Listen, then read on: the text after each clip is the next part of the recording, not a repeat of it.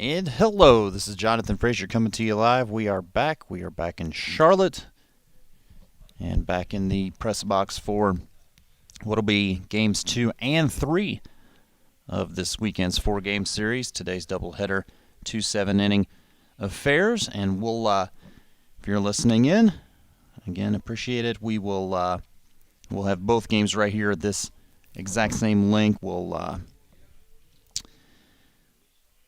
go beginning to end, inning number 1 of game number 1 of today, and then the final inning, whatever it is, of today's nightcap. So again, appreciate you tuning in. As the Owls fell last night in the opener to Charlotte, final score of 9-5, snapping FAU's 5-game winning streak in the process.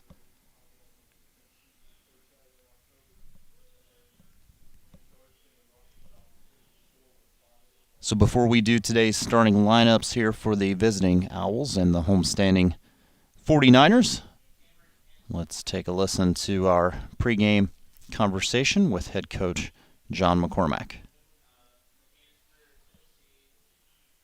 Knowing that you have 14 innings for years. Doubleheader under your belt last week at home. Hold on.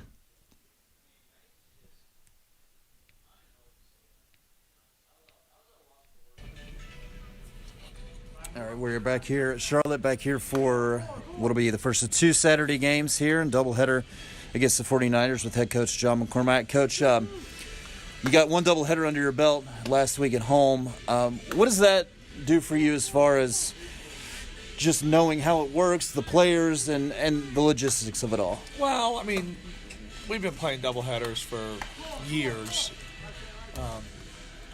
The players do it all the time in summer ball and, travel baseball before they get here. So the big thing is just managing the pitching, knowing that you have 14 innings at the minimum in these games. And then managing their workload too. Although, it was kind of cool out yesterday and the game, moved relatively quickly, so it wasn't like, was a taxing day. Although the infielders being on this turf, it's a little bit different than on, grass/clay. But no, we just play baseball. Coming off last night, back and forth affair for the first few innings, and then it's kind of screeched to a halt, at least offensively on both sides. But we talked about it off air. Their ace, you got to him for 5 runs, and then he recovered, unfortunately. Yeah, he made adjustments and we didn't. Our hitters did not make adjustments. We scored, 5 runs in the first 4 innings, and then they threw up 5 zeros on us. And we had opportunities, and we just didn't come through. We've got to make better adjustments. He started going more to the slider changeup route, and we weren't prepared to adjust. So we've got to do better. And Cooley has had such a good year.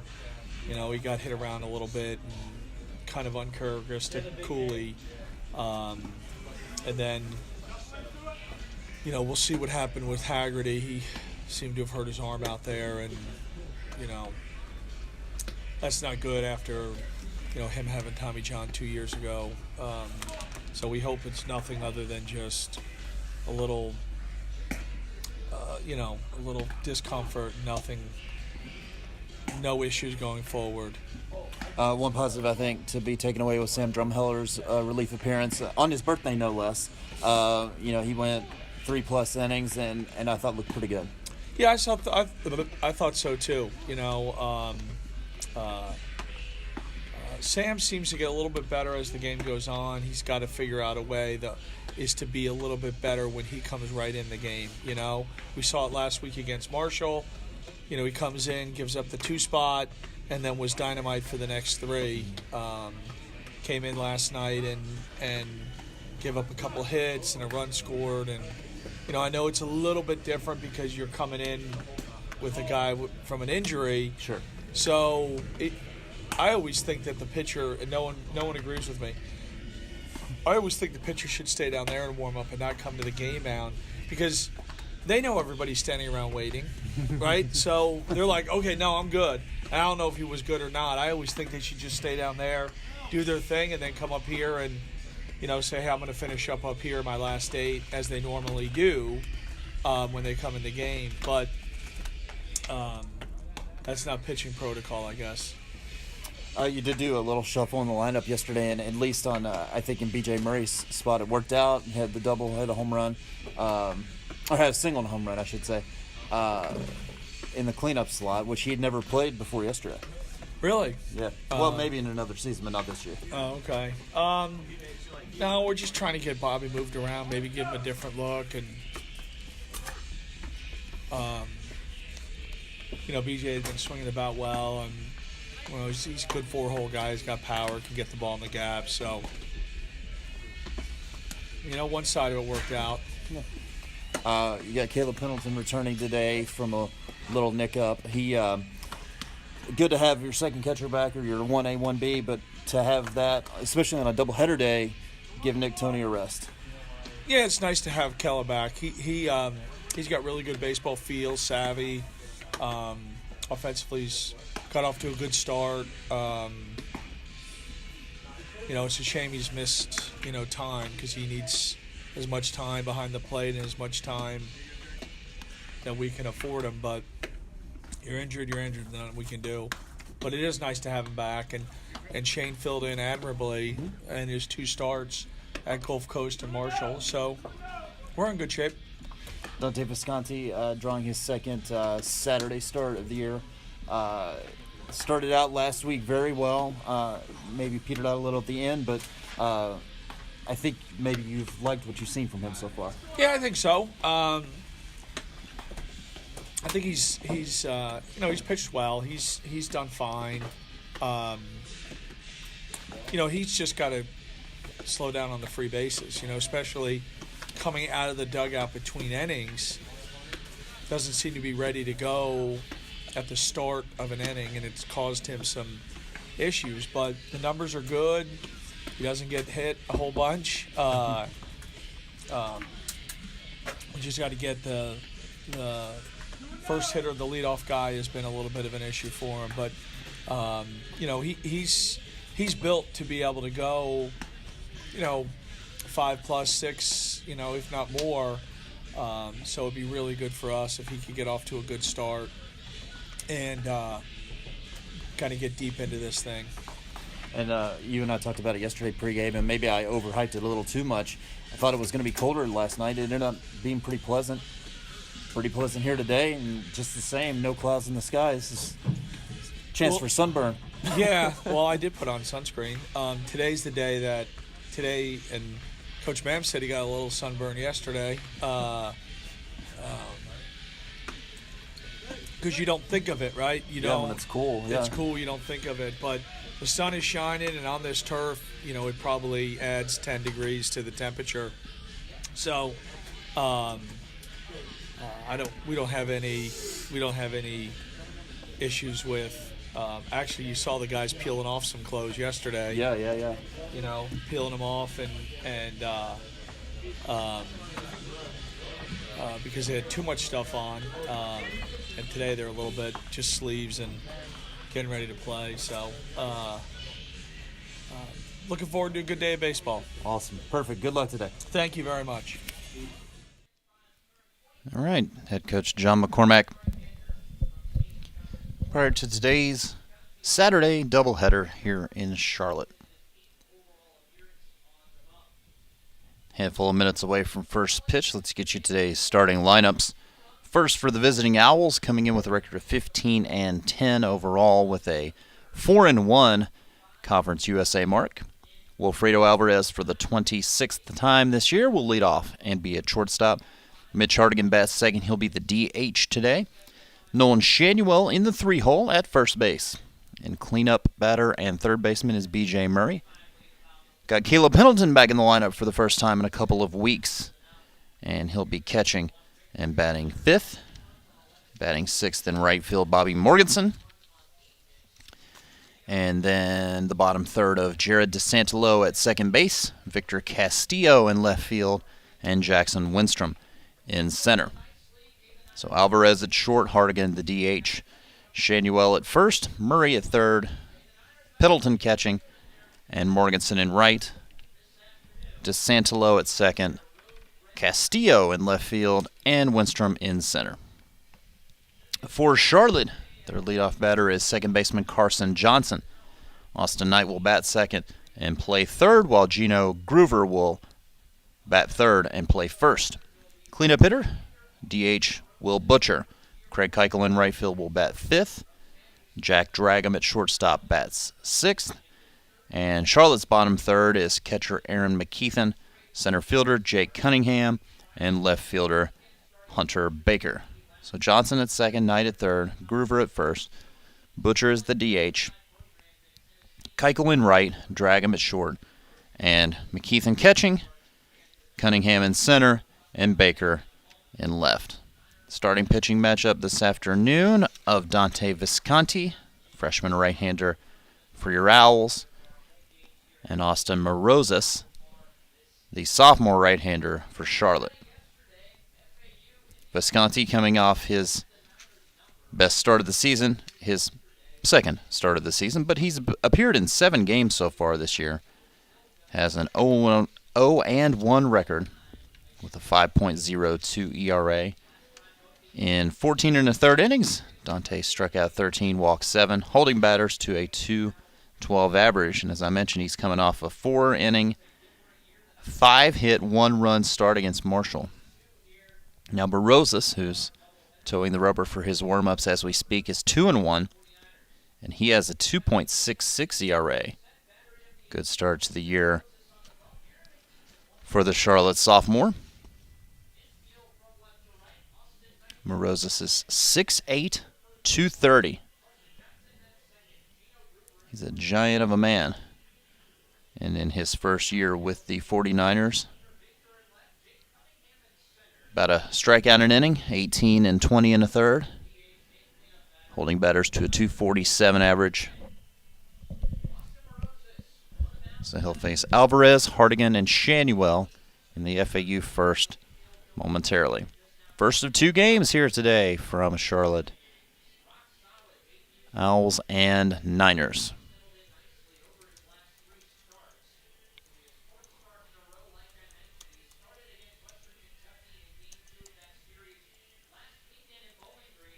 Looks like we're going to get the throw down here.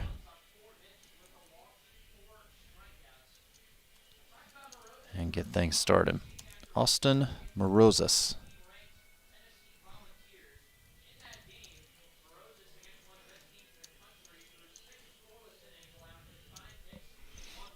Owls wearing their red tops, same pants as last night, the grays with the red stripe or the navy stripe down the leg, sandwiched in red.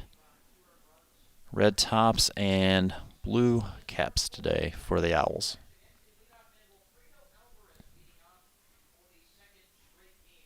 All right, first pitch will come at 1 p.m. and is taken.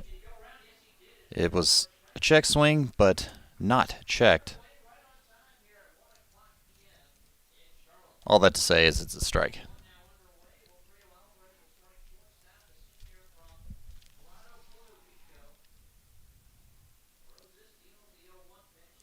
Off the plate away, 1 ball, 1 strike. In last night's game, Will had a hit in 3 at-bats. Extended his team high hitting streak to 8 games.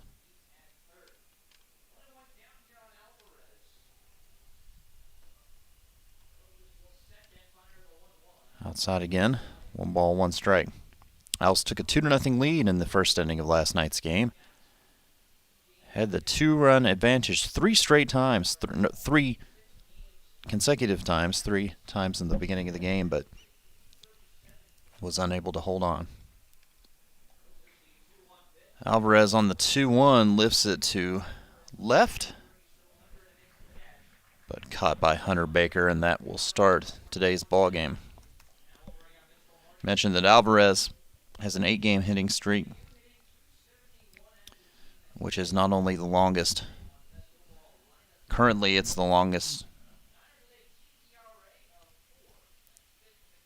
overall of any Owl this season so far. Now it's Mitch Hardigan. Alvarez came in at 337, Hardigan at 323, and the first 5 batters in this Owl lineup all hitting 300 or better. Mitch has a home run and 16 runs batted in. DHing here this afternoon.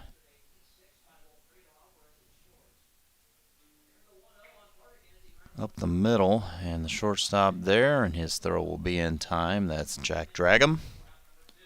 2 up, 2 down.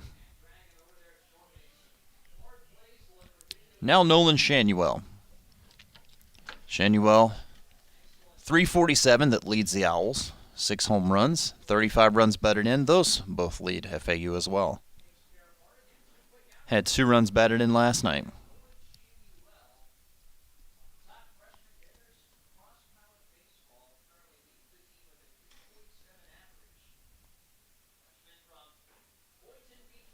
Morozes misses outside, ball 1.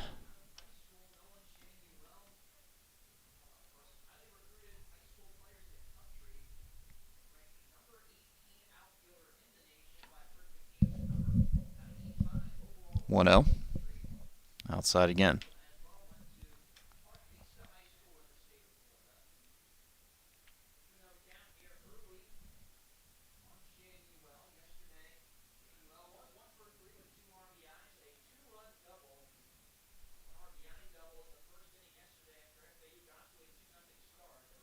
And now making 3-0 to the Owls' first baseman. Appreciate you tuning in. If you're out there and you're sitting at your computer like Gunnar Lambert is, hit us up in the chat. I'm trying to get them going, buddy. 3-0. Right down the pipe. Maybe a bit outer half, but either way, it's strike 1. 3-1.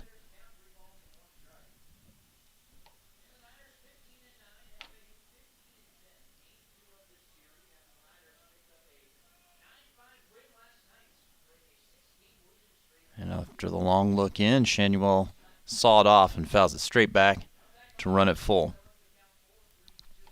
Game time temperature here in Charlotte. It's a balmy. Let's go app. 55 degrees. As the payoff is hit to short, taking on a couple of hops by Dragum, and his throw will be in time. It's a decently easy 1-2-3 inning for Morozes and Charlotte. We're scoreless. Take you to the bottom half in just a moment.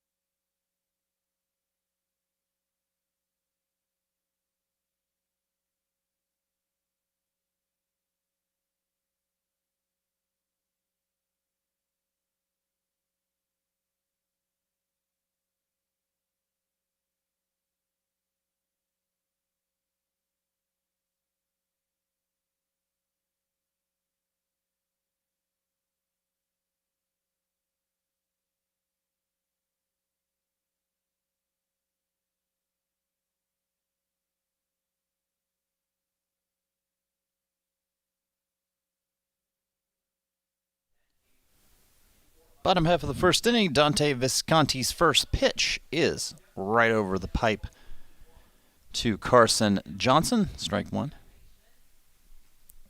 Visconti mentioned he's a freshman. He's a second-year freshman, making his third start of the year, and leaves it upstairs. 1-1 strike. This might be the tallest starting pitching matchup we'll see all year. 6'8" Morosis against the 6'5" Visconti. Up the middle, past a diving Jared DeSantolo and into center field. Carson Johnson is on with the leadoff single for Charlotte.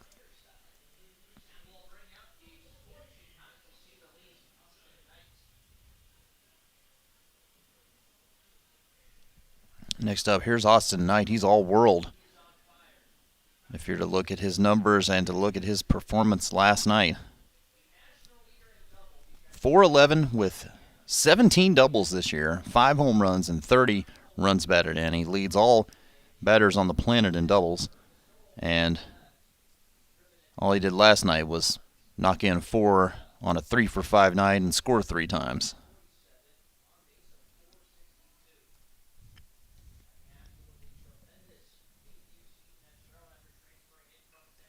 First pitch swinging, fouls it back. 0-1.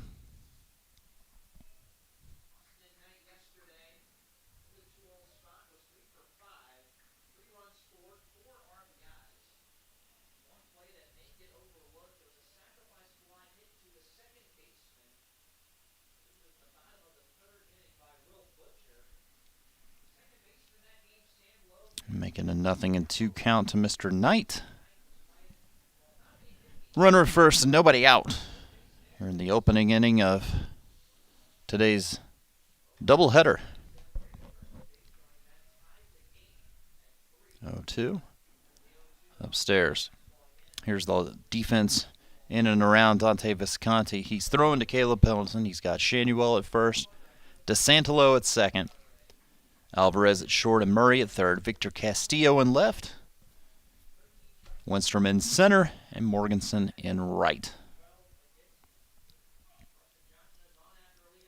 Kicking the 1-2 is up and over Caleb Pendleton. 2-2 count, and now Johnson into scoring position.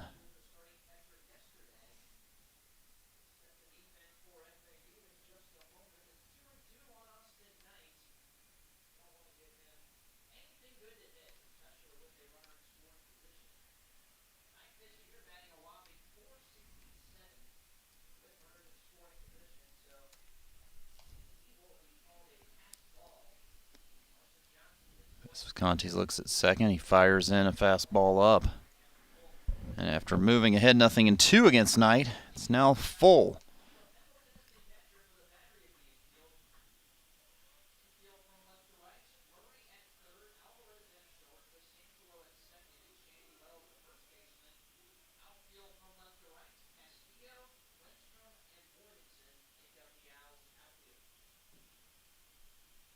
Swing and a miss. Got him.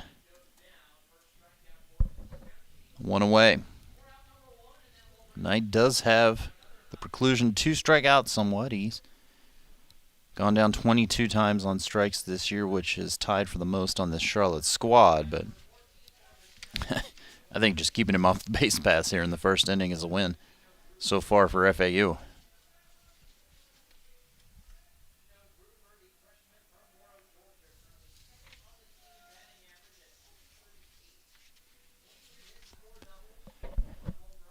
Brings up Gino Groover, and he's first pitch swinging, hits it well into the left center field gap, 1 hop, and Castillo slips and falls. He'll throw it in, but a double and an RBI for Groover.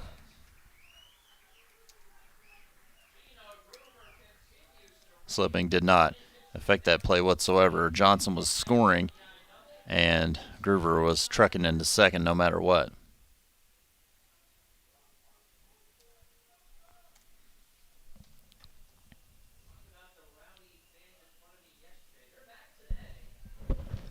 Brings up the designated hitter, Will Butcher. Butcher comes in at .262 in his first year. Guess that was a check swing, no appeal. 1-0.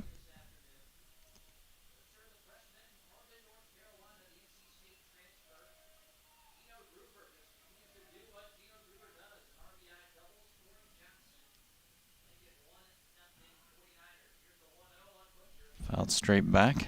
1-1. So a single by Johnson.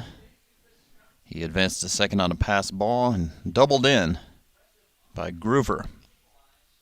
Groover's had a good start to his college career. That was his 5th double, 11th run batted in. Looking for the outside corner. Didn't get the call, 2-1.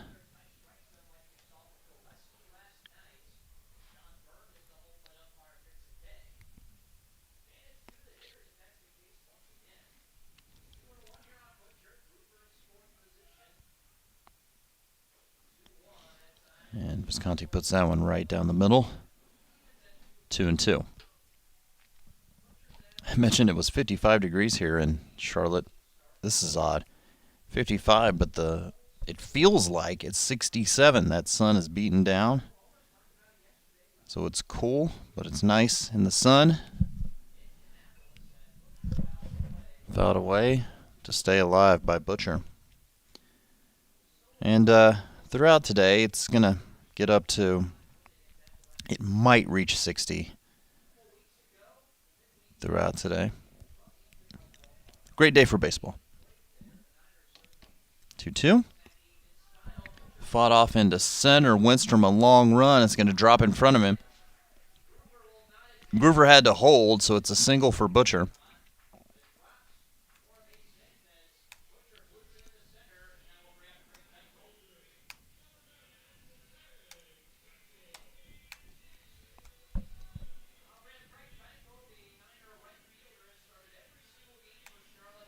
And now the right fielder, his name, Craig Keuchel. 290 hitter. Has 4 home runs, 15 runs batted in.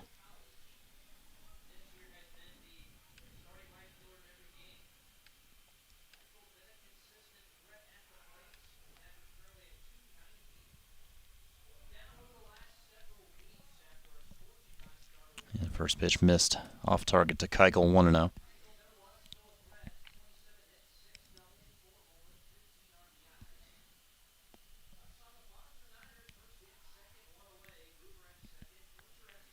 Already 3 hits in this bottom half of the first inning for Charlotte. And only 1 out. 1-0. Right over for strike 1.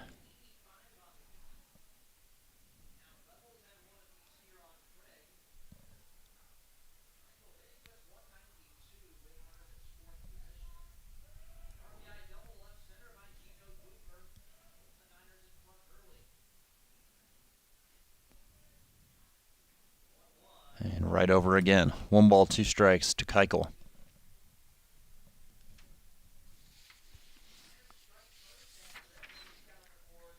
Keuchel was held hitless in last night's game. Went over 3, did have a walk.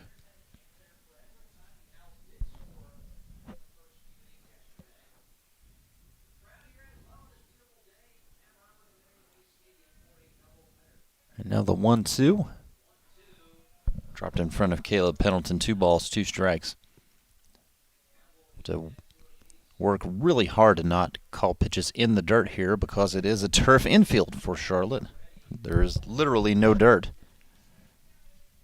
to be had around home plate, so I'll do my best. Break-even pitch. Fouled to the right side and out of play.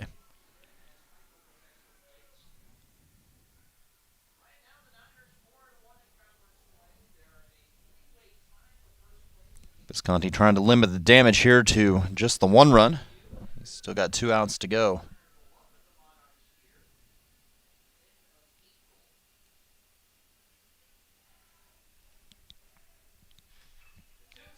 And this one's hit hard to left. Castillo, edge of the track. He'll make the catch. Tagging and attempting to go to third. Here's the throw from Alvarez. Not in time. Groover was able to retreat to the bag. He had gone decently far off the bag tag up, and still advance. So that's the second out of the inning.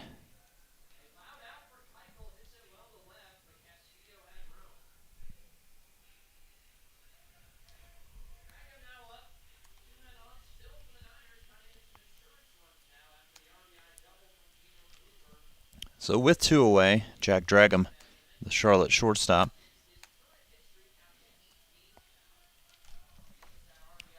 Runners on the corners, teammates Groover at third and Butcher at first. Up and in, ball 1. Not a lot of wind to be had this afternoon in Charlotte, North Carolina. The flag in center is as dormant as it could possibly be. And also, I'm sure, contributing to what the temperature feels like down on the field, especially on that turf. That's not even taking the heat coming off of the turf into account. Meanwhile, 2-0 to Dragum.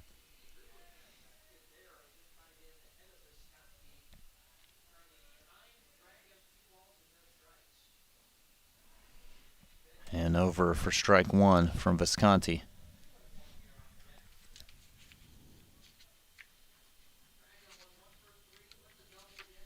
You mentioned Visconti goes 6'5", listed at 220 pounds. The St. John's, Florida native. Evens the count at 2-2 with a called strike.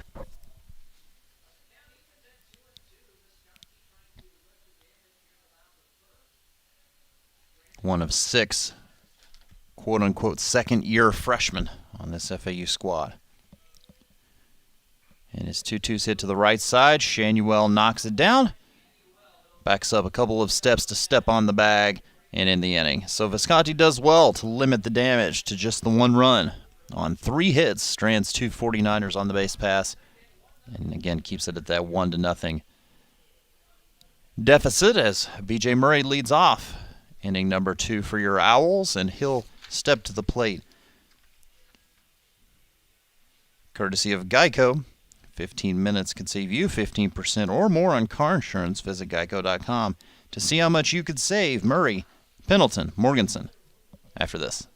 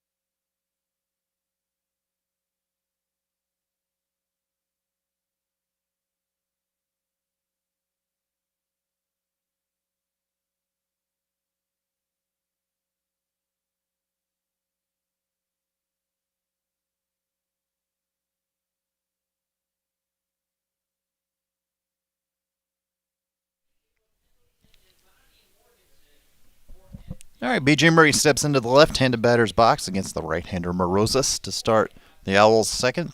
Morozes needed just 12 pitches for a 1-2-3 first, a fly out and 2 ground outs. B.J. Murray, good night last night in the cleanup slot, back there for the second straight day.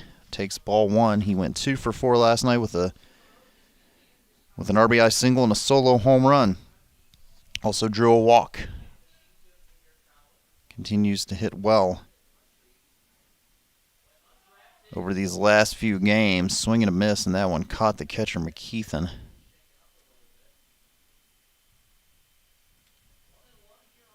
Last night being the 5th game of conference play for, both squads, but for this we're going to be speaking about the out. Each team right now 4-1, but more specifically, what I wanted to talk about was BJ's start to Conference USA play. If I can just get my mouse to work.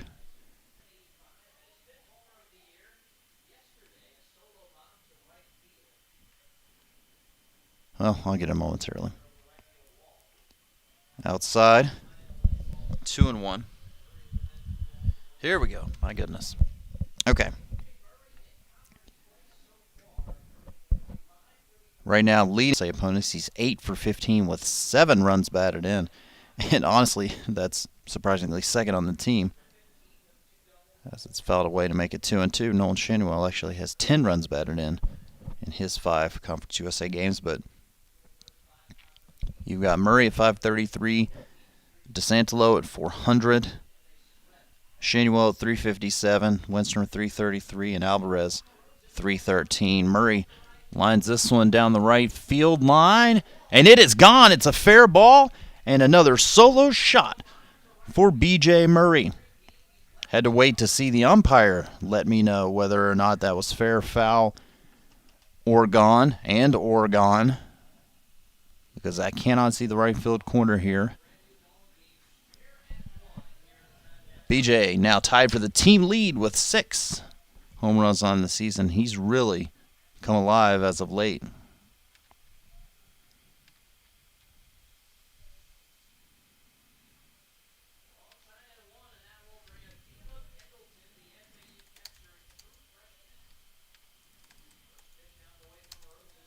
Caleb Pendleton swinging for the fences, comes up empty on the first pitch to him, 0-1. First time we've seen Caleb in a couple of weeks since the Miami midweek game on the 9th.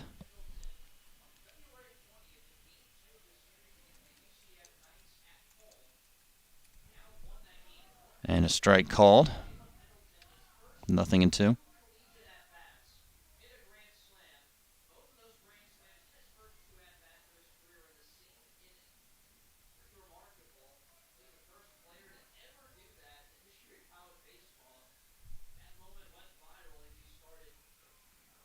And this one just misses for Morozes. 1 ball, 2 strikes.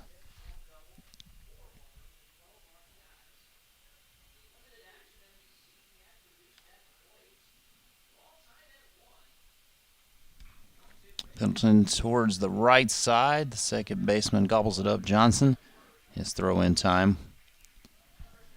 1 away.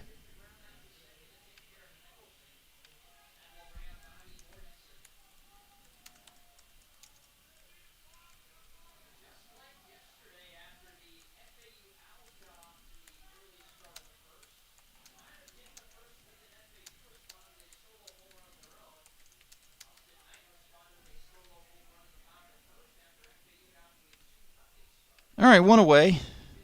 Here's the right fielder, Bobby Morganson. Bobby's still mired in a bit of a slump as he was 0 for 4 last night. Takes away ball 1. If they can round Bobby into shape with how hot Murray is and Shanuel, Alvarez, table setting, and Hardigan, it's a dangerous, dangerous club. 1-0. Low and away, 2 balls, no strikes. Despite batting just .211 at this point, Morganson does have 5 home runs and 18 runs batted in.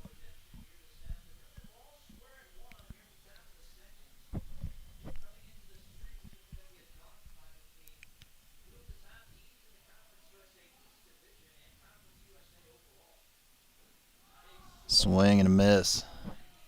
That was a healthy hack. Bobby comes up empty, 2-1.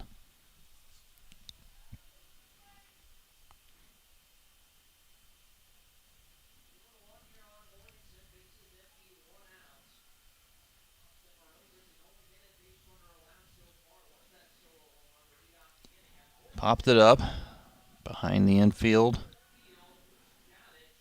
Looks like it's the shortstop Dragon returning to his normal position. He was shifted across the second base.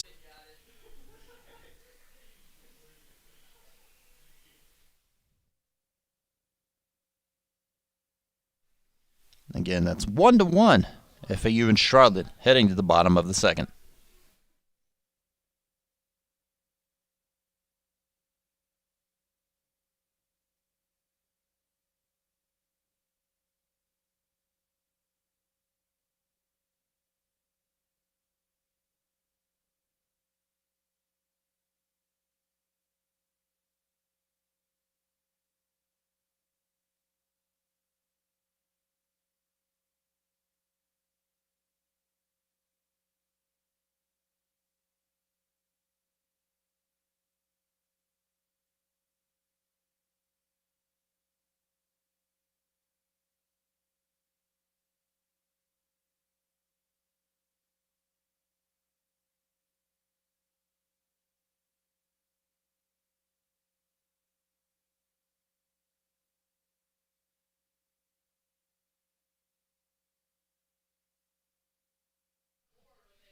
Dante Visconti with a nice recovery in the first inning after having 2 on with 1 out. He got out of a jam, allowing just 1 run to score.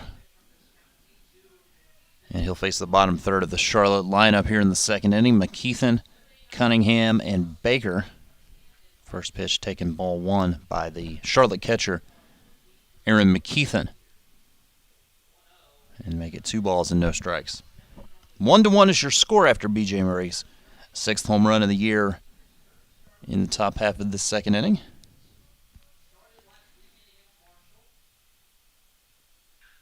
Down the line. Oh my gosh, Murray right there.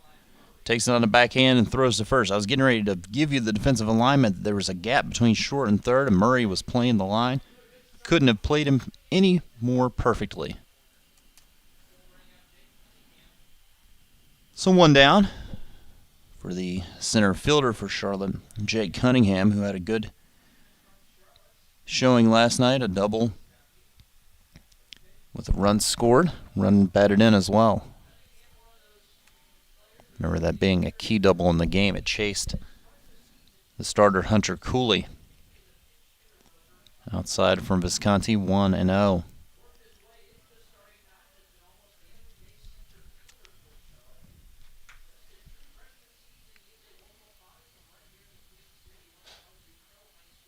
Strike called.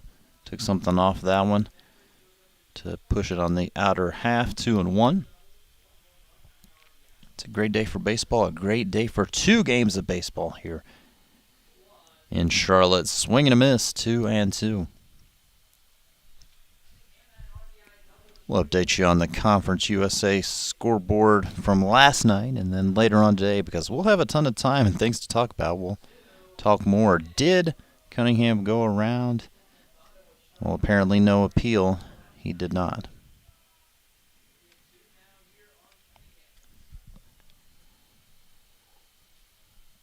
The payoff? Strike 3 called on the outside corner. Give Visconti his second strikeout of the game. Now Hunter Baker. Baker actually had 2 hits in last night's game in 4 at-bats, and that included his first double of the year.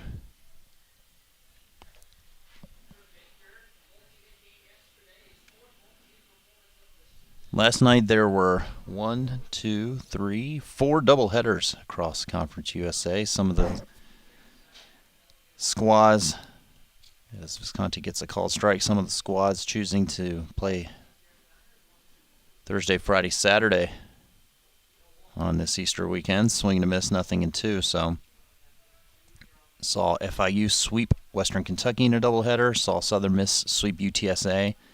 Middle Tennessee and Rice split games, as did Louisiana Tech and UAB. A 3-pitch strikeout of Baker, and Visconti seemed to settle into a bit of a rhythm there in a 1-2-3 second and keep it at 1-1. Victor Castillo leads off the third. Duncan, a proud partner of FAU Athletics, used the Duncan app for contactless ordering. America runs on Duncan.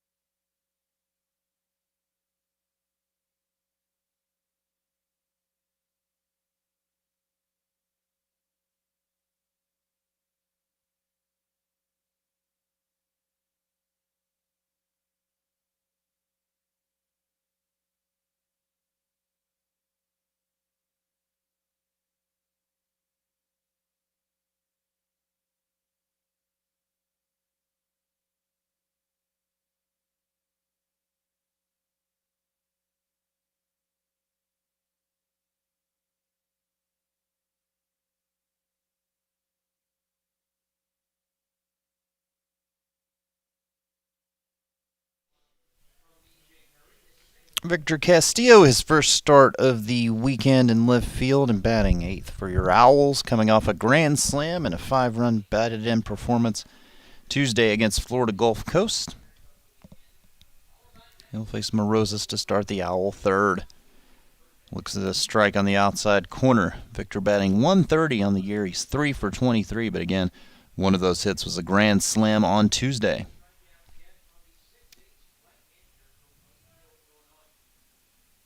Oh, 1 down the right field line and under the leg of our, what we call him, our interim first base coach, Tristan McGinnis. Blake Sanderson not traveling with us this weekend, and I can't imagine he's listening, but if he is, I hope he is feeling better.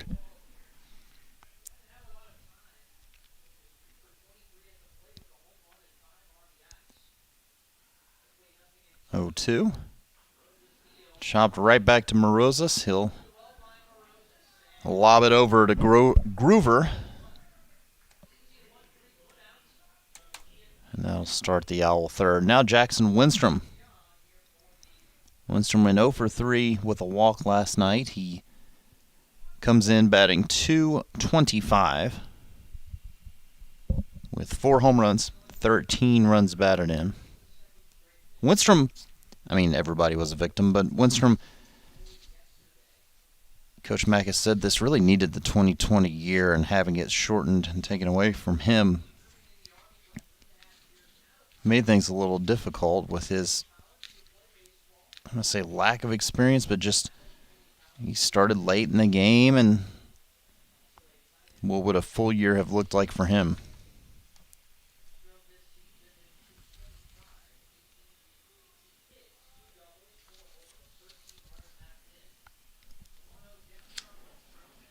.1-0 fouled right there in the box at the feet of Winstrom. Nice feature on him recently on D1 Baseball by Walter Villa. On Jackson. 1-1 here. Fouled off again.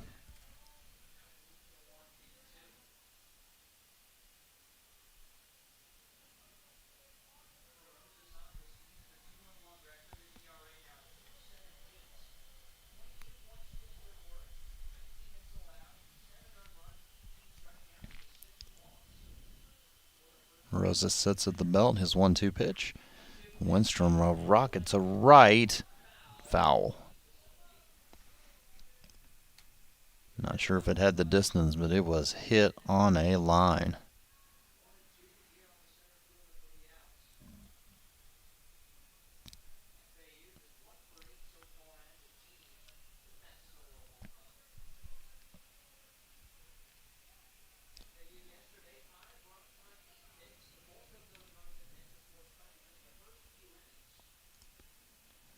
And just getting a piece to stick around for another pitch or a couple of is Winstrom.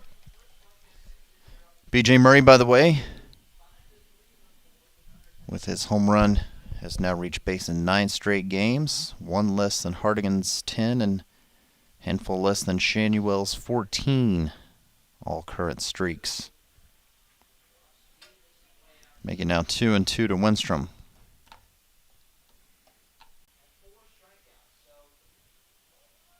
Prior to 1-1. Imagine a relation to our very Mitch Hardigan with 2 away, and Winstrom at first takes a first pitch strike.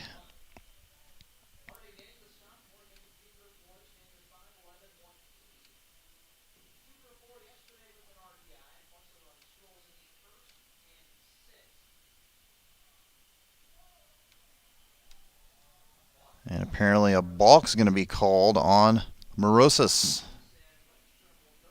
So Winstrom moves into scoring position with 2 outs.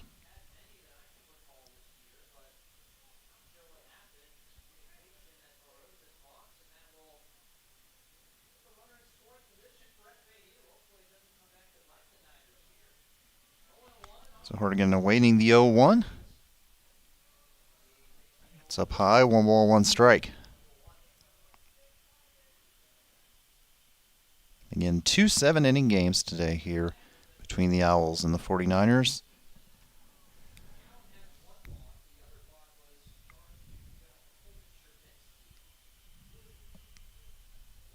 Right down the middle, 1-2 to Hardigan. Mitch had a couple of hits last night in 4 at-bats. Was hit by a pitch as well. Scored a run, knocked in a run. Good start offensively to the year for him. Continued last night, now the 1-2. Inside, as he backs out of the way of it. Pitch low and inside, 2 balls, 2 strikes. Hardigan looking for some 2-out magic here to potentially give FAU their first lead of the day.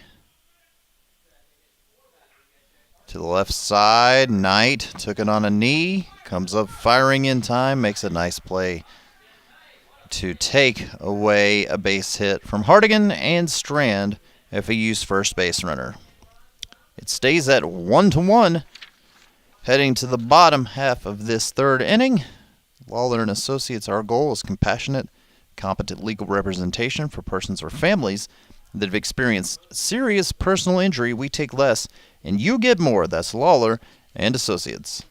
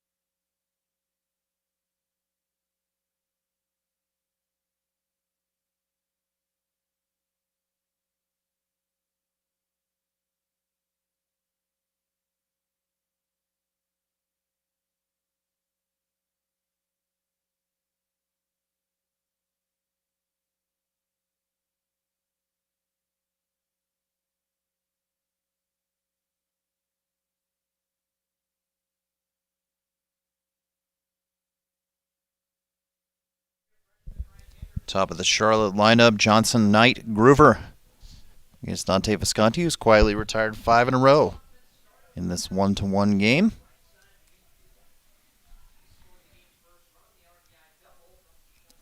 Johnson led off the Charlotte first with a single up the middle, came around on the Groover double for the 49ers' only run.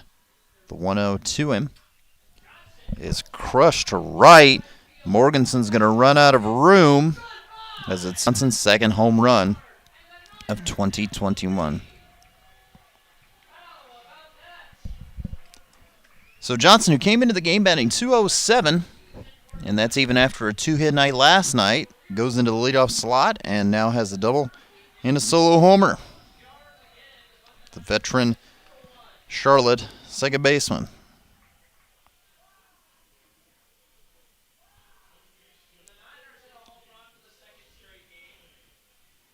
Austin Knight now 0 for 1 with a strikeout.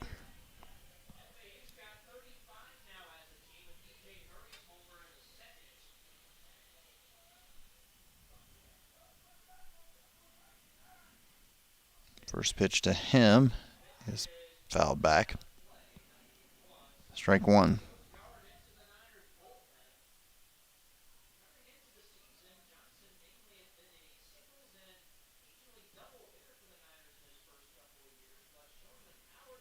Oh, 1.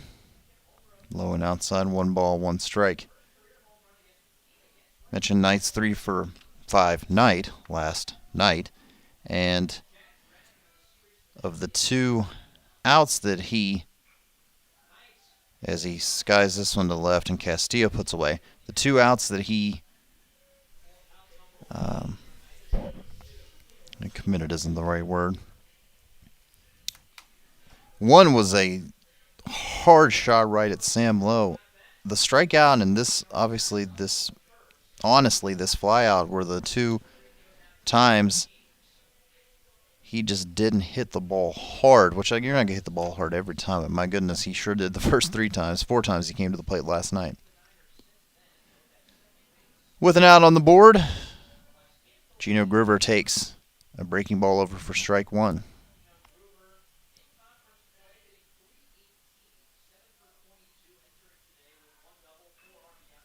Little nubber to third. Murray fires over to Shanuel.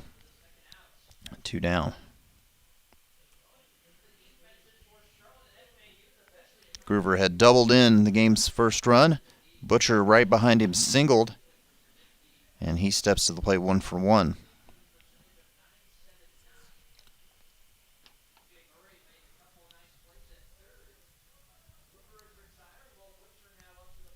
First pitch to Butcher. Low ball 1. Question mark. 2-1 after the Johnson home run. Charlotte back out in the lead. And a strike called to Butcher.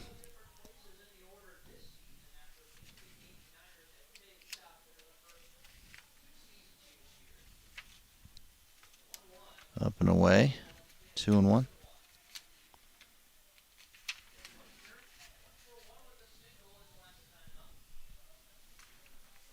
Mentioned the Butcher is a true freshman from Arden, New Jersey. Down to third, Murray in foul ground. His fire across can't be scooped by Shanuel. We'll wait and see on that one.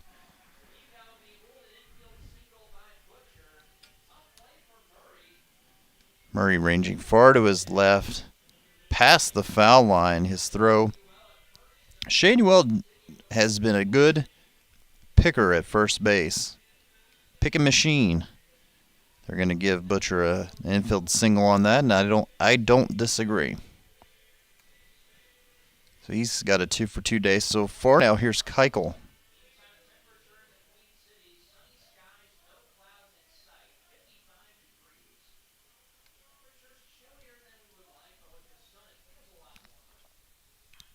First pitch swinging, Keuchel. Foul territory. Pendleton will run out of room as it reaches the seats.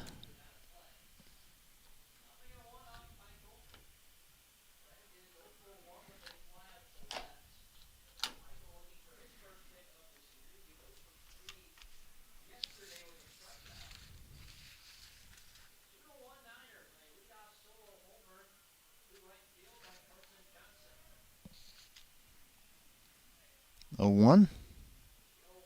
Did he go? Well, I think it's a strike. The throw down by Pendleton. It doesn't matter. Trying to advance. Butcher is out to end the inning. So it's 2-1 on the Johnson home run. Charlotte out in front. We'll go to the 4th in this one-run game.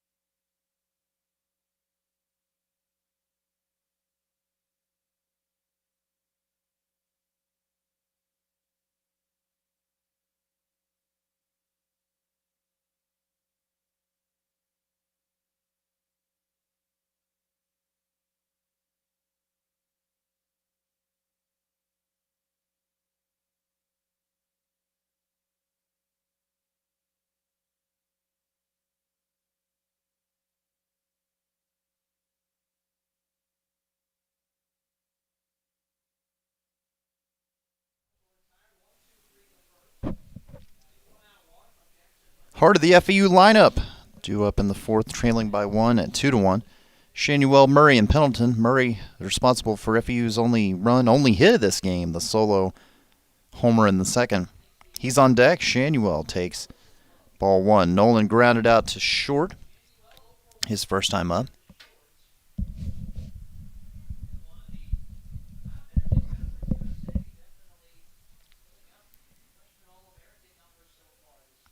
One 0.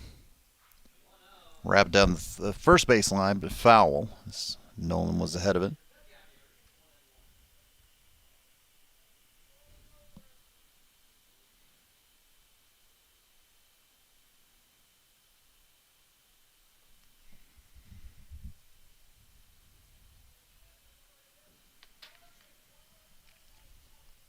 Shanuel wags the bat across the dish. Now settles the 1-1. Shanuel, high fly ball, deep left field, and to the track and up against the wall. Making the play, Hunter Baker for out number 1. Shanuel almost went oppo taco there. But he'll head back in the dugout with the flyout. B.J. Murray mentioned the solo home run in the second. All of the Owls' offense today.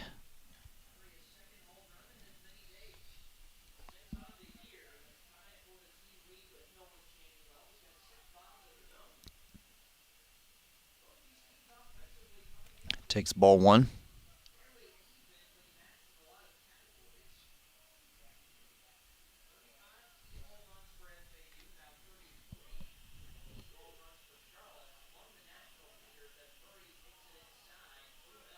Make it now 2-0 to BJ on a pitch inside.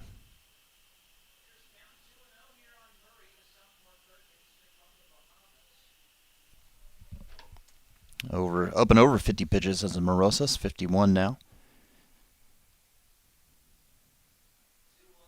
Strike called at the knees, 2-1. Our home plate umpire in game 1 today is John Byrne, with Aaron Say at first and Mike Oleski at third.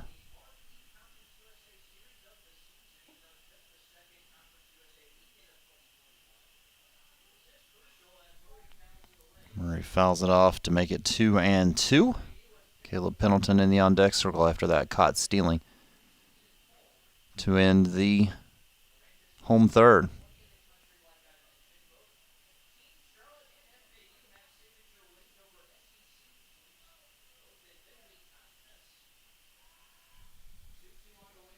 Outside to run it full.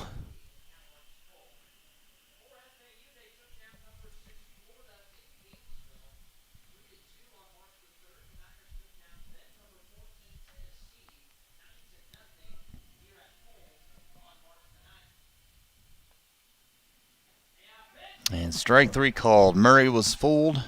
A bit high on the hands, but he knew it. No argument. That is the first strikeout for Morosas. And with 2 away, Caleb Pendleton.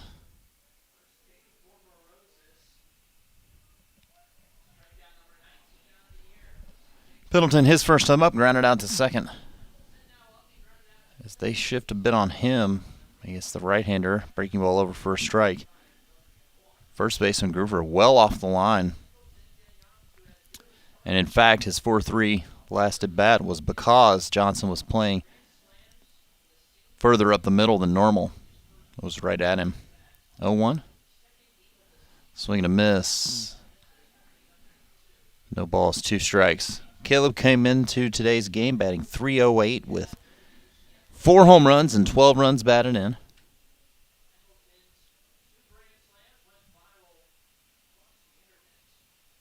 .02. He is able to check his swing on a breaking ball low and off the plate.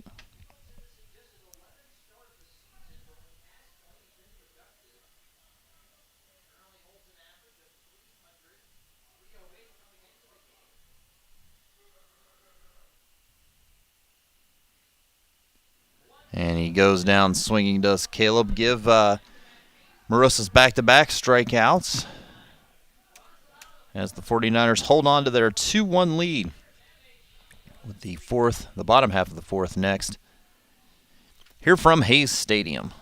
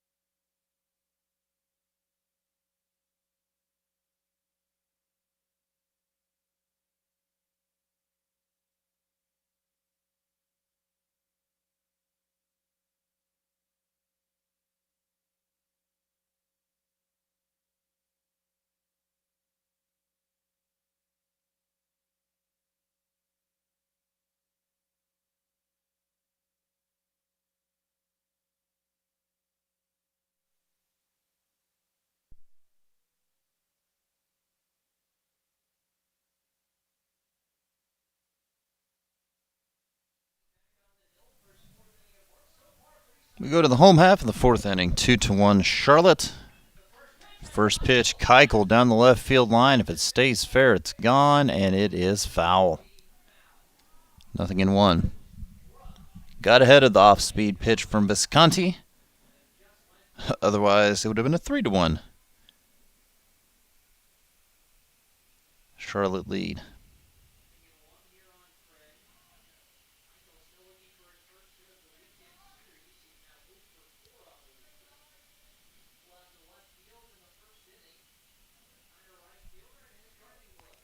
So a long strike now, make it 1-1 to Keuchel.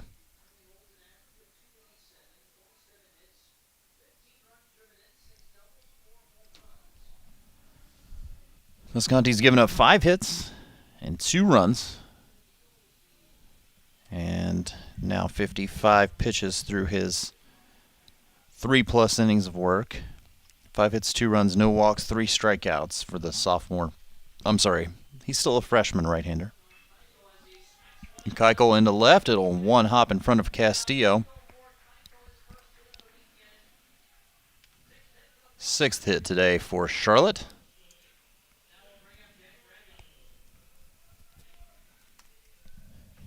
Next up, Jack Dragum. Dragons 0 for 1, grounded out to first. Back in the second.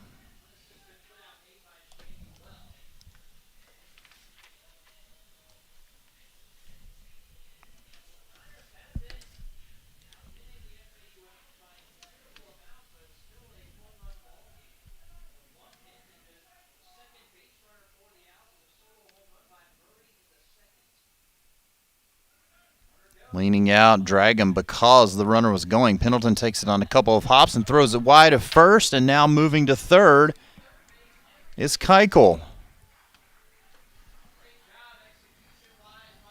Well, we'll see. Almost I wouldn't call it a hit and run as much as just protecting the runner that was attempting to steal. Pendleton had plenty of time. And now David Kopp's going to come out and speak to Dante Visconti. An error is on the board. We'll see if that's all it is.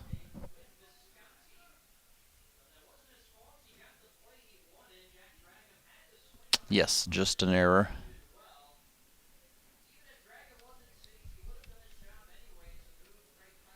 So, error moves Keuchel to third.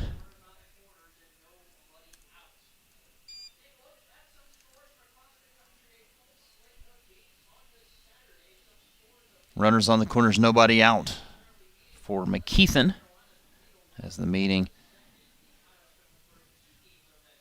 is over at the mound, and Coach Cobb makes his way back to the dugout. Owls have populated the bullpen in left field, but not yet anyone warming.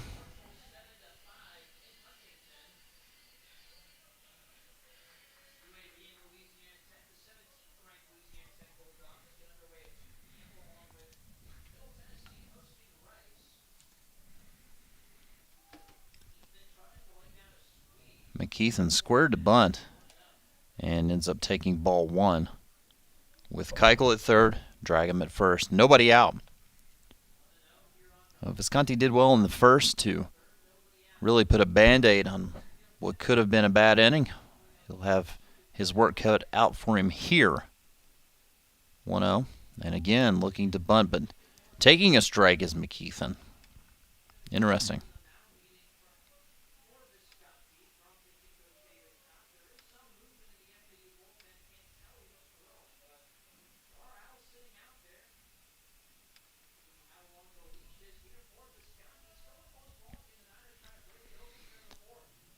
One.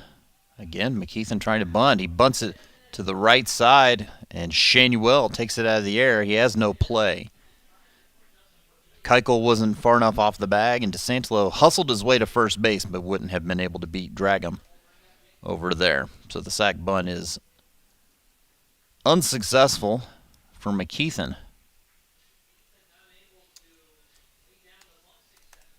So one away for Jake Cunningham.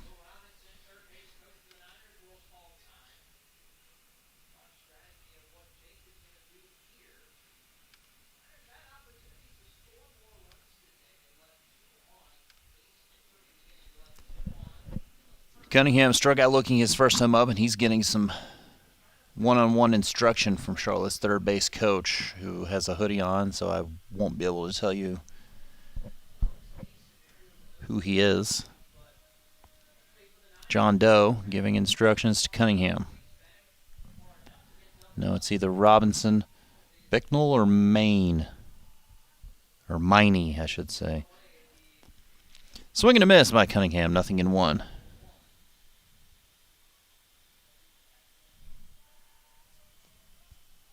Well, I can eliminate one.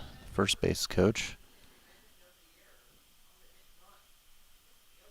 is Miney. So it's either Robinson or Bicknell. In the dirt, or said I wasn't going to say that. Off the turf, 1 ball, 1 strike, and 1 out. Here in the Charlotte fourth, as the 49ers threatening to extend their lead. Fought off and fouled, 1-2.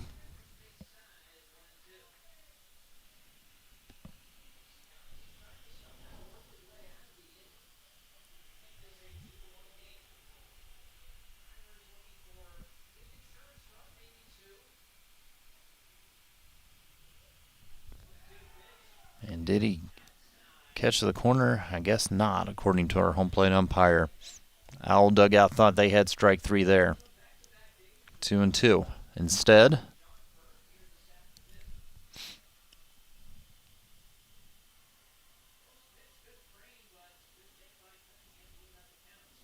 now the break even is a little tapper down the third base line and foul.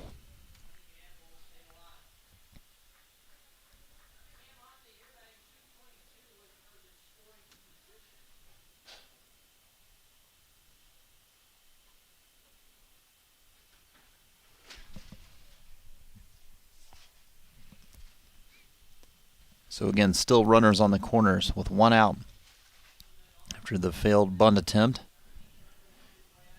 Count holding it 2-2 to Cunningham. through the right side, and that's going to plate Keuchel. And back up, or now up to a 3-1 Charlotte lead.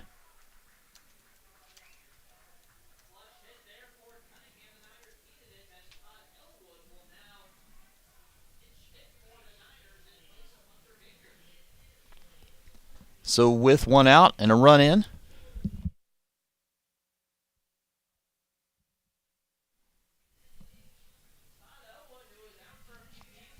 so I'm going to get the left-handed batting Elwood here in place of Hunter Baker with 2 on.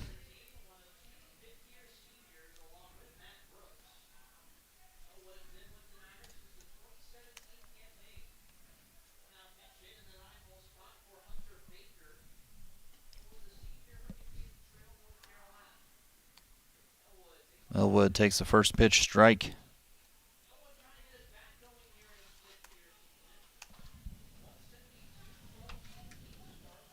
The fifth-year senior and left-handed batter.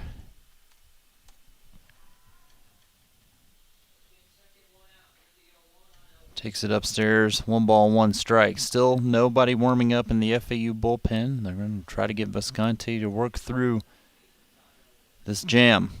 Started out with a single, an error exacerbated things, and an RBI single has plated a run.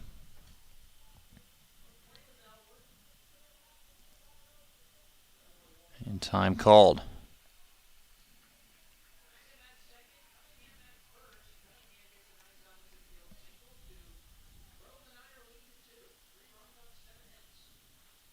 Found back, 1-2.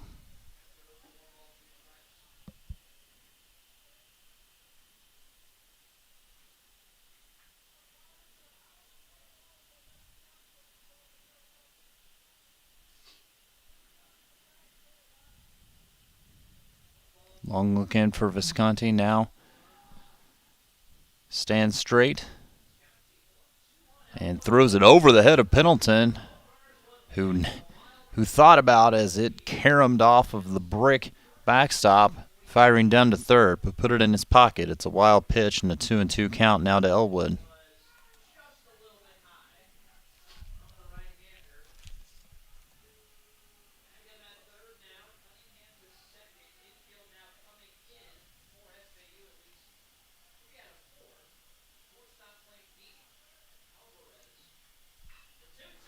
And Elwood lines it in the center for a base hit. That's going to score 1. Winstrom, his throw in as they hold Cunningham to third. Now a 4-1 Charlotte lead.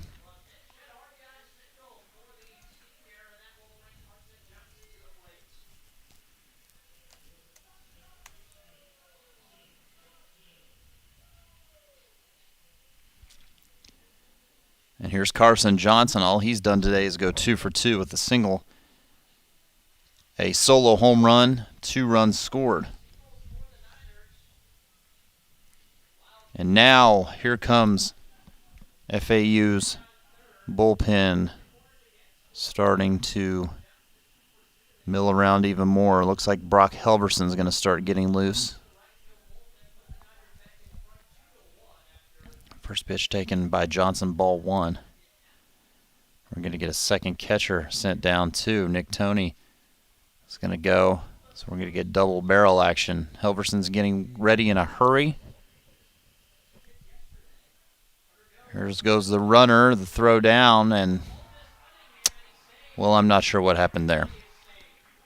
It's a double steal, and the throw was right on the bag, and DeSantolo came up as if he might come home, and instead didn't make a tag, didn't make a throw. Steal of home for Cunningham.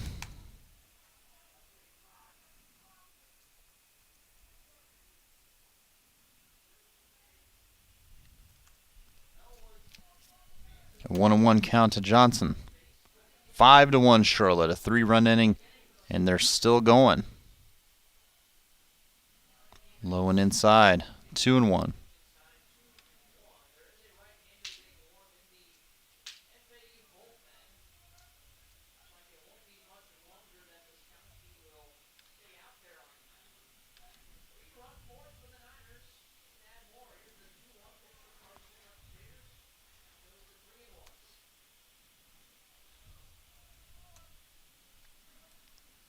Now it's a 3-1 count to Johnson.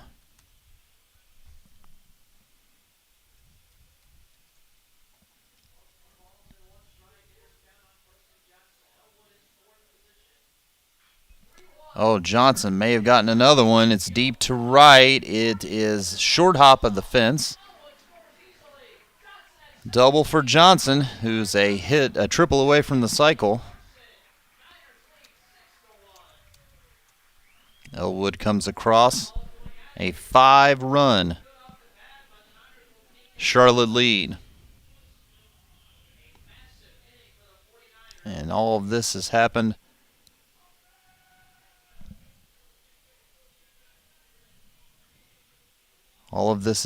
without Knight being quiet here today. He's 0 for 2.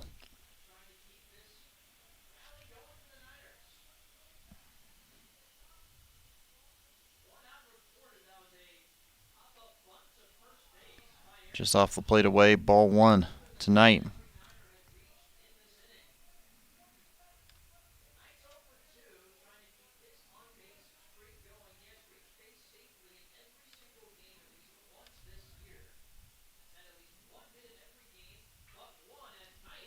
And well out of play. Had the distance, but was nowhere near fair. 1 ball, 1 strike.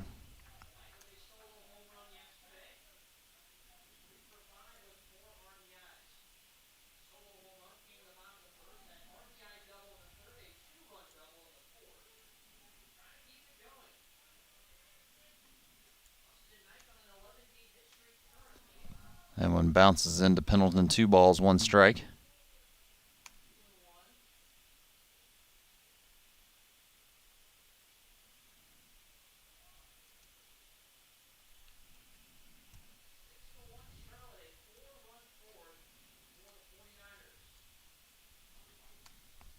Swing and a miss. 2-2.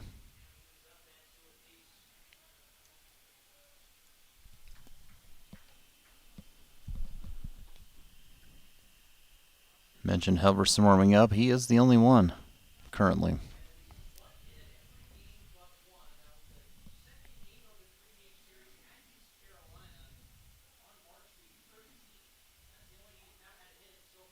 Breaking ball.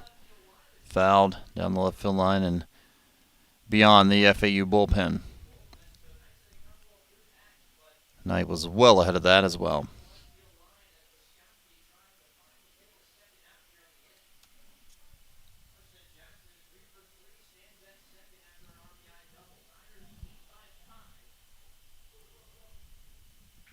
Two, ripped down the left field line, and that's foul.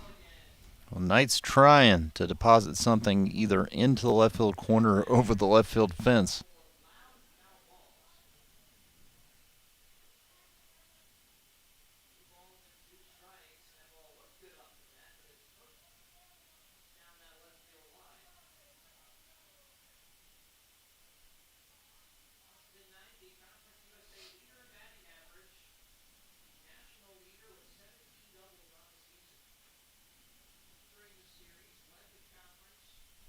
Got a break in the action here. Maybe a ball out of a bullpen, it seems. They're looking down into the right field corner.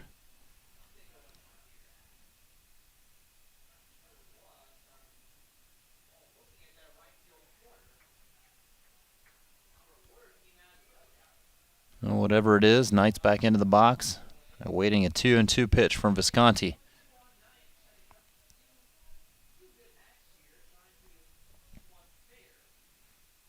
Low and outside, and it's full.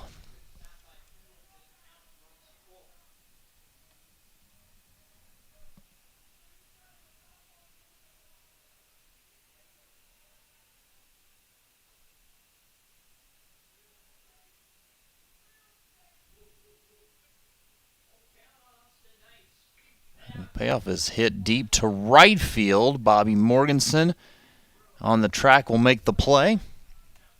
In that cutout where the bullpen comes inward, Johnson does move up to third with 2 outs for Gino Groover.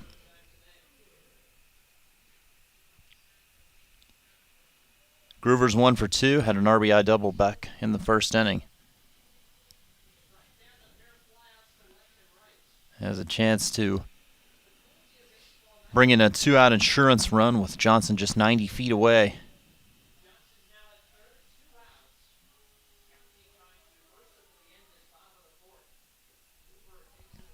First pitch low to Groover.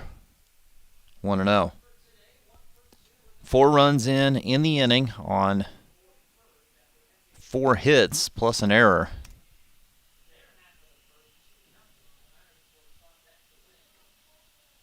And we get 2-0 to Groover. Last time up, he grounded out to third on a nice play by B.J. Murray.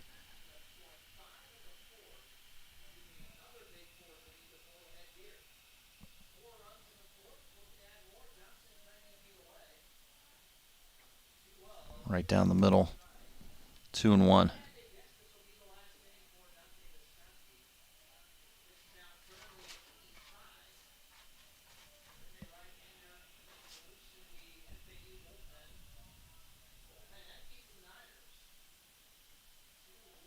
And that must have been outside. 3-1 to Groover. Dante has not walked better in this game.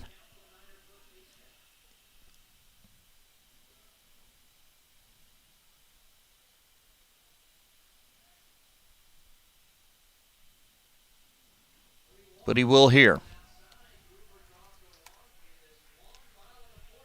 The inning continues. The 9th batter will be Will Butcher. Butcher has 2 singles in this game.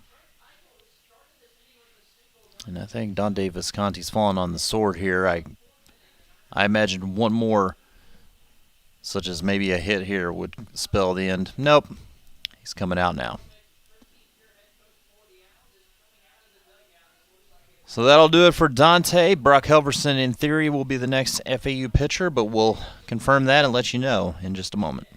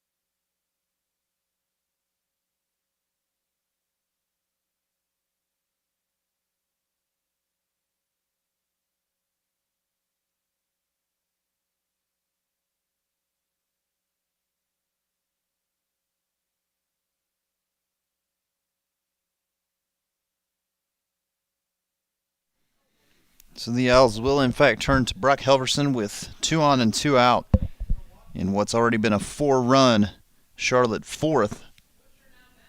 Brock making his 10th appearance, 9 innings, 14 strikeouts, but he's given up 6 runs on 6 hits.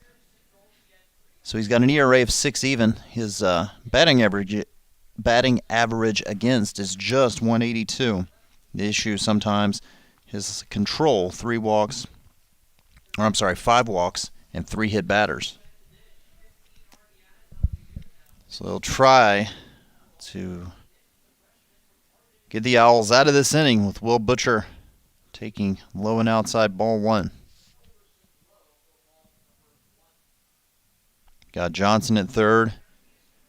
He had an RBI double. Groover at first. Last batter Visconti faced was a walk.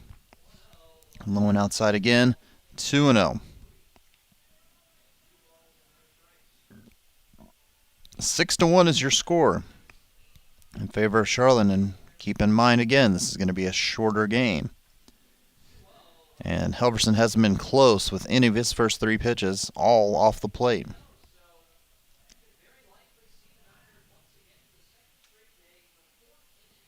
This is just a 7-inning game, as is the second game today. So not a lot of time to make up this ground for the Owl Bats. 3-0. That's right down the middle at 94 for strike 1.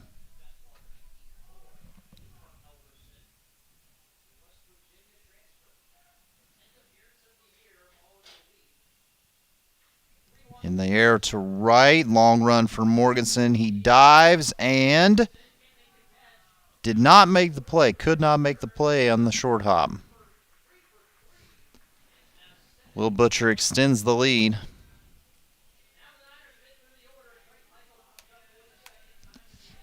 As the 10th batter of the inning is Craig Keuchel.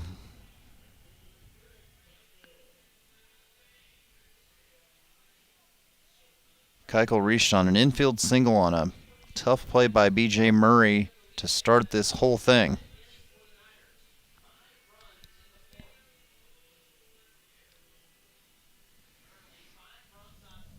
So Charlotte yesterday, a game that was in favor of FAU at the time, 5-3, scored 5, swing and a miss by Keuchel in the 4th. Here today, a game they were leading 2-1, they've scored 5 here in the 4th.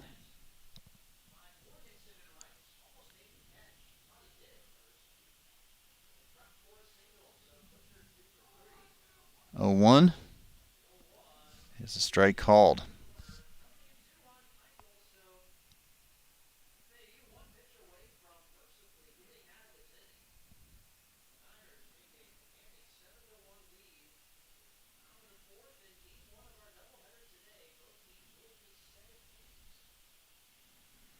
And Helverson sets as the runner takes off from first. Helverson will step off. He'll throw. Now the throw home from DeSantelo is perfect to retire Groover. So that ends the inning. It's a 7-1 game in favor of Charlotte. Back after this.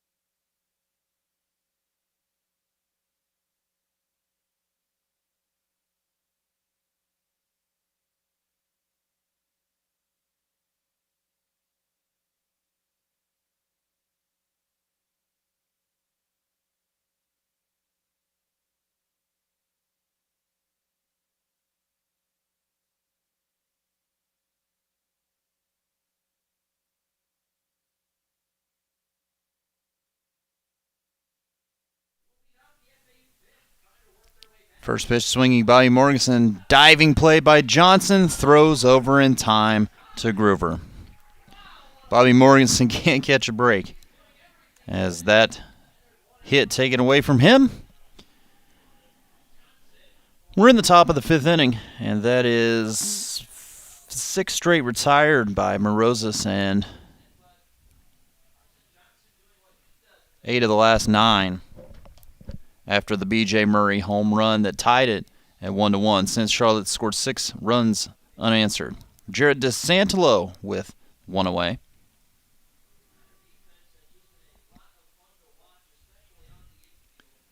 Has grounded out to first and takes a strike, 0-1.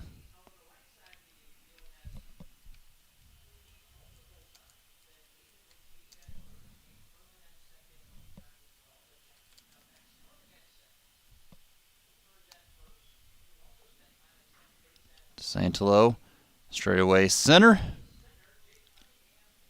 Easy play for Oh, it's off the glove of Cunningham. DeSantolo's going to round second and try for third, and he'll be there standing. Well, it was an easy play for Cunningham. It was right into his glove. Oh, my. So, DeSantolo at third with 1 out.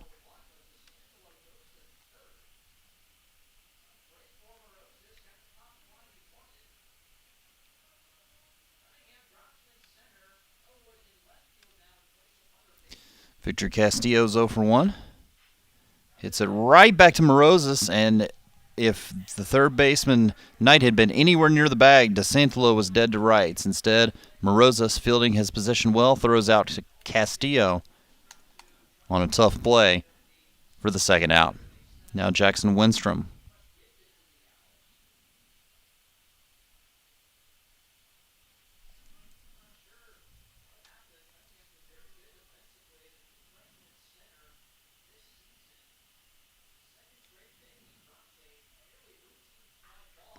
Oh, my goodness. That is way, way, way out of here by Jackson Winstrom. It's a 7-3 game. An absolute titanic blast for Winstrom.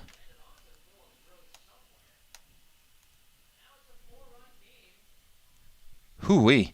7-3 is your score on the Winstrom blast.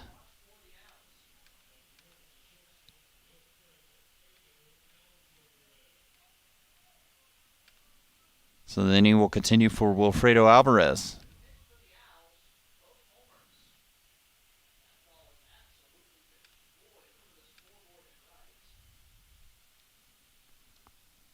Alvarez first pitch swinging to center. It's as if the Owls saw something that they wanted a first pitch swing. Now this one's caught by Cunningham, but Winstrom's home run, and no doubter, makes it 7-3. Owls trailing Charlotte through 4.5.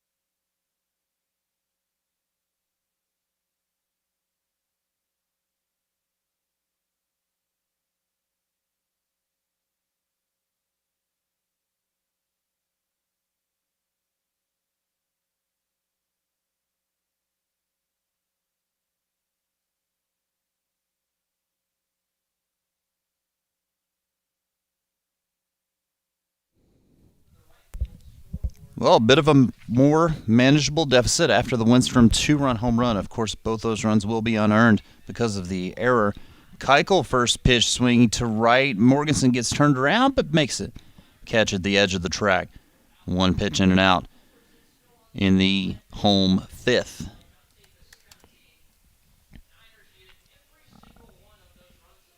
Helverson gave up a hit but got out eventually of a 5-run fourth for Charlotte.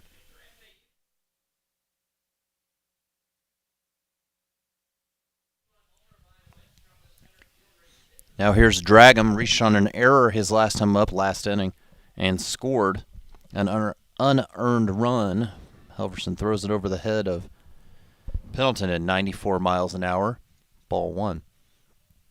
7-3 is your score here in the opening game of today's doubleheader. We'll be right here at this very link that you're listening. There'll be some dead air. Apologies, but well, I guess I could leave. I guess I could leave some music running, but I'm not gonna. But we'll have both games right here.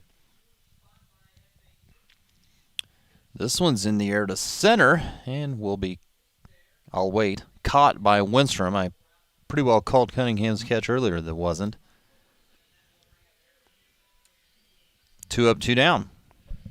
Now McKeithen, he's been the quietest Niner in the lineup today, 0 for 2. Well, him and Knight, surprisingly. I thought for a moment last night the Owls wouldn't get Austin Knight out all weekend, but held him quiet today. The rest of the offense has definitely picked up the slack. Foul ball, back 0-1. Owls will have 2 more shots at Morosis, if not a member of the Charlotte bullpen here in this game, trailing by 4. Outside on the breaking pitch to McKeithen, 1-1. The Charlotte catcher last night went 0 for 3, so he's 0 for 5 in the series so far. The 1-1. Outside corner, a called strike, 1-2.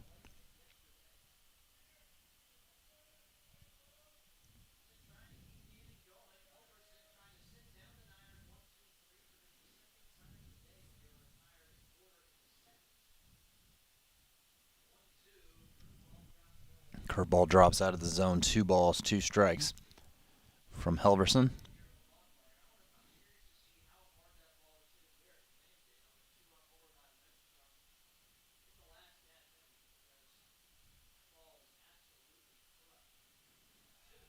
Can't get the outside corner call that Helverson had skipped and hopped towards the FAU dugout after.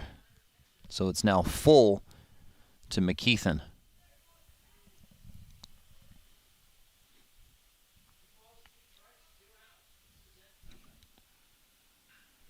And down the first baseline, or third baseline, I should say, and foul. The Owls with just 2 hits in this game off Morosis, but they've produced 3 runs. The Murray solo homer and the Lindstrom 2-run shot.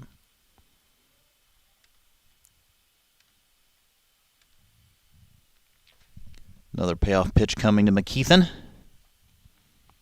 Is a swing and a miss. 95 on the Charlotte scoreboard here. 1, 2, 3 for Helverson. Back to the Owls bats.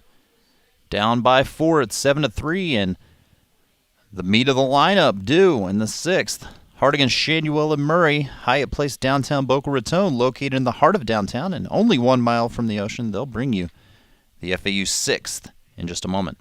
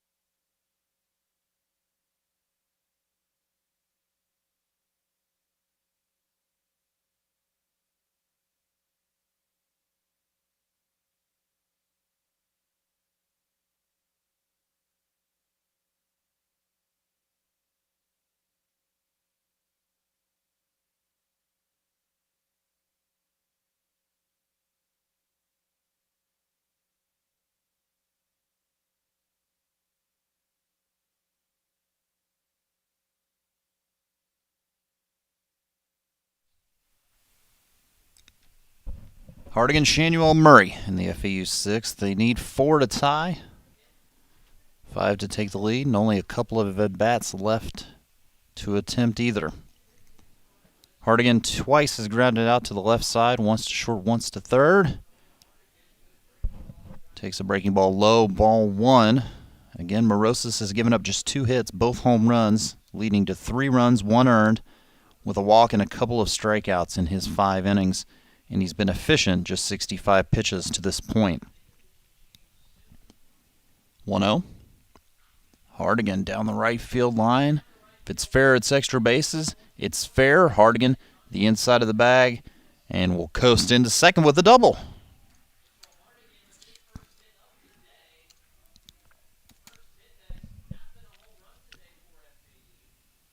So now with nobody out and a runner at second, here is Nolan Shanuel. Shanuel hit a deep drive to left that was caught near the wall by, at that point, Hunter Baker. Now, Todd Elwood, by the way, has replaced Baker in left after his pinch hit appearance a couple of innings ago. Shanuel has a 14-game reach base streak on the line here. Fouls it to the left side. Now, Hardigan with that base hit has reached base in 11 straight. Second to Shanuel's 14, which has not been extended yet. 0-1. And Shanuel swings over the top of a biting breaker there that he was well ahead of. 0-2.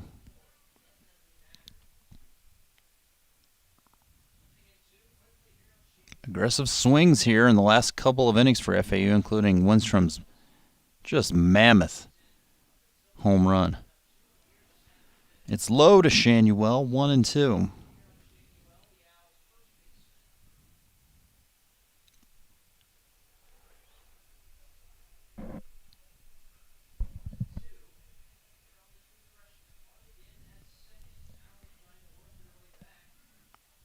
'70th pitch for Morosis is inside.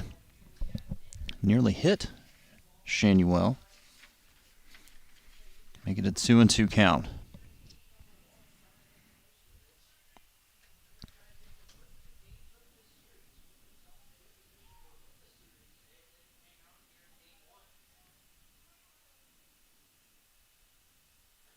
And 3-2 to Nolan.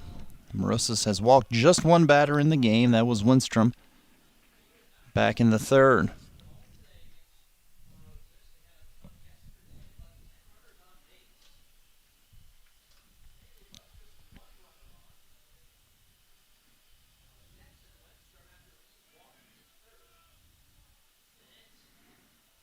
Payoff now to Shanuel. To the second baseman, Johnson makes a sliding play, and he has played a wonderful second base today, not to mention his offense. That does advance Hardigan to third with 1 away, and likely will put the nail in Shanuel's reach base streak. B.J. Murray's 1 for 2, hit the home run that I got some confirmation on a bit ago in the second that was well fair, but just barely over the fence in right field. It was a line drive shot. And he was swinging for the fences there. Catches nothing for strike 1.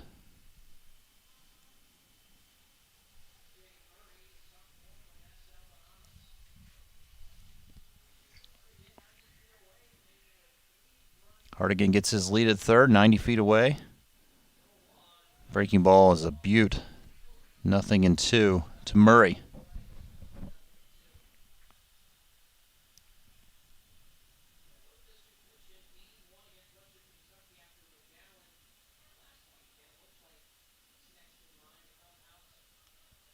Oh, 2. Murray into right. That's going to drop for a base hit. Nice 2-strike swing for B.J. Murray. And look out. It's 7-4, Charlotte. 3 unanswered for your Owls with Murray at first and 1 out Caleb Pendleton announced. Caleb 0 for 2, struck out swinging his last time up. Grounded out back in the second.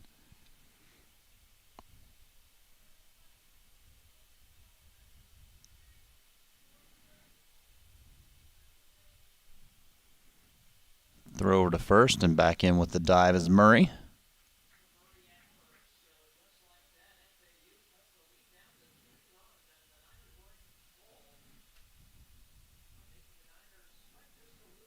And another throw over.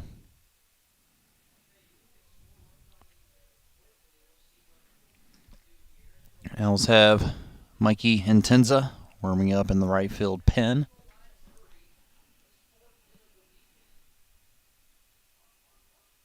Scoring to bunt is Pendleton and takes it as it's bounced in to McKeithen. Able to block it and keep it in front. Ball 1.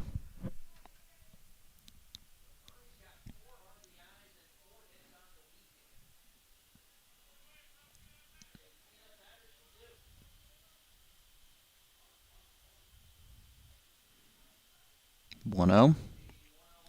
Swing and a miss. Waved at a pitch off the plate away.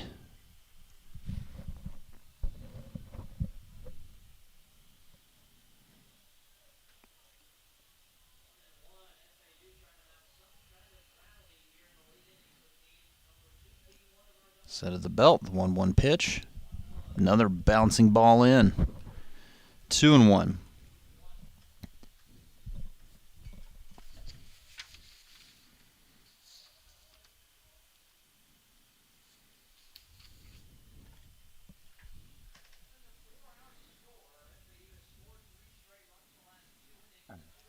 And a strike on the outer half evens the count at 2-2.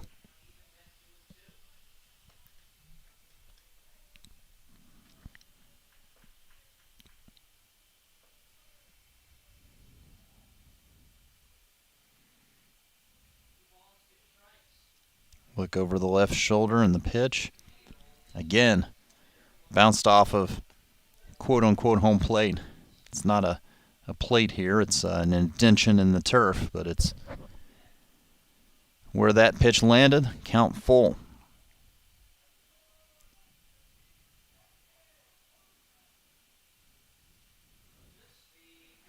And did he go? He did not. Ball 4, and in fact, Pendleton thinks he's waving his hand. So it's either ball 4 or a hit by pitch.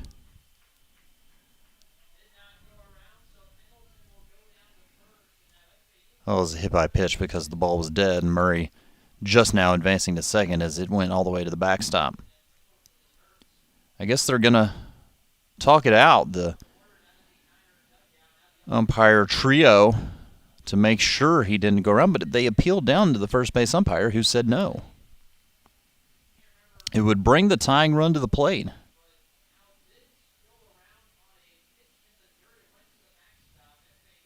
Now they point to first base and say, okay. So with 1 out and 2 on, and the tying run to the plate in the form of Bobby Morganson, who was robbed of a hit his last time up by Carson Johnson, could make this game very interesting in a hurry. Time called. We're going to get head coach and de facto pitching coach as well of Charlotte, Robert Woodard, out to talk to Morosis. We'll see if it's a strategy session or a change. It's a change in this very close game, or closer, more dramatic here in the top of the 6th.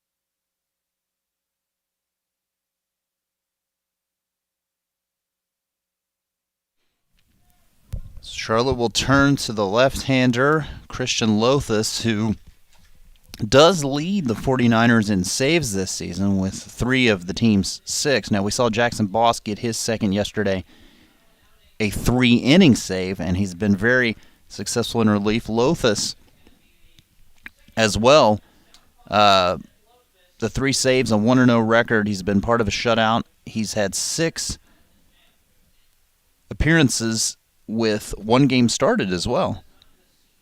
And look at this number, 23 strikeouts in just 13 2/3 innings. And, this to this point, the most important at-bat of the matchup, because it's Bobby Morganson representing the tying run in a 3-run deficit for FAU.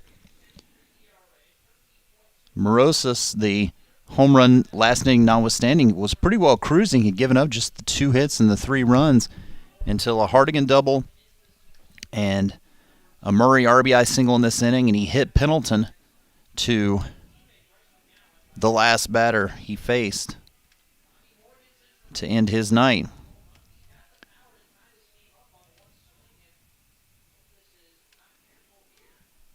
Morganson 0 for 2 today.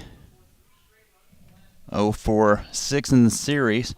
Takes it on the outside corner for strike 1. Lothus, which is spelled Lothes, is a second-year freshman, goes 6'2", 220 from Hebron, Ohio. 0-1. Morganson fouls it up and over the FAU dugout to fall behind in the count, 2 strikes.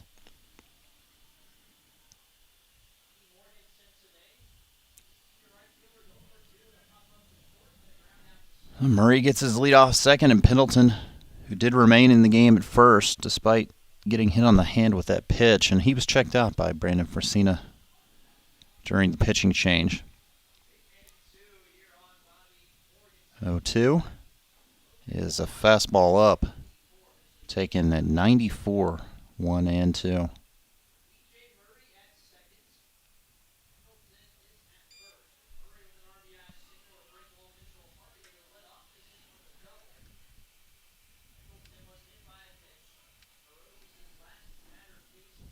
Lothus looks in, a long look at the sign, and time called by Morganson at the plate.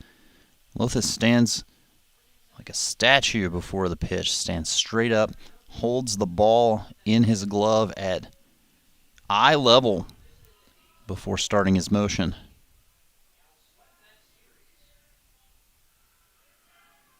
As he looks back at second, his 1-2 is fouled straight back. 95 on that one. Bobby was right on it.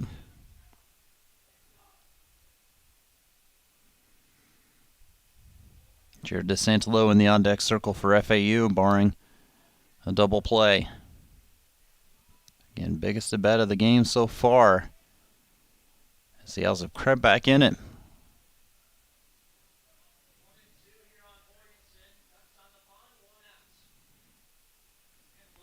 And that was low. Framed back into the zone by McKeithen, but doesn't get the call. 2-2.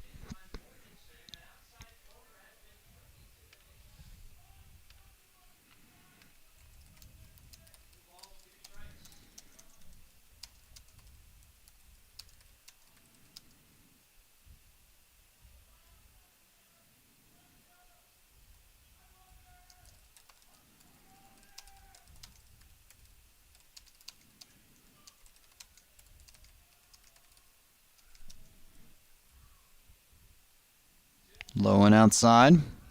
Count full now to Morganson.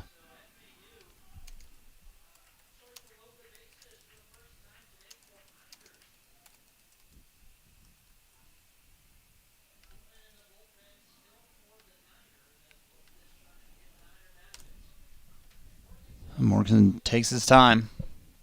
Now steps back in to await the payoff from Lothus.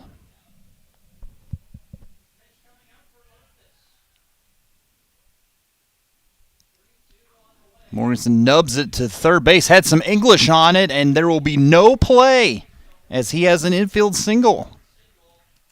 And the base is loaded. That ball was off the end of the bat and just spun to Knight's left. He dove to even come away with it cleanly, not like it would have ended up in the outfield if he hadn't, but either way, that hard swing becomes just a nubbed single for Morganson. And Jared DeSantolo, representing the go-ahead run, steps in 0 for 2. He reached on the 3-base error and came around to score on the Winstrom home run last inning.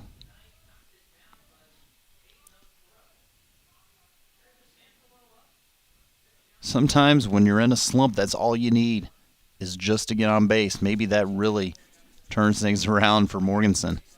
First pitch up to DeSantolo, 1-0.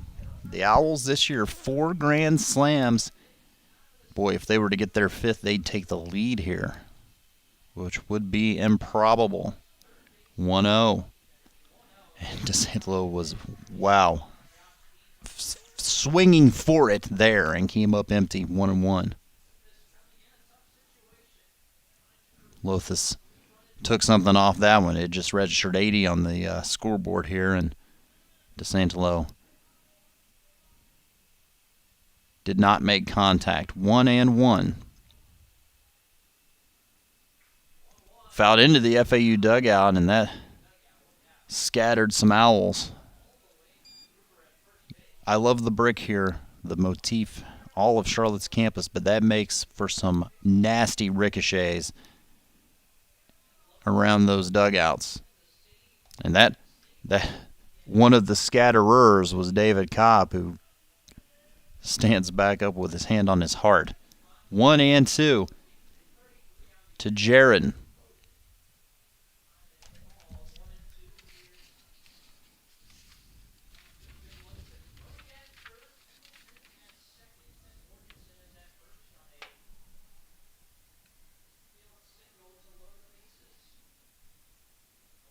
And it's low, and it's 2-2.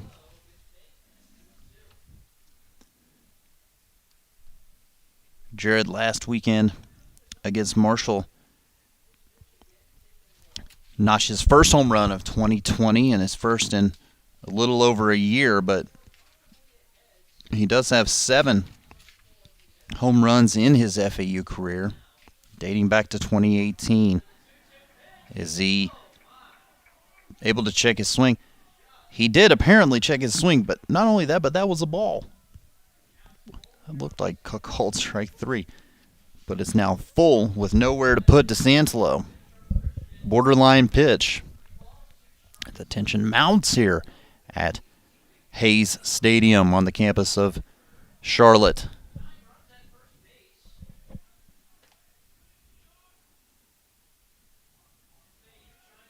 Three-two here. That's strike 3. You have 2 borderline pitches that you take that you get the benefit of the doubt on. Very tough to take strike 3. Big out, 2 down for Victor Castillo. Vic had a grand slam. His last start, that was Tuesday in Fort Myers against Florida Gulf Coast.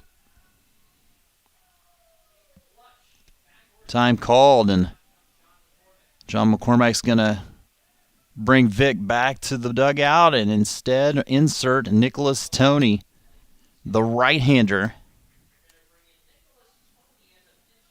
to pinch hit.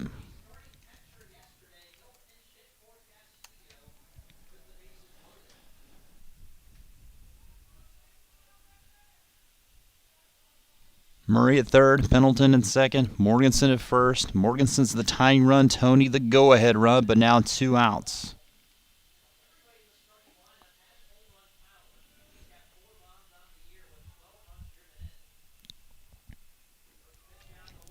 First pitch from Lothus is low, ball 1.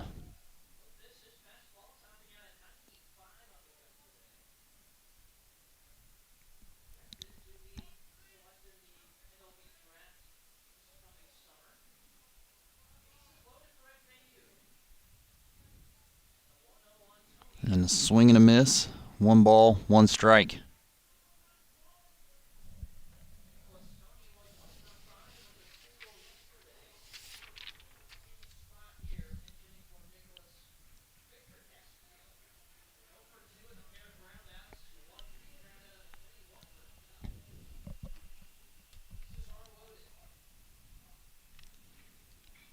Tony, high drive, deep left field, going back to the fence, and that, my goodness, is out of here. It's a grand slam for Tony. It's an 8-7 FAU lead.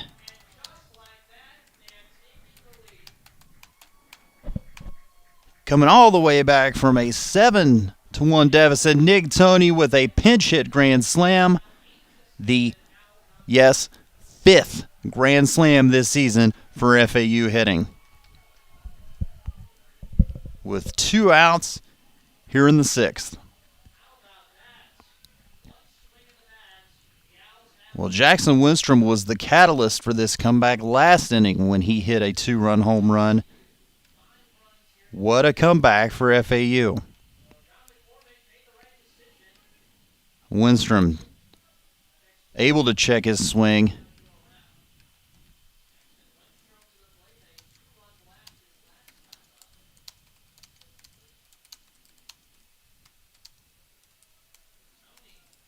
The 1-0.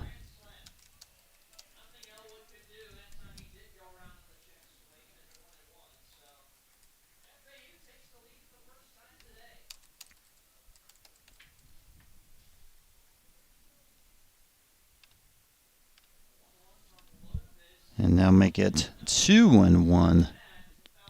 Or I'm sorry, 1-2. That was off the bat of Winstrom. Nick Tony, a pinch hit grand slam here in the top of the 6th inning, has given FAU an improbable 8-7 lead over Charlotte. And a foul ball in the box keeps Winstrom alive.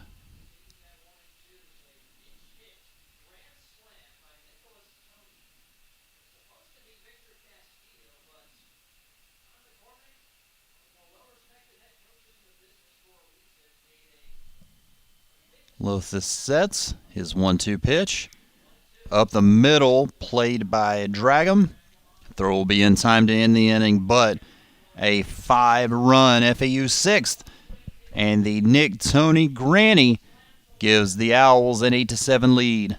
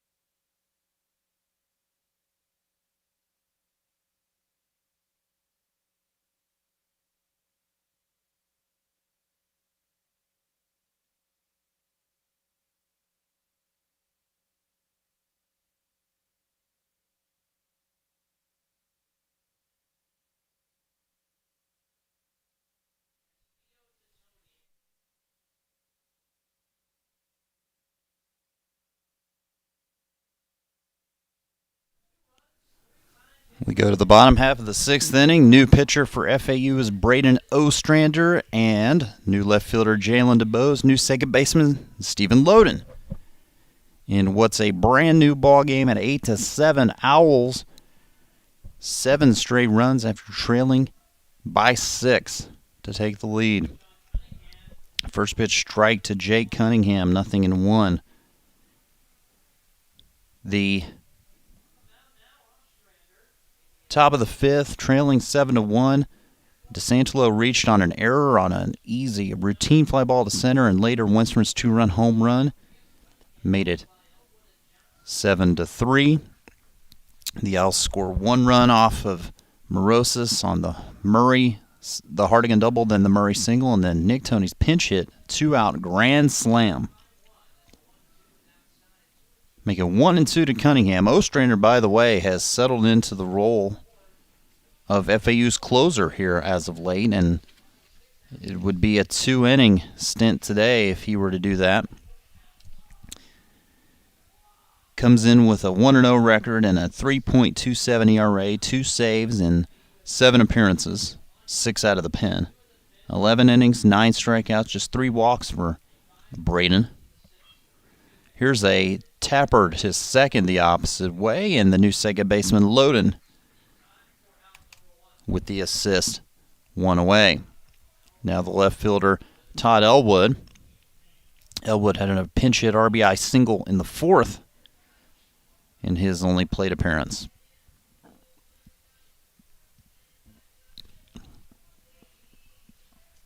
With the Owls' offense, they're never out of the game, but there's been some improbable ones. The other night on Tuesday, as a called strike to Elwood starts this at bat, it was 8-0, but only after 2 innings. A lot of baseball to go in a scheduled 9-inning game. Here, down 7-1, heading into the 5th with only a couple of at-bats left to go. It's never out of the realm of possibility, but it becomes more unlikely. Foul ball back makes it 0-2.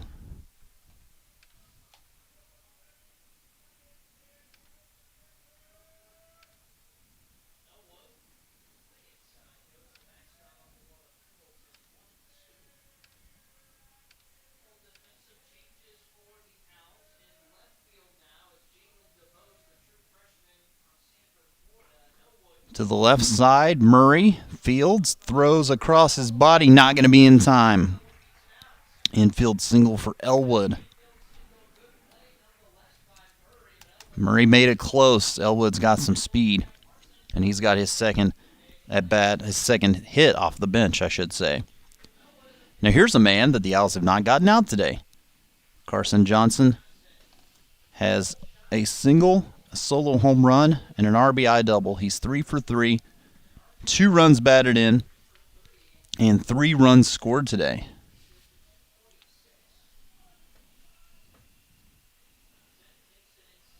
First pitch was inside to him, ball 1.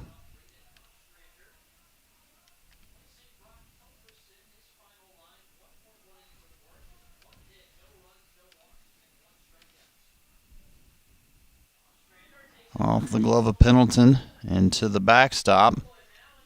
Elwood to second as the tying run.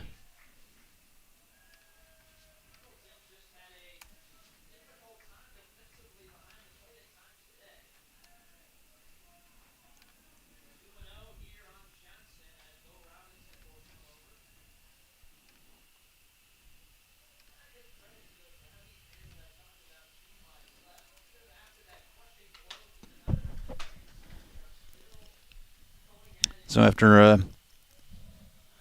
conversation with his third base coach, and we've since found out that that's right here, Bo Robinson. Johnson steps back into the box to await the 2-0. Time called at first. Time called before the pitch.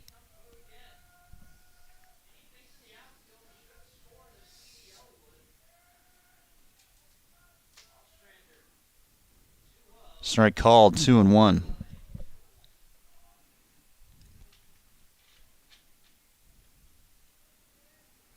Wood reached on a A tough infield single. He's at second on Pendleton's second pass ball of the afternoon.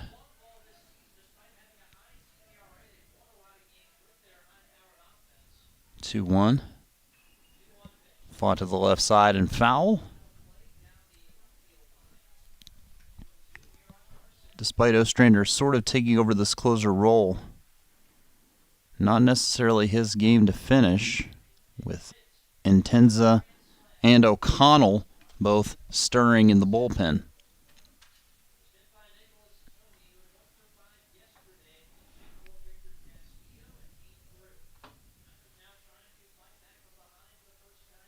Two.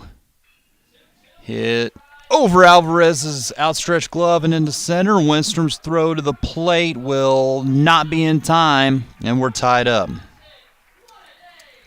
Fourth hit of the game for Johnson.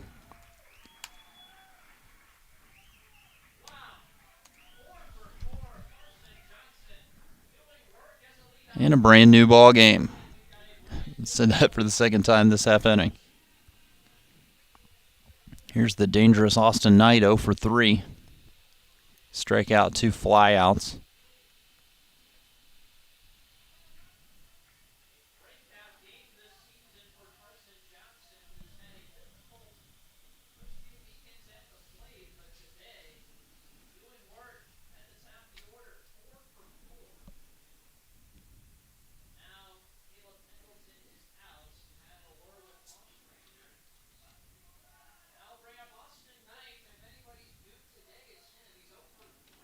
So after a quick conversation between Ostrander and Pendleton, Johnson will get his lead off first, and we'll get our first pitch to Knight.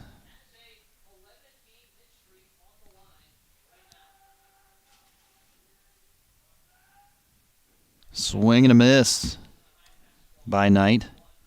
0-1.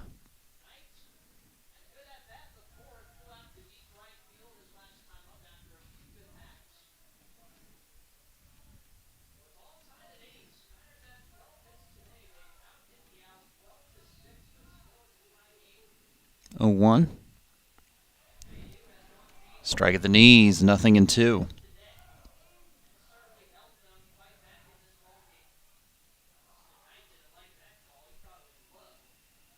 Knight's going to take his time getting back into the box as he disagrees with that strike call.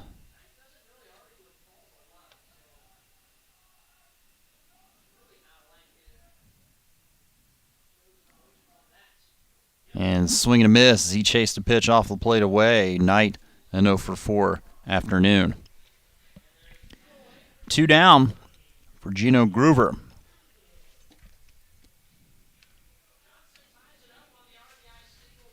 Groover has doubled and walked today, plus a ground out, so he's 1 for 2.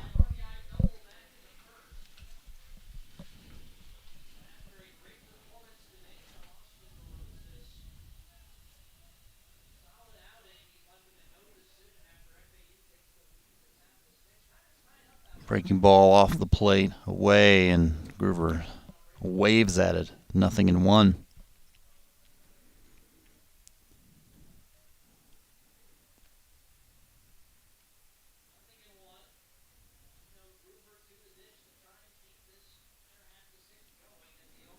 Fouled back and into the stands.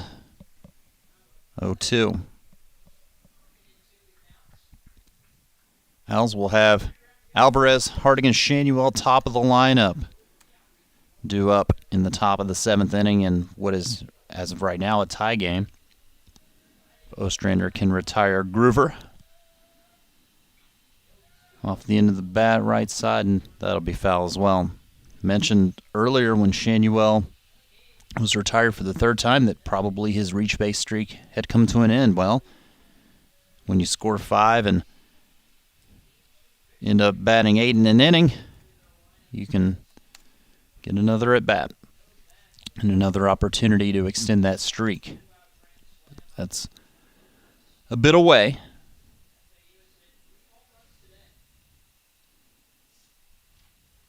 As the runner goes, the 0-2 is fouled off. And that's beyond the batting cages in right. The Owls have caught 2 runners stealing today for Charlotte, one conventionally at second base and one at home on a design sort of rundown pickoff play. 0-2 here is in the dirt. Johnson's going to try to go to second. Pendleton's throw is in time, and they've got another. It is tied, but the Owls bats to the plate coming up here in the top of the 7th inning. It's 8-8.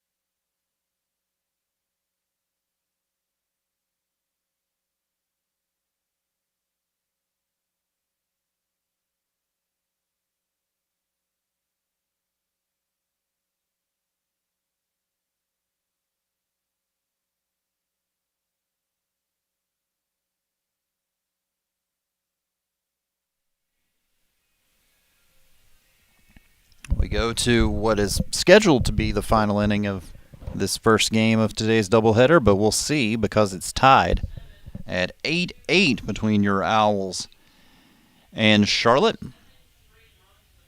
It'll be Alvarez to lead things off, to be followed by Hardigan and Shanuel, 1, 2, and 3 in this FAU lineup against Christian Lothus, who gave up the grand slam to Nick Toney last inning.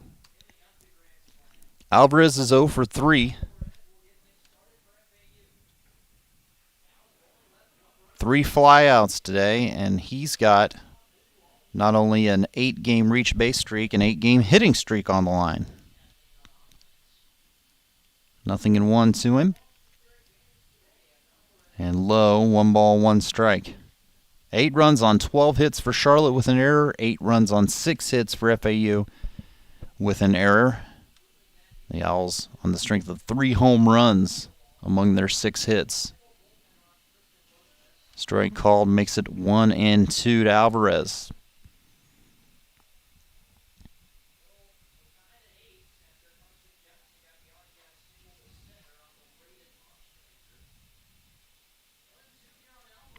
One, two.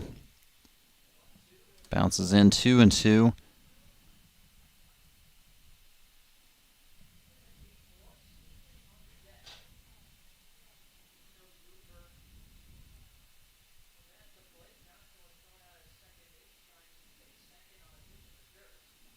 And Alvarez goes down swinging to start the Owl 7th. 0 for 4 afternoon. Mitch Hardigan in this game, 1 for 3, had the double leading off last inning and came around to score on the Murray single, which preceded a big-time rally.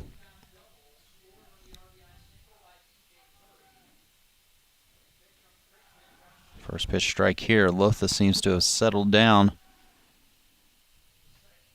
Gave up the infield single to Morganson. Another strike called. Struck out DeSantlo, gave up the grand slam and a ground out, now a strikeout. The shift on the 2-strike count to Hardigan is down the left field line, but well foul over the ducking Greg Mamula outside the third base coach's box.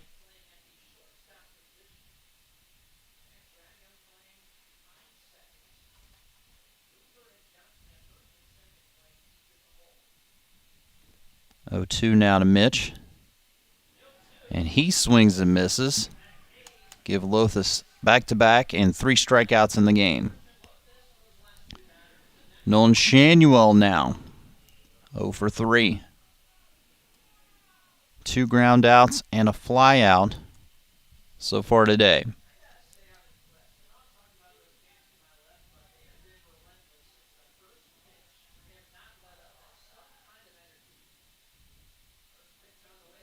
Fastball outer half, called strike to Shanuel. See if the Owls stick with Ostrander for the bottom half. Whoever was warming up, O'Connell, O'Connell and Tenza, they're both sitting now. Foul ball beyond the Charlotte dugout makes it 0-2. O'Connell is actually still standing on top of the rubber out in the bullpen. Shanuel is able to check his swing, and it's 1-2. Our third base umpire this afternoon strenuously saying as much, Mike Gillespie.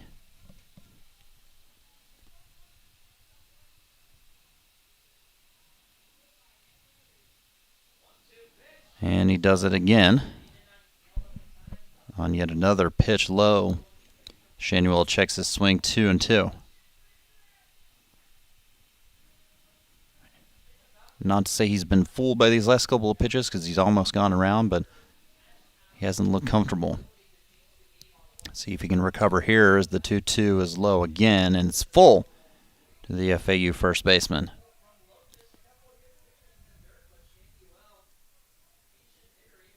If he reaches, B.J. Murray waits on deck. It would bat right-handed for the first time today.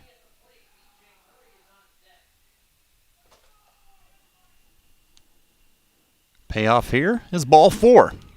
Well, for what it's worth, Shanuel's reach base streak is extended to 15 games, and he represents the go-ahead run on the base pass for B.J. Murray.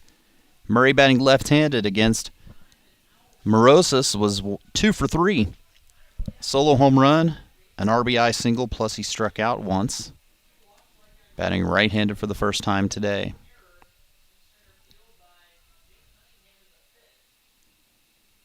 Low on the first offering to him from Lothus, 1-0.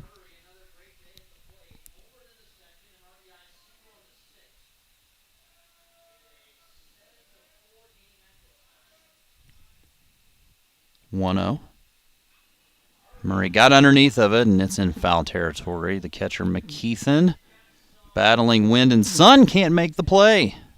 And it's strike 1.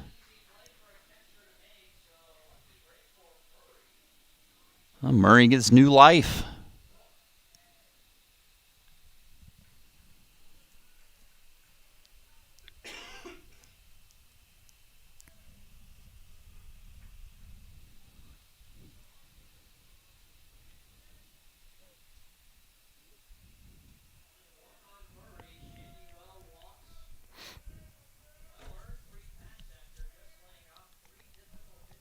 The 1-1 here.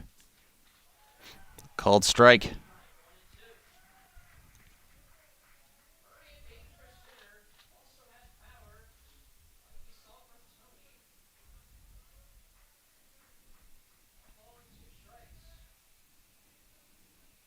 Set in the 1-2 with Shanuel going is golfed out, but well fouled down the left field line. Off-speed pitch that Murray was early on. Still Intenza, still O'Connell throwing in the FAU bullpen.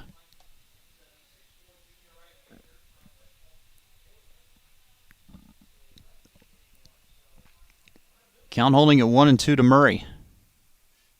Shanuel not going on this one, and Murray fouls it once more down the third base line.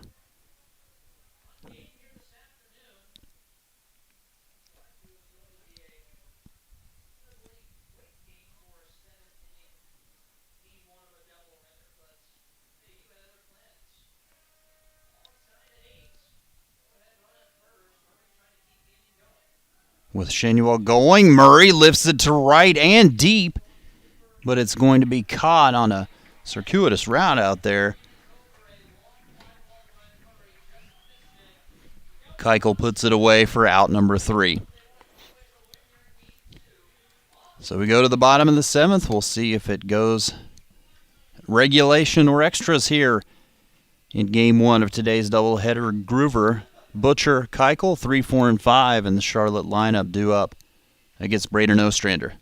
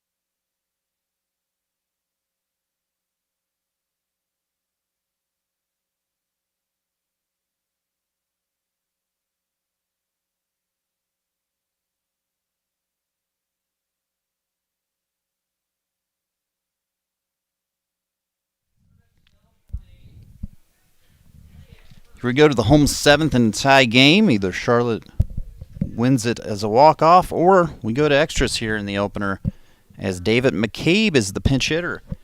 For Charlotte, McCabe has been out with injury, is the Conference USA leading home run hitter this season with 8. Haven't seen him for quite a while. Actually, I'm sorry, in the on-deck circle. Groover on the 0-1 over to Alvarez, and his throw will be in time.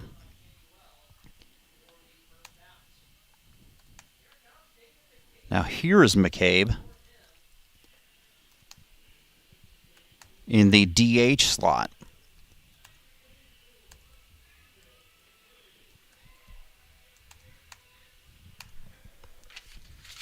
So mentioned 8 home runs for McCabe, batting .313, 18 in runs batted in this year. Team high slugging percentage coming in at .750, so obviously a very dangerous hitter at the plate. And the first pitch here is a swinging strike on a fastball up.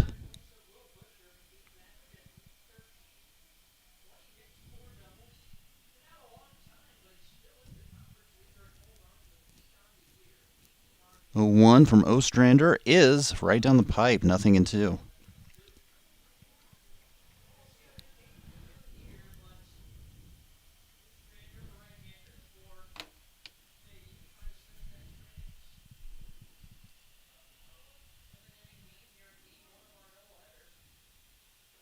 And a swinging strikeout. McCabe goes down on 3 pitches. And I don't know if he was adjusting his helmet or a tip of the cap of Ostrander. Couldn't catch up to the 92-mile-an-hour fastball. With 2 down, it's Craig Keuchel, who's 1 for 3 today.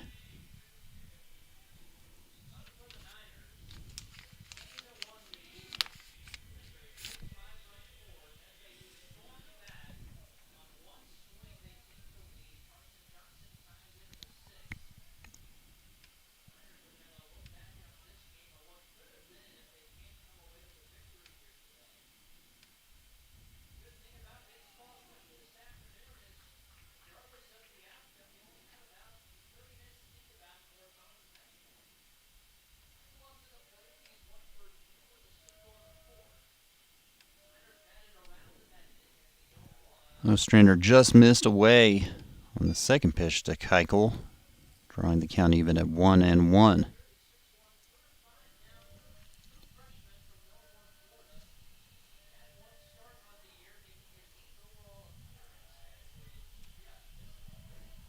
Breaking ball, that one was left just inside. Coach Kopp stepped out of the FAU dugout. I'm gathering that he was asking either high or inside.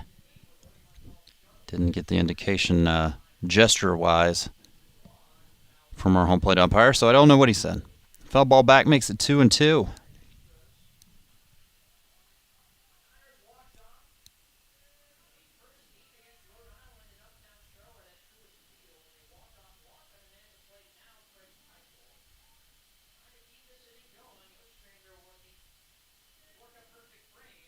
And way upstairs, 3-2.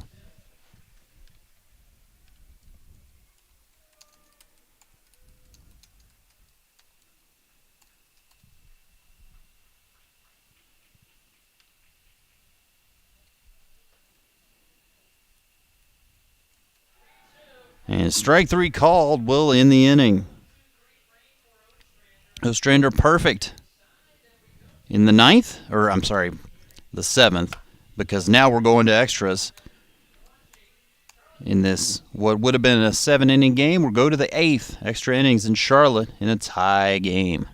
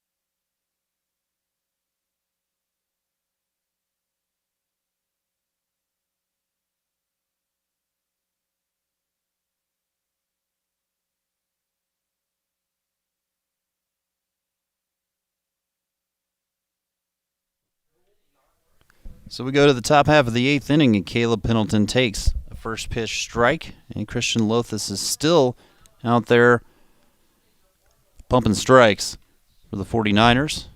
In fact, 2 of them to Caleb Pendleton, 0-2.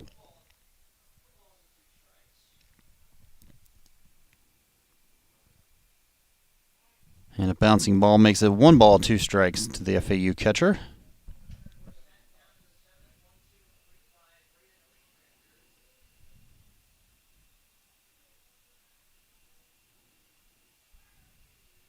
Caleb searching for his first hit of the day. And it's a high chopper to third. This is going to be a tough play for Knight, but he'll get Caleb by a step to start the 8th.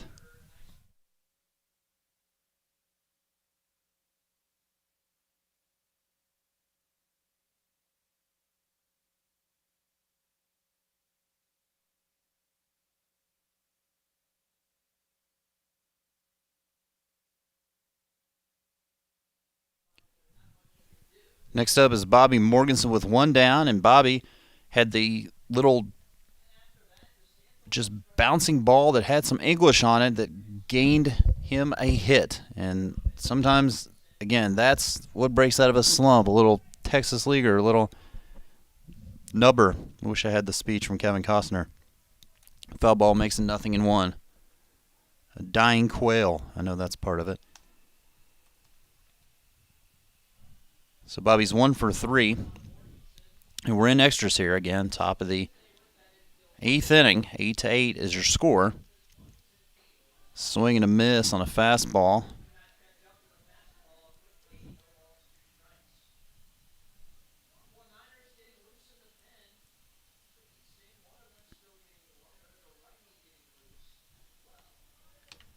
So 0-2 to the Owls right fielder.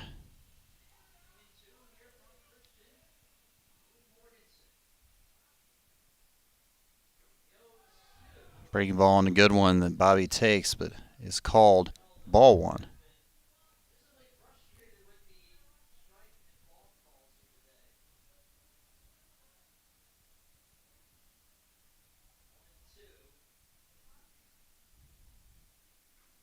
Foul ball back. Count holds.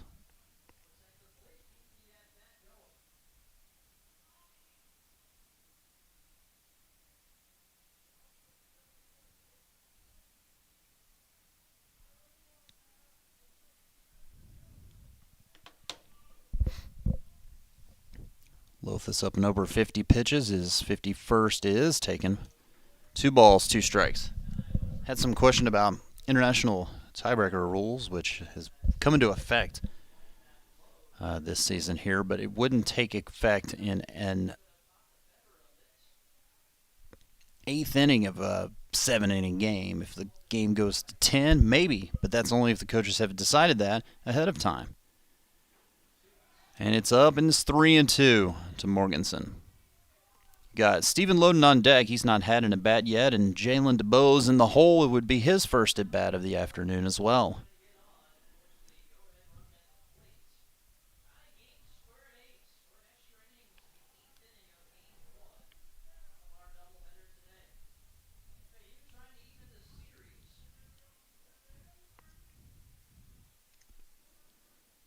The payoff to Morganson is a chopper foul wide of first.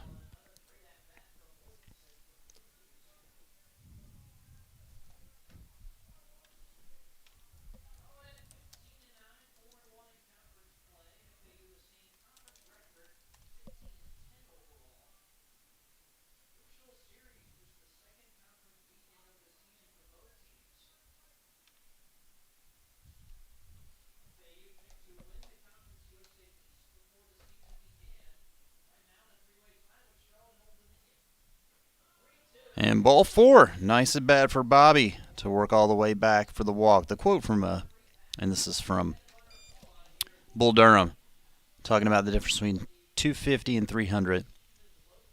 Means if you get one extra flare a week, just one, a gork, a ground ball with ice, you get a dying quail, just one more dying quail a week, and you're in Yankee Stadium. Knew a dying quail was in there. Gork, I wouldn't have remembered that. Stephen Loden's first at bat of the afternoon is taken for a strike. Came in defensively at second base, and Steve's had some tough luck batting this year. He comes in at 179. He does have home run power. Well, who doesn't on this Owl squad? Takes it 1 ball, 1 strike. Poor guy. I say this. He does not have a home run this year, but he had one on opening night against UCF, and it was clearly fair, and it was called foul, which is a shame. That still says 0 in that column. Swings and misses here, 1 and 2.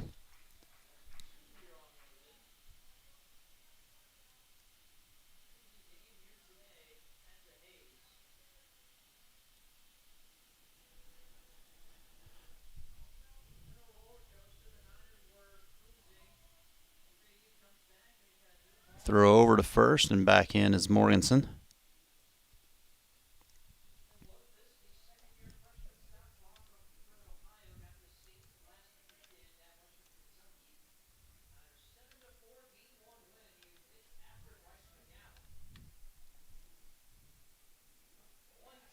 And that just missed, I guess, outside, maybe a little low. Somebody letting the home plate umpire know it.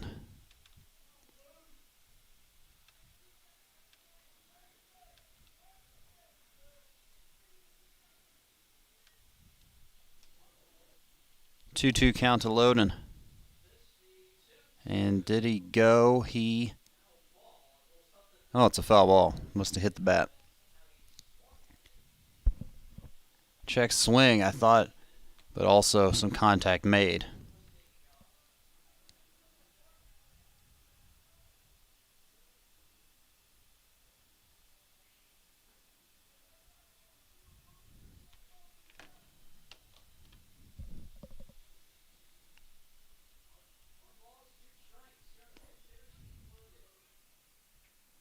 And Loden goes down swinging as McKeith unable to keep that one from touching the turf. 2 down for Jalen DeBose. DeBose in his young FAU career is 2 for 18 with a double. Only his 11th appearance of the year. He's a talented young man, pretty raw. Looks at a first pitch strike, and he came on after Castillo was pinch hit for by Nick Toney in a tremendously successful decision as Toney hit a 2-out pinch hit grand slam that at that point gave FAU their first lead of the day. 0-1 here is outside, 1 ball, 1 strike. DeBose, the Sanford, Florida native, does not have a run batted in his FAU career as of yet. The only batter with an at-bat this year that doesn't for the Owls. Throw over, and Morgansen's back in standing.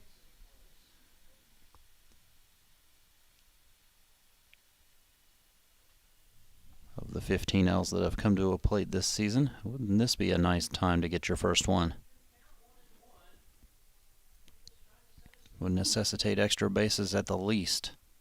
Low and outside, 2-1 to DeBose.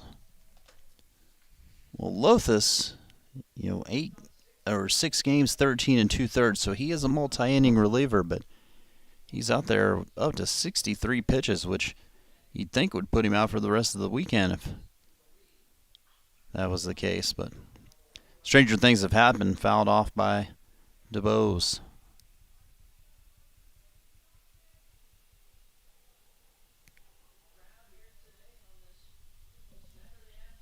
Two balls, 2 strikes, and 2 outs. The top half of this 8th inning in game 1 of 2 today.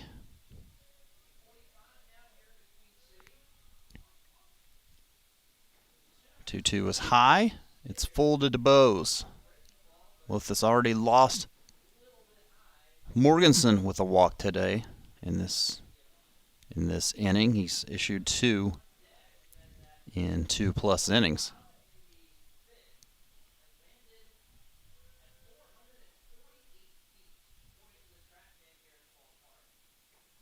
And ball 4 not back to back. 2 walks in the inning, 2 runners on, and 2 outs for Jackson Winstrom. Now Winstrom, his last time up, grounded out to short.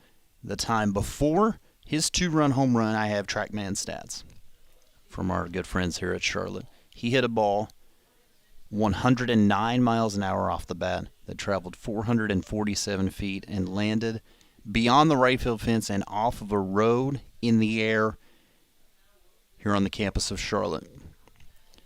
I'll repeat that, 447 feet and 109 miles an hour off the bat. Just absolutely tattooed by Winstrom. Now he steps in with a little mini 2-out rally going for FAU. On a 1-out walk and a 2-out walk to Morgansen and DeBose. That home run in the 5th drew it to a manageable 4-run deficit that eventually, a comeback that was eventually completed. Foul ball back, 0-1. Exciting game here, and we've still got more baseball this afternoon. Winstrom was swinging there, but comes up empty. No balls, 2 strikes.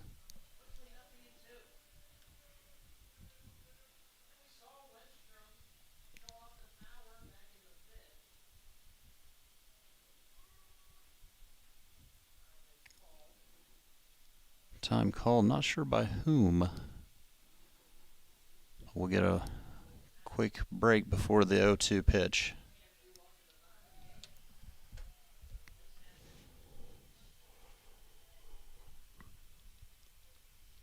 And that one bounces into McKeithen, who's done a pretty credible job behind home plate keeping balls in front of him today. No wild pitches for Charlotte pitching today, but I know McKeithen's blocked more than a handful of pitches from Morozes and now Lothus. 1-2 here is low again. 2 balls, 2 strikes. If the inning is extended, Wilfredo Alvarez would come to the plate for the 5th time today.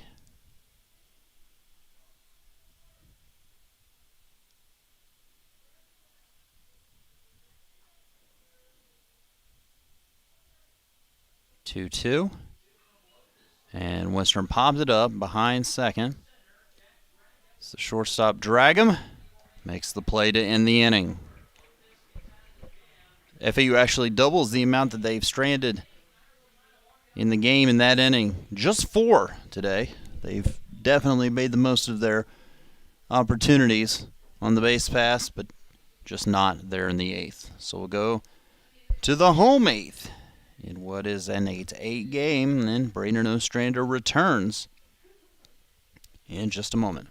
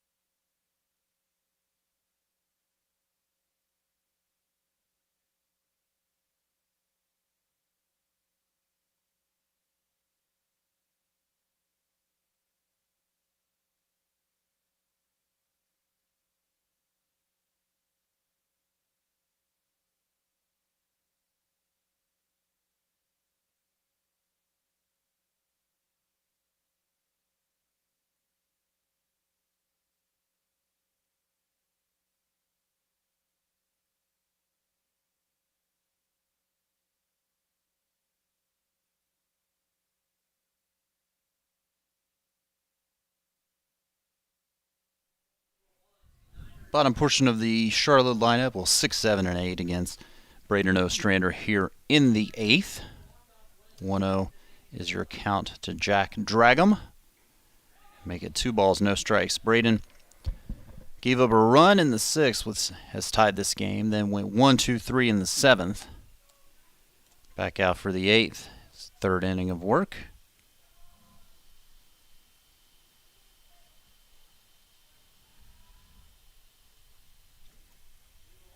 And that must have been high. So 3-0.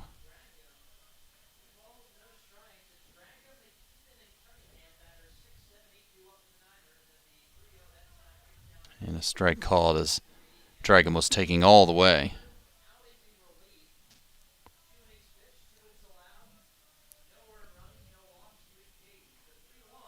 Off the plate away, Ostrander's first walk issued. And just the 2nd by FAU pitching today. But it does put the winning run on base for the catcher, Aaron McKeithen.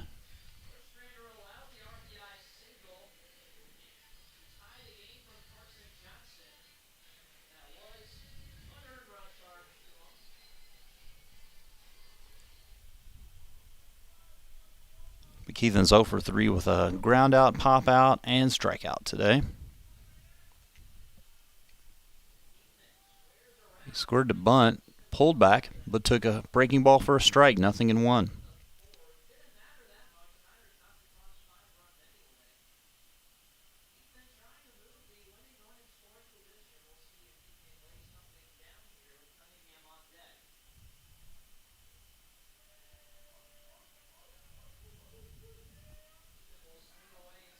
Upstairs, 1 ball, 1 strike.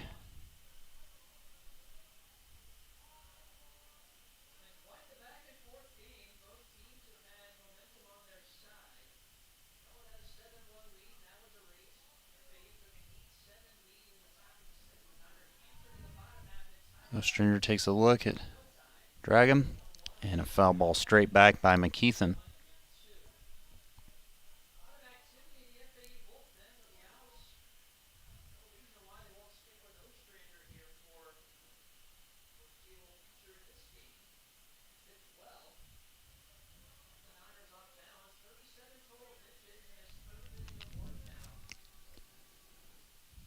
Just above the waistline, Ostrander sets, but instead throws over to first and back in safely as Dragham.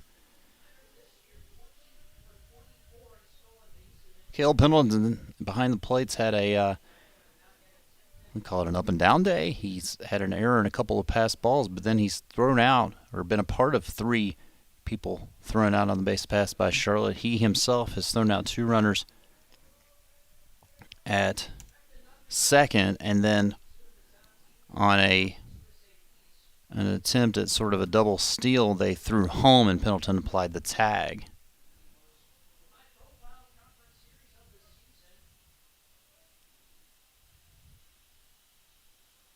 One, two. Into left for a base hit. Hanging breaking ball that McKeithen stayed on, and now with nobody out, the winning run is at second. Jake Cunningham has a chance to make up for an error in the 5th that led to 2 FAU runs. Though he does have an RBI single today, he's 1 for 3. Well, Ostrander's going to have to work out of a tough jam here.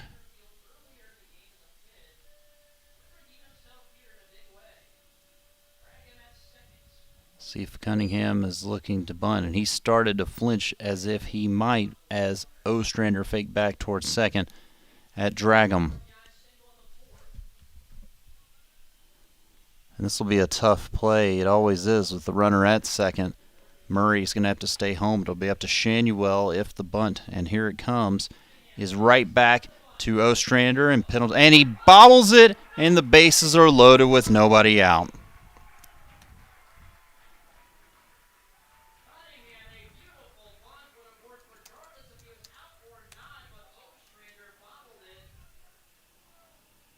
And now this is going to be a tough sledding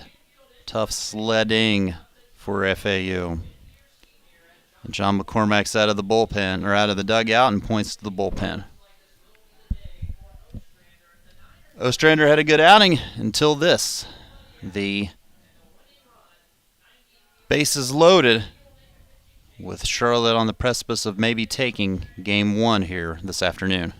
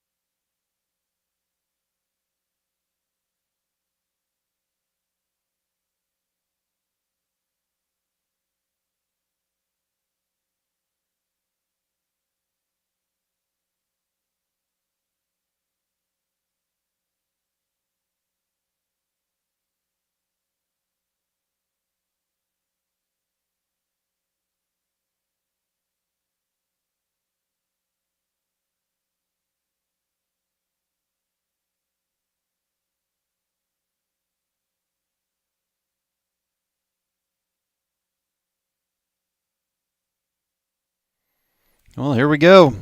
Bases loaded, nobody out in the FAU.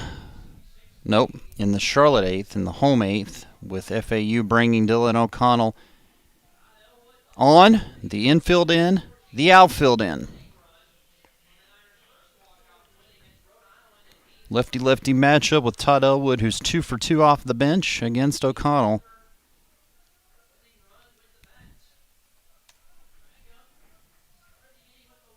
The only run that matters is drag him at third.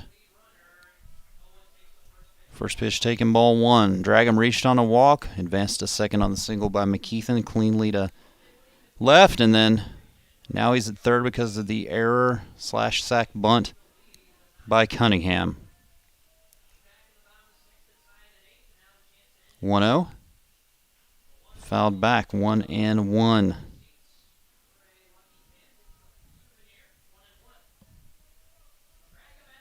Alice came all the way back from down 7-1 to take the lead in the sixth on a Nick Toney grand slam, but then Charlotte tied it in the bottom of the sixth. We've been scoreless since. We're in extras in the bottom of the eighth. Little inside, little high, 2-1, and Elwood tried to kind of nudge that right shoulder into the strike zone, and which would of course ended unless, in the opinion of the umpire, you're not trying to get out of the way or you're leaning into the pitch, which he kind of was. 2-1 is fouled back, and it's 2-2.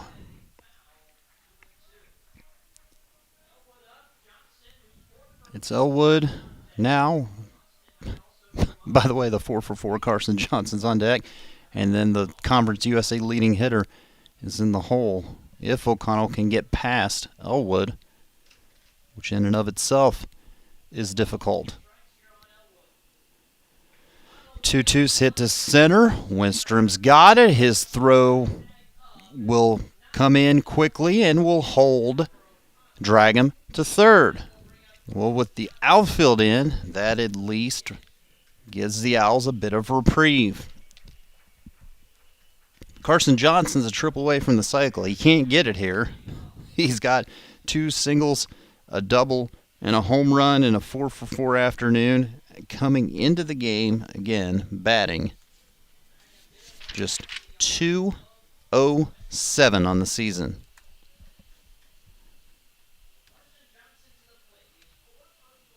Comes into this at bat batting .258, so he'll take those plus 50 points on his batting average and take ball one, low and outside. It's another lefty-lefty matchup. Charlotte bookends their lineup with left-handers. The only two. The 1-0. And Johnson's got his 5th hit of the game. And even if Winstrom had caught it, it wouldn't have mattered. Charlotte wins with the walk-off. A 9-8 game. We'll have game 2 coming your way in, 30, 45 minutes or so. But that does it here for game 1.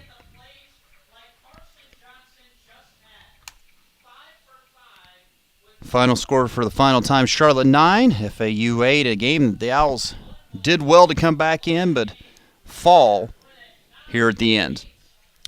So the Owls will try to split not only the doubleheader, but the series. They'll have to take the last 2 games to do so. We'll have game 2. We'll keep it here. The stream's going to stay. The audio stream's going to stay live. You can listen into nothing for the next however long. Until then, Jonathan Frazier saying thank you to everyone out there for graciously listening. And we'll have game 2 coming your way after a bit. Just stay tuned here, but go to FAU Baseball, at FAU Baseball on Twitter, and we'll let you know the game time as soon as we find it out.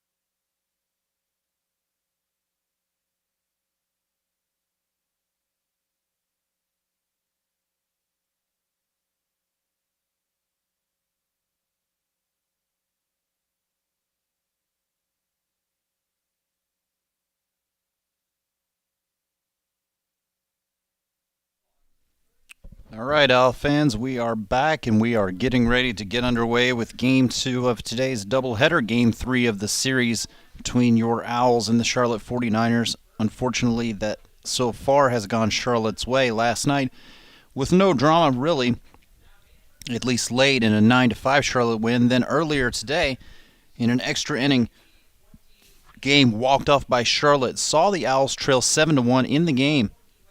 Saw Nick Toney hit a grand slam that put FAU ahead 8-7 in the top of the sixth. Charlotte tied it in the bottom of the sixth. We went to extras in a 7-inning game, and in the bottom of the eighth inning, Charlotte won on a bases-loaded single with one out on the fifth hit of the game by Carson Johnson.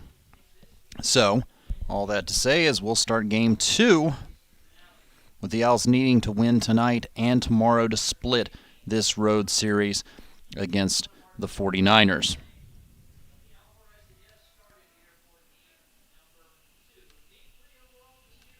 So as you follow along with me and on our Twitter at FAU Baseball, you'll get ready to see our lineup because I'll post it as I post this first pitch at 4:47 p.m.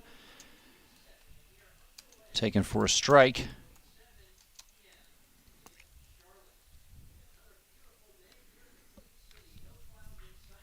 Alvarez up the middle, played by Dragum. His throw-in time. Just right up the middle, and that's where they were playing the left-handed batting Alvarez. One down for Mitch Hardigan.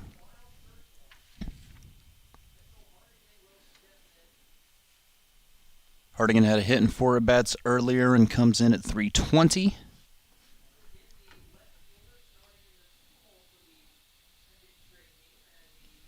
Takes outside ball 1.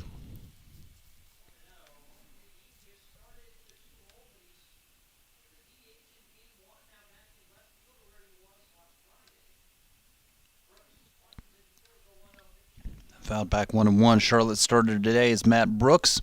His 8th appearance, 6th start, 1-2 with a 4.97 ERA.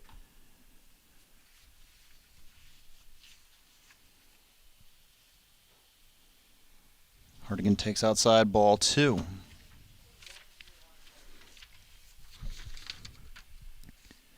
Brooks is a redshirt junior, but actually a 5th year or a 6th year. Hardigan, high drive to right field, and that's going to put the Owls on the board. Home run for Hardigan, the first. His second of the year, the first of this game for FAU, and the, 4th of the afternoon? Murray Tony Winstrom in game number 1.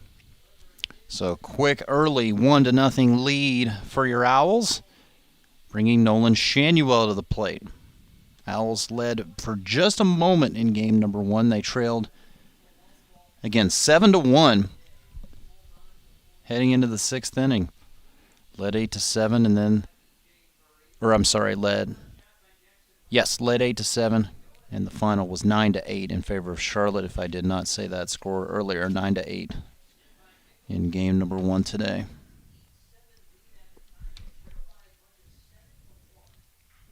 Shanuel on an 0-1 pitch chops it to first. Groover nicely played on the in-between hop, takes it to the bag himself.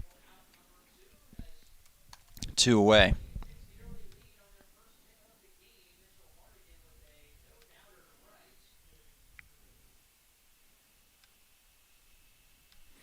Now with 2 down, Nolan Shanuel.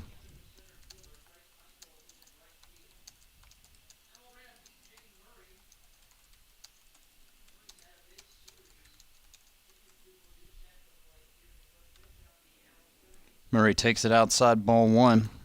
BJ's been great for a couple of weeks, but fantastic in the series.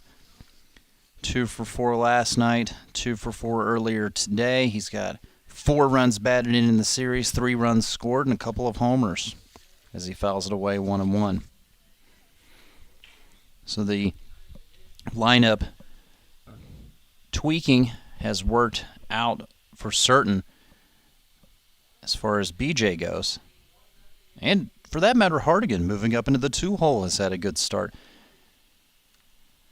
to these first 3 games of the series, 2+ games.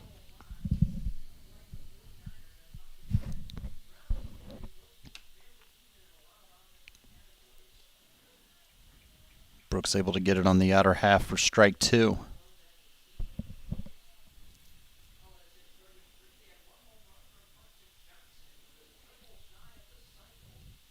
Outside it goes. 2 balls, 2 strikes. That home run, by the way, courtesy of Nozzle Nolan Pest and Lawn Solutions. Speak to a specialist today at 1-800-22-NOLAN, 1-800-226-6536. Murray puts a drive onto this the opposite way, and that's gone. Out to left. 3 home runs in 3 games in the series for B.J. Murray. And an early 2-0 FAU lead.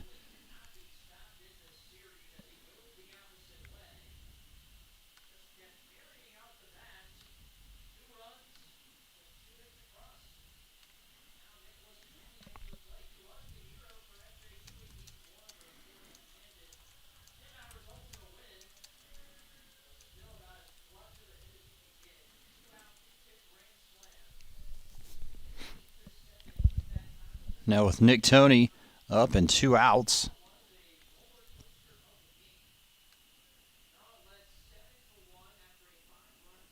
And up and in, and Toney crashes to the turf.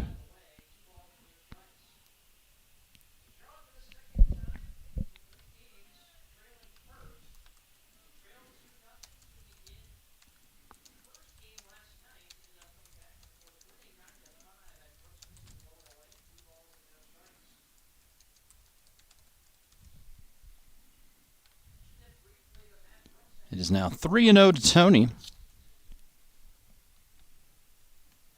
And a strike called. I'm guessing on the inner half.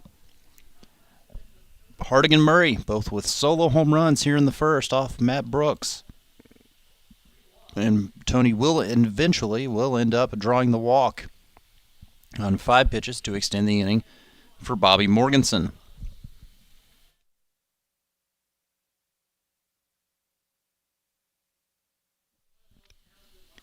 Bobby had a hit in today's opening game of the doubleheader in 3 at-bats plus drew a walk.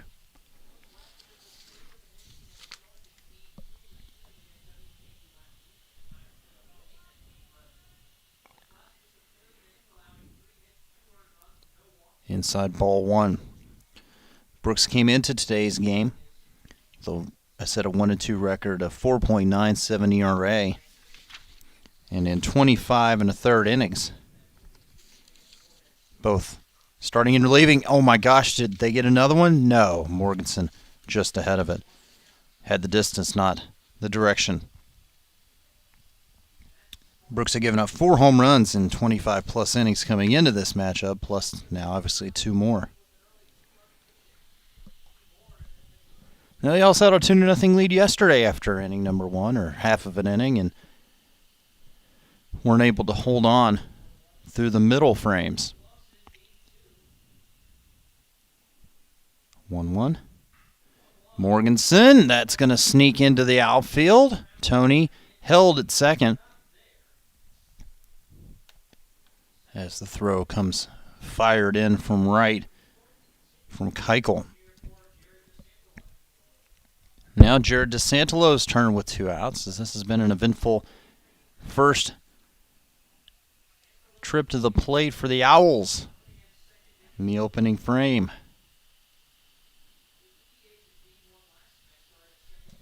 Jared started at second base earlier today. Before he came out, he was 0 for 3 with a run scored. Came out defensive change late. Bouncing ball in. 1-0.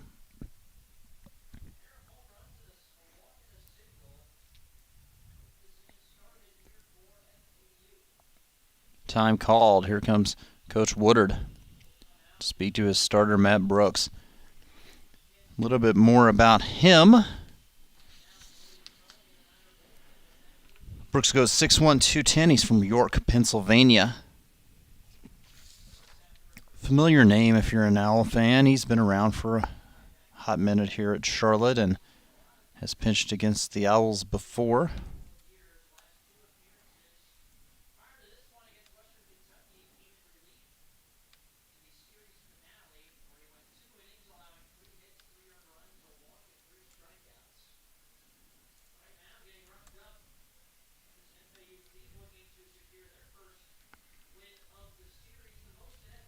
All right, that meeting at the mound broken up.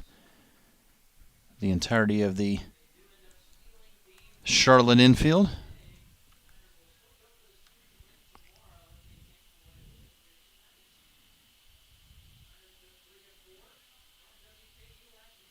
Brooks is all freshman all the way back in 2017. With a few injury woes in his career, but all told, 49 appearances, 29 of which have been starts. Was a starter all of his 2018 campaign. Foul ball off the bat of DeSantolo, straight back, 1-1.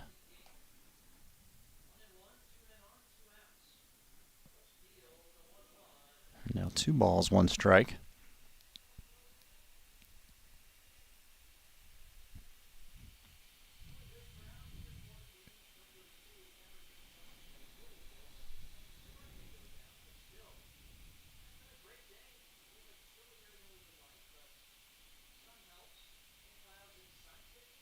Brooks goes with the short sleeve, the pitcher, to the plate. Popped up left side. Let's see if there's room. There's not. It's in the FAU bullpen. 2-2 now to DeSantolo.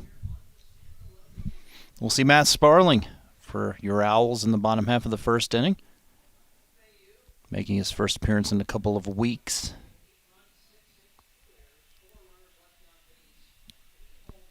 He set some good ones for FAU this year, including at one point National Player of the Week honors by Collegiate Baseball.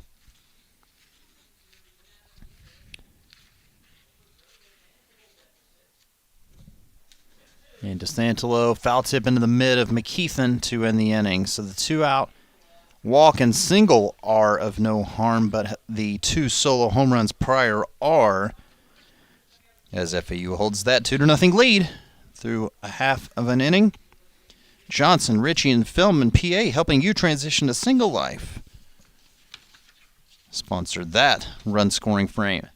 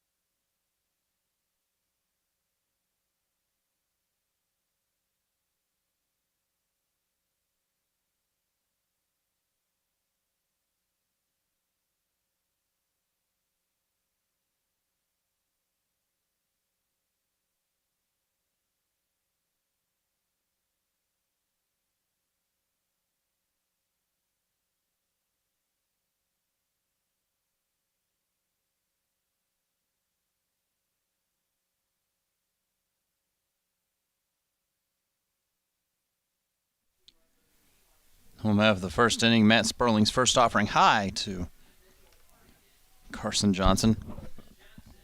The Owls didn't have an answer for Johnson in game 1. We'll see if the left-hander Sparling will. Again, 5 for 5 was Johnson in game number 1, including the walk-off RBI single. It's a 3-0 count, though, here.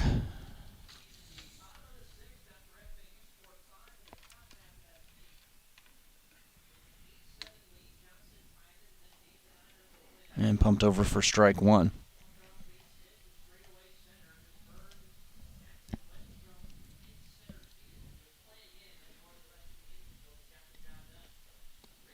Ball four. So Sparling came into this game having issued 11 walks and 27 2/3. Walks his 12th. 2-1 overall is Matt Sparling's record in 5 appearances, 4 starts. Leads the Owls with 33 strikeouts in, again, 27 2/3 innings. Holds opposing hitters to a 182 average, which is among the Conference USA leaders.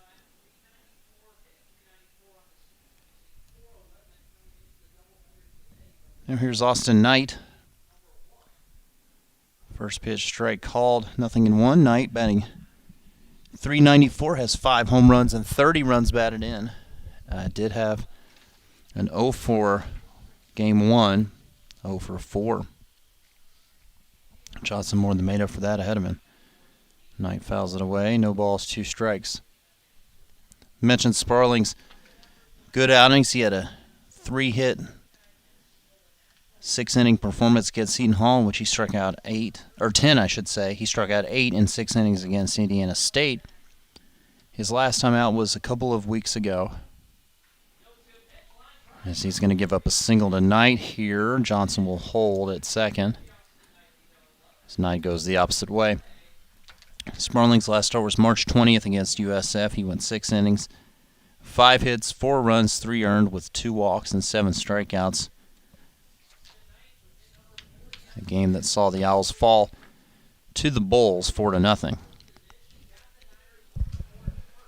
So with 2 on and nobody out, here comes Gino Groover.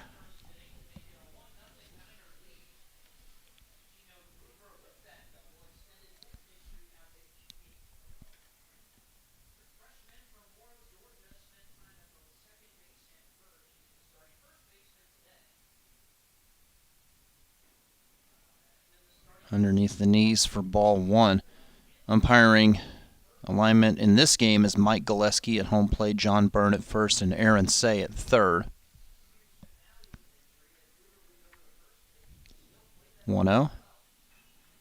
Groover skies it to the right side. Shanuel makes the play in front of the Charlotte dugout for out number 1. That was a big first out. Now the DH, Will Butcher.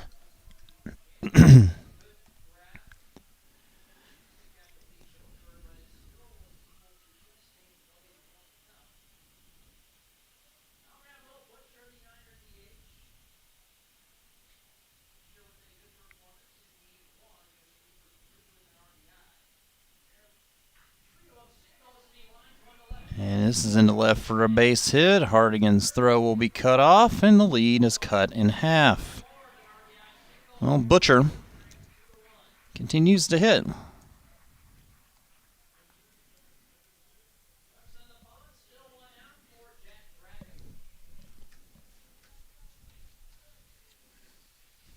And Butcher had a 3-for-3 game before being lifted in game number 1, give him his 4th hit of the afternoon.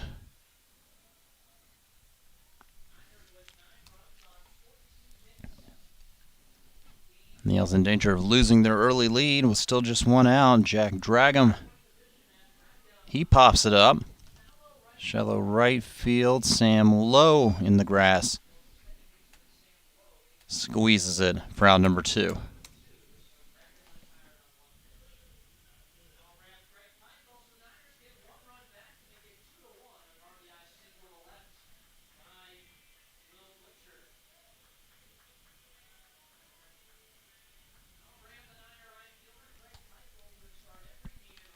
Craig Keuchel had a hit in 4 at-bats earlier today, scored a run. Comes in at 289 overall. First pitch swinging into left. Hardigan rounds it and squeezes it and ends the inning. So Sparling will hold the lead at 2-1 as Charlotte got a couple of hits. It's the leadoff walk that scored. 2-1, Owls after an inning complete here at Hayes Stadium in the nightcap. IBEW Local Union 728 represents 1,500 plus members of the electrical trade in many counties: Broward, Palm Beach, Martin, Hendry, Glades, St. Lucie, and Okeechobee. And IBEW number 728, a proud partner of FAU Athletics.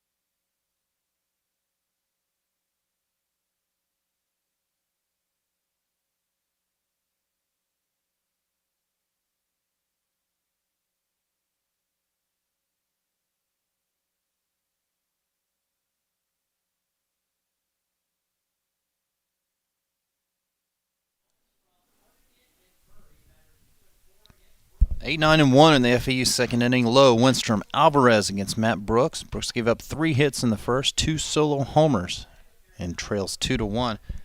Low swings and misses for strike 1. Sam Lowe batting .241, did not play earlier today. Last night went 0 for 3 with a run scored. The 0-1 to him. Hit to the left, but he got underneath of it. And Elwood makes the play for out number 1. Here is Jackson Winstrom. Jackson up to .229 with 5 home runs, 15 runs batted in, his 2-run shot. Keyed the comeback, was part of it.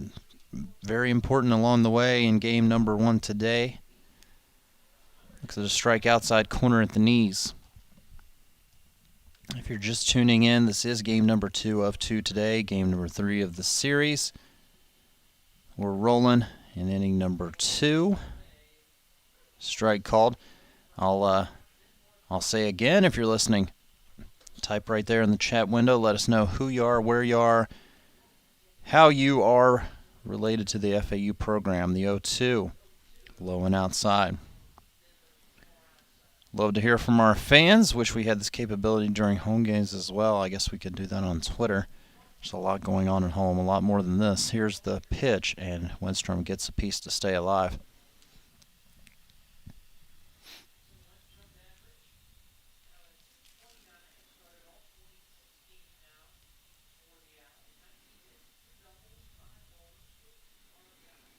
Setting the 1-2, and he pulled the string, and Winstrom goes down for Brooks' second strikeout.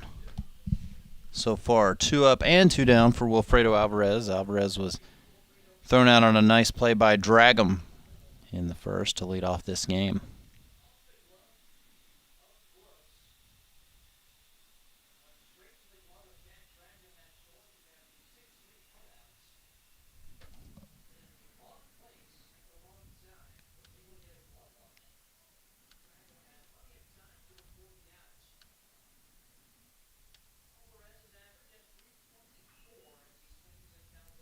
Foul ball evens the count of 1-2.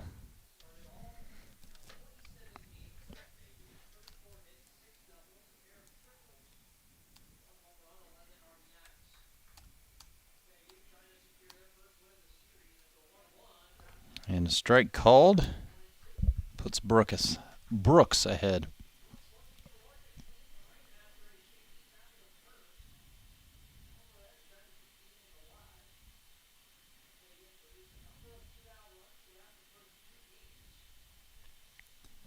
Shake of the head now, a nod of the head by Brooks. And misses outside. We don't know the half of the equation for tomorrow. We know Javi Rivera is starting for FAU, Charlotte's starter TBD. Down the first base side, Groover will call off Brooks, taking himself, and in a 1-2-3 quick and easy second. 2-1 it stays. Owls leading the Charlotte 49ers, heading to the bottom of the second.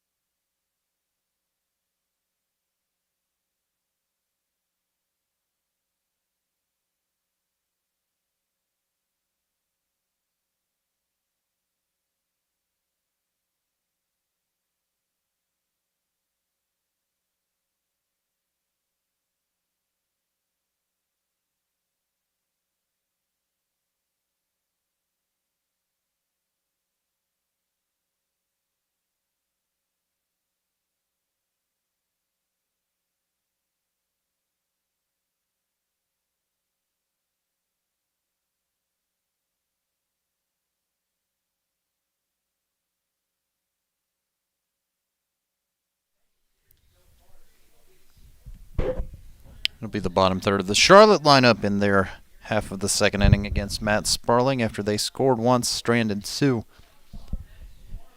in the first. Globally and nationally renowned MBA and Sport Management program at FAU, 21st year of helping the sports and entertainment executives of tomorrow. Again, McKeithen, Cunningham, Elwood in the Charlotte second. Sparling misses up for ball one.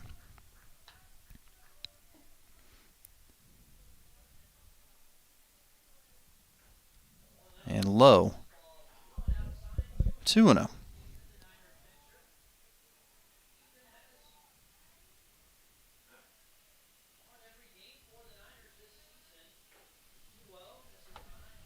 Sparling all over the place to McKeithen. Kind of how it started in the first inning when Johnson was walked, and he came around to score Charlotte's first run. Right down the pipe for strike one. McKeithen comes into today's second game at .264 with 2 homers and 12 runs batted in. Fights this one into right, but right at Bobby Morganson for out number 1. Next up is Jake Cunningham. Cunningham at .227 with a home run and 10 runs batted in.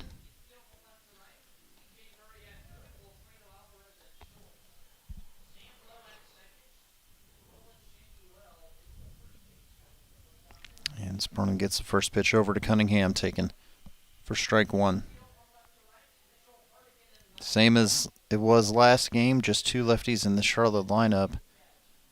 And they bookend it. Johnson leading off, Elwood batting ninth. He's in the on-deck circle. 1-1 to Cunningham.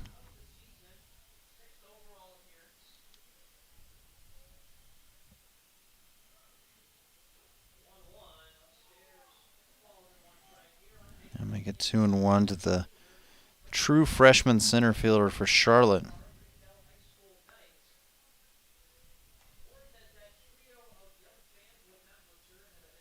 Mm, 3-1. Tight zone, it seems.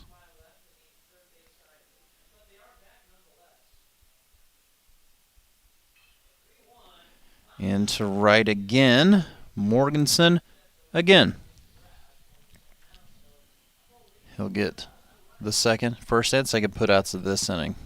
Now the left-handed batting Todd Elwood Elwood came off the bench in the last game and stayed in and had 2 hits and 3 at-bats. Scored twice. Had a run batted in, had a stolen base.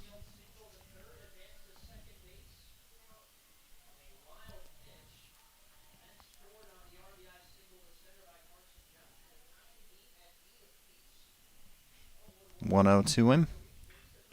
Chopper to short, taking on a couple of hops, and Alvarez's throw will be low but in time, as Sparling matches Brooks with a 1-2-3 second. 2 in the books. 2-1 Owls.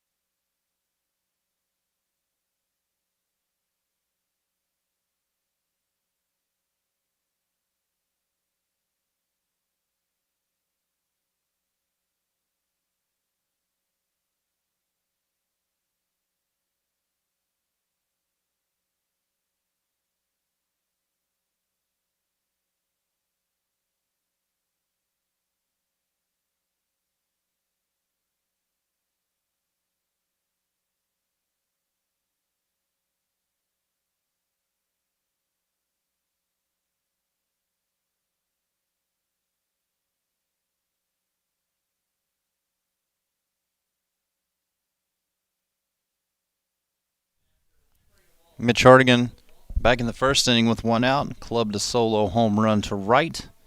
2 batters later, B.J. Murray did the same to left. That gave FAU a 2-0 lead. They're still ahead, but it's 2-1. Carson Johnson deep in the hole at second, ranges to his left to make a play.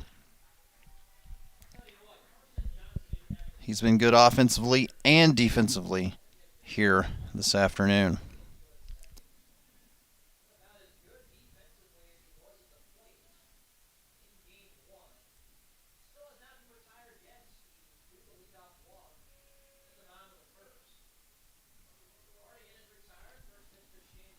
Nolan Shanuel, first time up, grounded out to first and takes ball 1.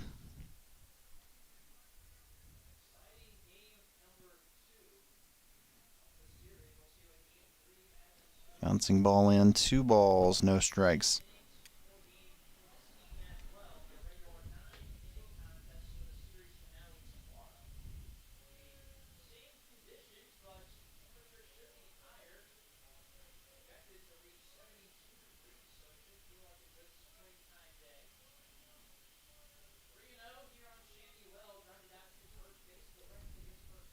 And the 3-0 pitch is over for a strike.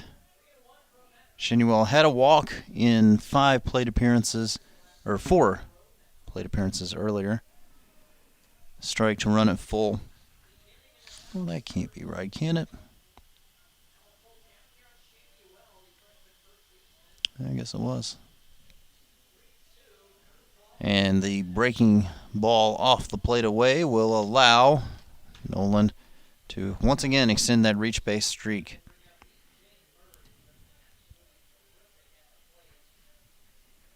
Here comes B.J. Murray. He's the hottest hitter in this FAU lineup, just scalding these last couple of weekends and midweeks, and has a home run in each end of today's doubleheader plus 1 last night to tie Shanuel for the team lead. And oh my gosh, he is absolutely robbed here. He hit that ball harder than probably either of his home runs, right into the glove of Groover, who steps on the bag and ends the inning.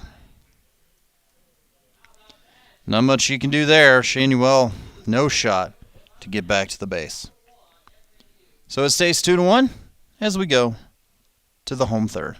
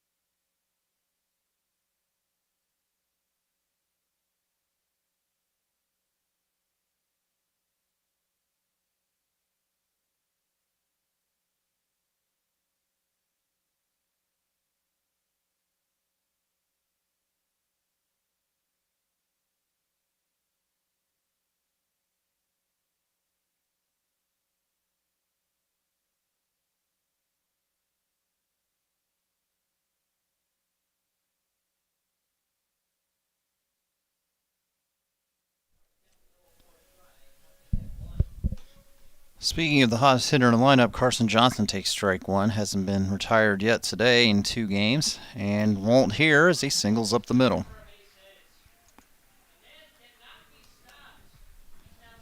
Just gonna backtrack this a bit. And Johnson batted in the 9-hole last night and had a 2-for-4 night. 2 for 4, 5 for 5 earlier today, and a hit in his second plate appearance. So what's that? 7, 8 for 10? My gosh, 8 for 10 in the series. First pitch swinging, Austin Knight down the right side, and that'll exceed the fencing and go over the head of Shanuel. 0-1.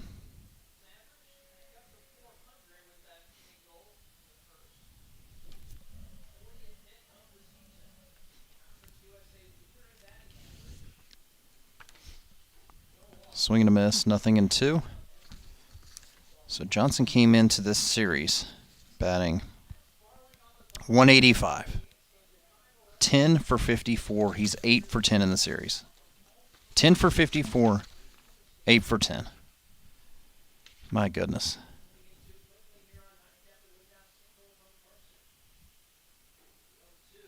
And that's up and taken. 1 ball, 2 strikes.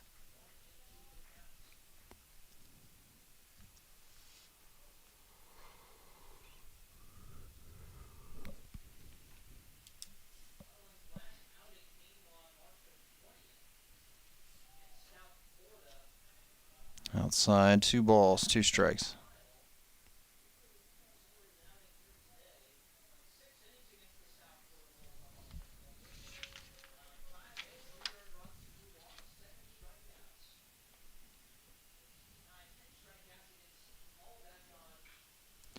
Knight puts this one right into the glove of Jackson Winstrom, who did not have to move, as Johnson retreats back to the first base bag.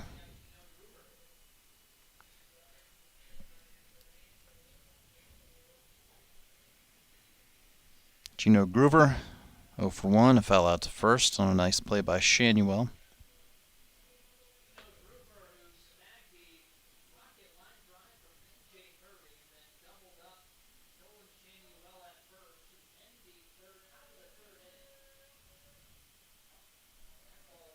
First pitch taken by Groover, strike 1.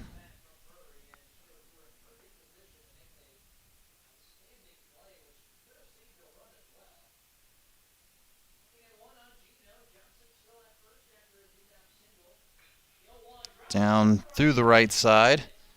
Thought it might be a play for Shanuel, but well to his right. And Lowe was playing a bit up the middle. All that to say, a single for Groover. Puts 2 on and 1 out for the cleanup hitter, Will Butcher.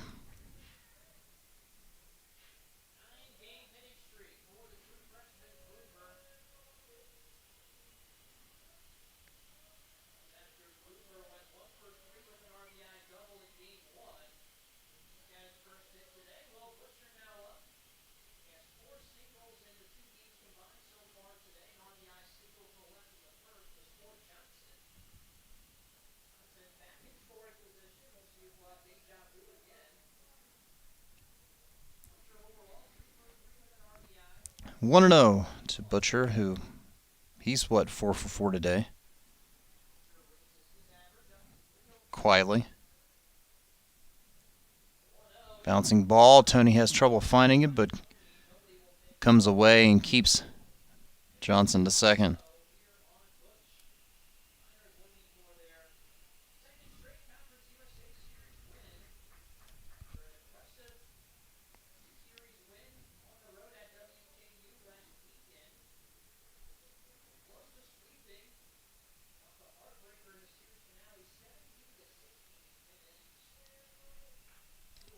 Fouled back.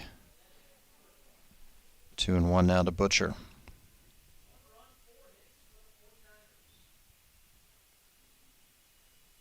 I was clinging to this 2-1 lead with the 49ers threatening in their half of the third. And Sparling misses high. 3-1 in danger of loading the bases.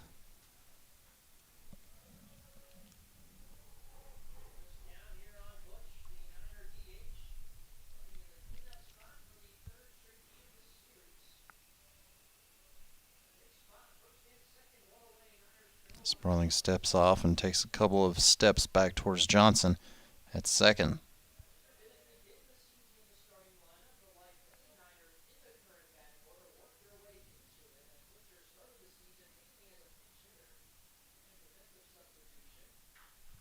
Fouled towards the Owls dugout. And got some good reflexes by somebody over there.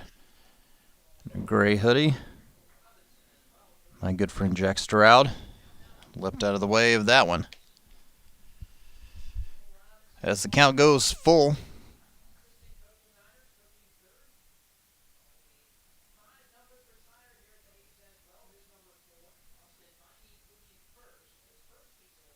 as the runners go, it's lifted into center. Long run for Winstrom to the fence. He came up with that catch. And they may have a shot at first. Here's the throw, and Groover's out on the 8-4-3. A catch and a double play.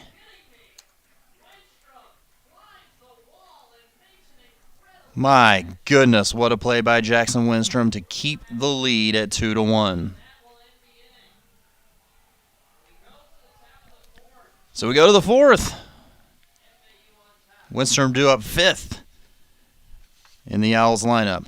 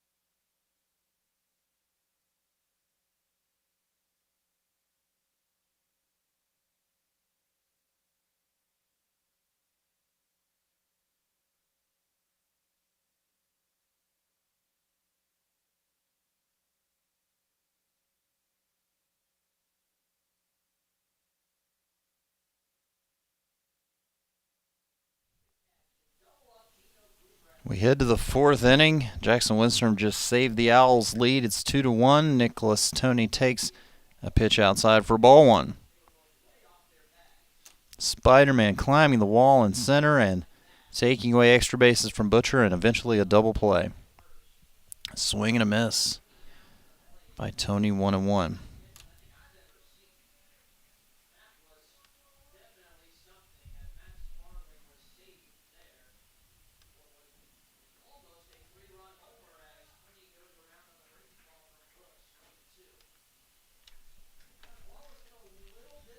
Make it now 1-2 to Tony.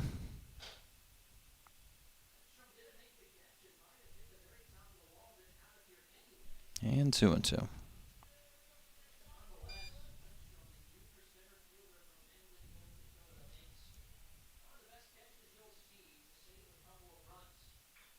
Chopper to third. Knight charges, throws across his body, not in time as it bounces away from Groover. I would think an infield hit, but we'll wait and see. Tony scooting up that line. Now the Owls right fielder Bobby Morganson to the plate.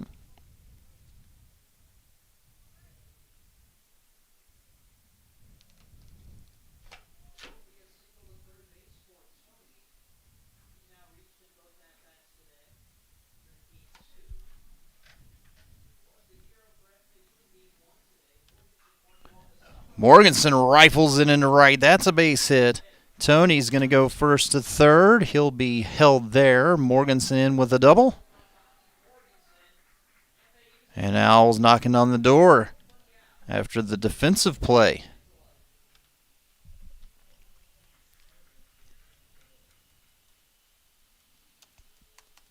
Maybe change some momentum.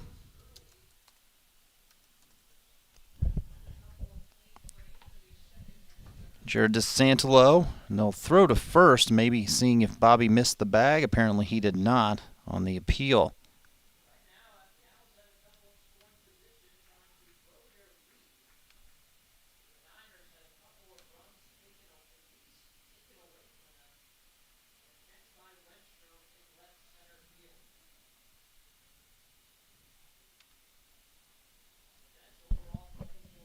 So the runners in on the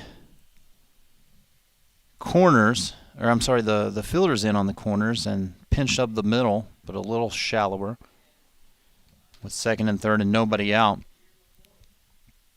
First pitch to DeSantelo is hit to second. That's going to score a run to make it 3-1. And Morganson moves up to third as well. Still just one out here, Sam Lowe. Same thing, it seems. Charlotte now they'll bring in the entirety of the infield to try to cut down on Morganson scoring.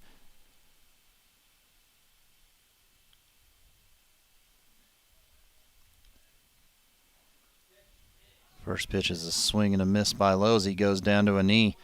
0-1. Watching that replay of Winster's catch, which was incredible in and of itself. Lowe with one heck of a throw off the relay to double up Groover.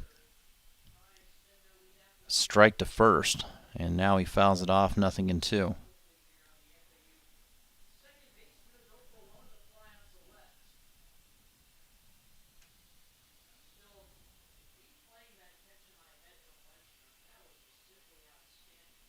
Oh, 2. And Lowe stays alive.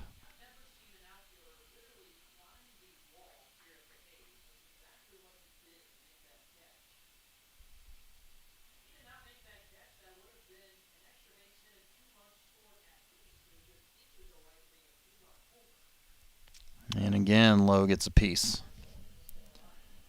So the Owls have extended their lead to 3-1 after the first two batters in this inning reached on hits. Tony's single, Morganson's double. Tony coming across on DeSantelo's ground out. Time called.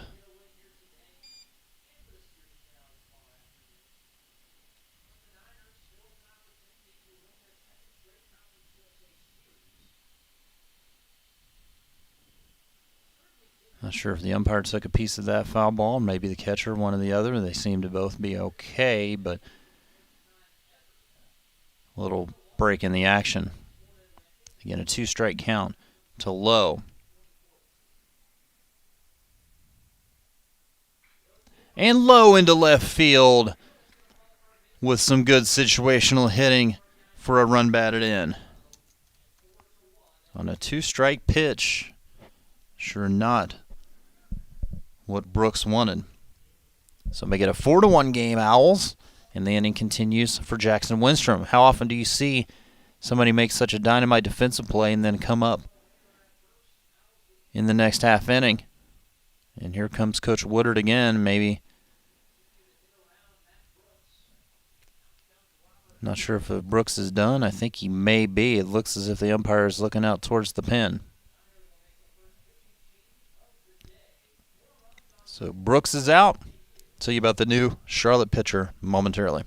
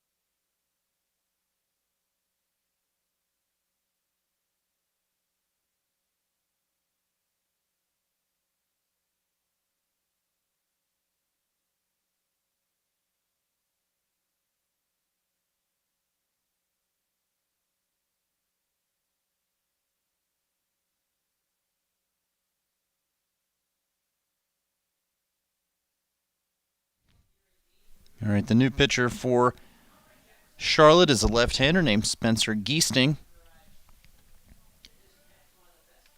And he'll inherit a runner on first with one out. And Jackson Winstrom at the plate. Winstrom first pitch swinging, fouls it back.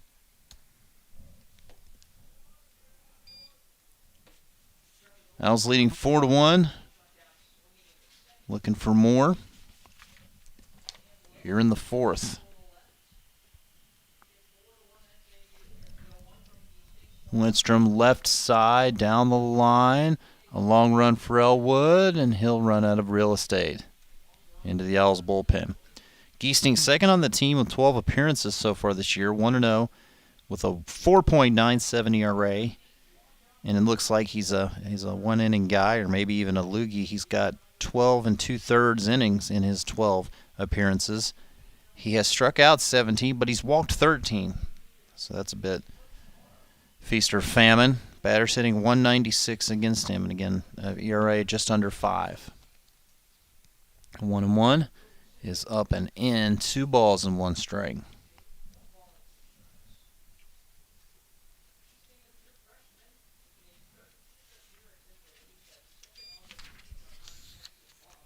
Geesting's a lefty, a true freshman.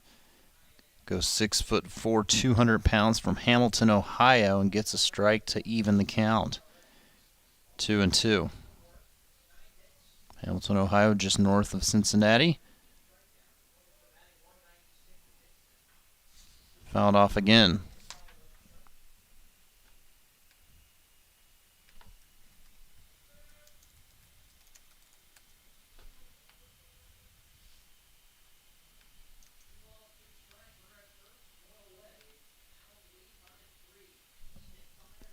And a swing and a miss, and Winstrom goes down on strikes.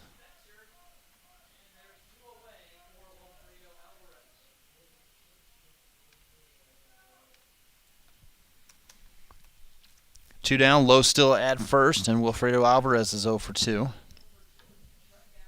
Hamilton, Ohio is known for a few things.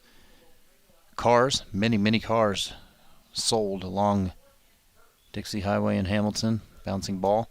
The UAW Hall in Hamilton, Ohio has hosted some prestigious wrestling events. Mac the Knife has wrestled there on many occasions. Lowe gets his lead off first, the 1-0. Another bouncing ball in from Geesting. And being left-handed, he's in the midst of 4 straight Owl hitters batting from that left side.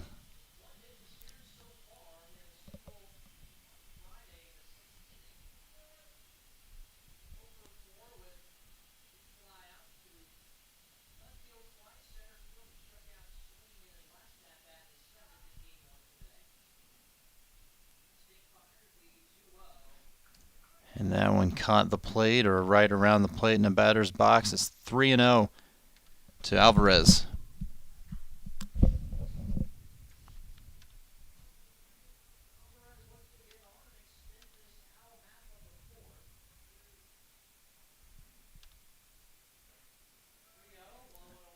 And a 4-pitch strike of Alvarez, or 4-pitch walk of Alvarez, I should say, continues the inning for Mitch Hardigan. Hardigan's 1 for 2. The solo home run that was absolutely smashed in the first.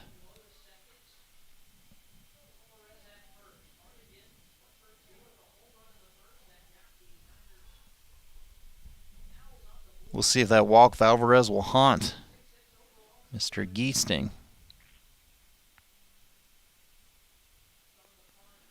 Hardigan swinging for the fences, gets a piece, 0-1.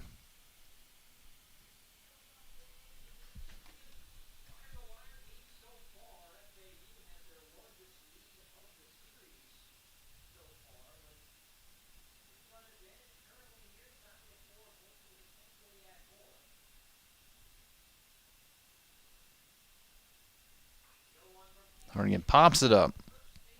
First base side, Groover will watch it bounce off of the top of the Charlotte dugout, and a reprieve for Hardigan though an 0-2 count.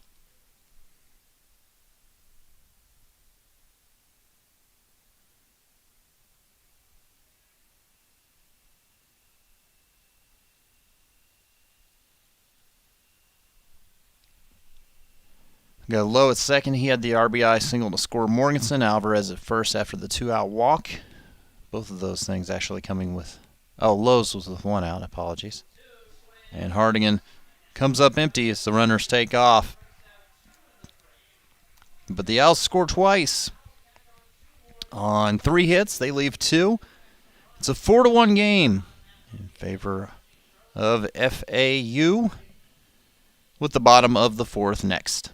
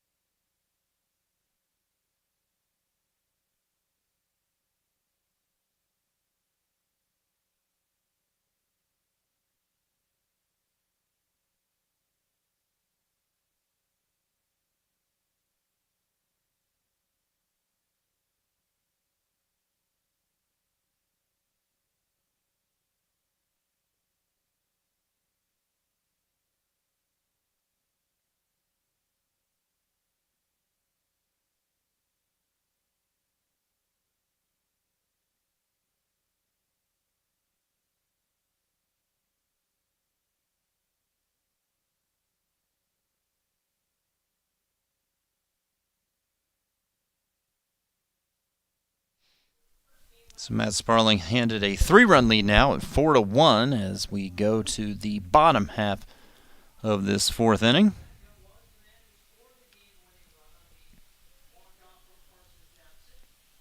First pitch misses, ball 1. Sparling's worked from behind in the count quite a bit.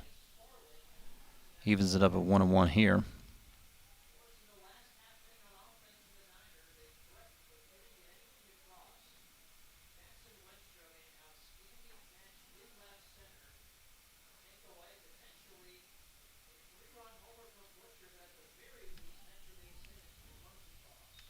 Sparling sets for the 2-1 pitch. Missed upstairs. 3 balls and 1 strike to drag him.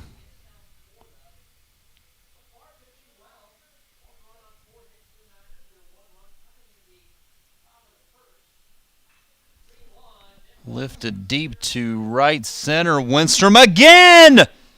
Diving on the warning track to make the play. Oh my gosh. Man, can that guy play center field. 1 down.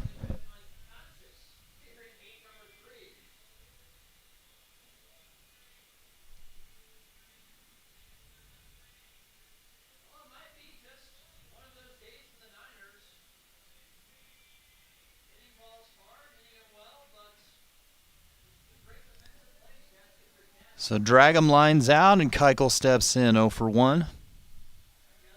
He takes ball 1.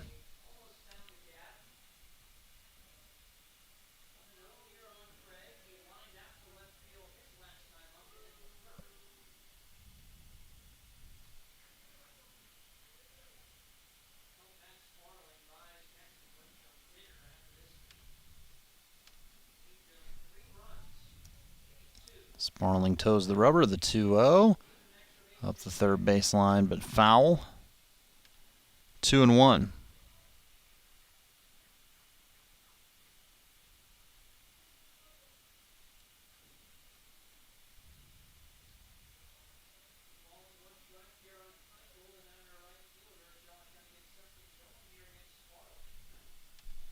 And missed up and away does Sparling.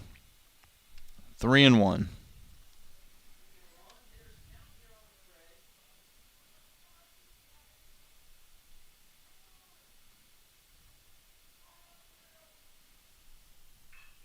Down to third, off of Murray's glove and into left field. Keuchel will get into second, and he'll be there. Likely a double there for the Charlotte third baseman.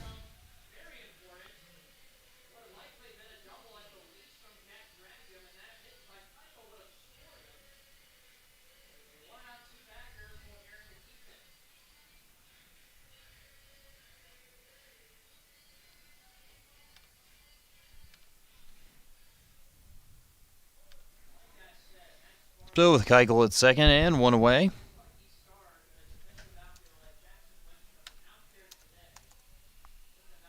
Here comes Aaron McKeithen.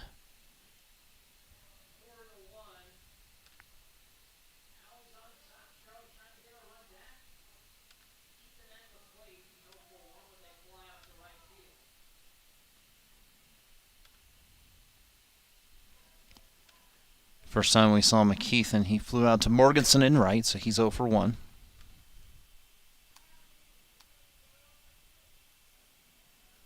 And looks at a first pitch strike.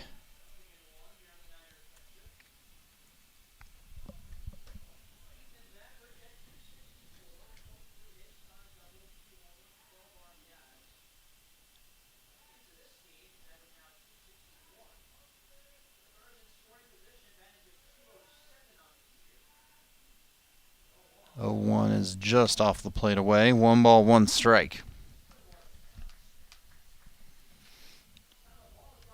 There is a collegiate gold glove. It's obviously a bit more difficult to grade or to compare when, I mean, let's be fair, you're going to see who you see in your conference. You're going to see who's in the national leaders. This is to left, and it's going to go to the wall. Off the bat of McKeithen, the throw into second is going to be offline as Charlotte cuts into the lead, now 4-2. And a lot of it's going to be statistical, unfortunately, for the Gold Gloves. But my gosh, Jackson Winstrom. Highlight plays in center. So back-to-back doubles, and each time that FAU has scored, Charlotte has had an answer, but not equal of an answer, but still just went out in this inning. Jake Cunningham is 0 for 1 with a fly out to right. Sparling's been a bit, I don't think wild's the right word. He's only walked a batter, but he's fallen behind in the count to most hitters and unfortunately has not been able to put anyone away with a strikeout. 1-0. Low and outside.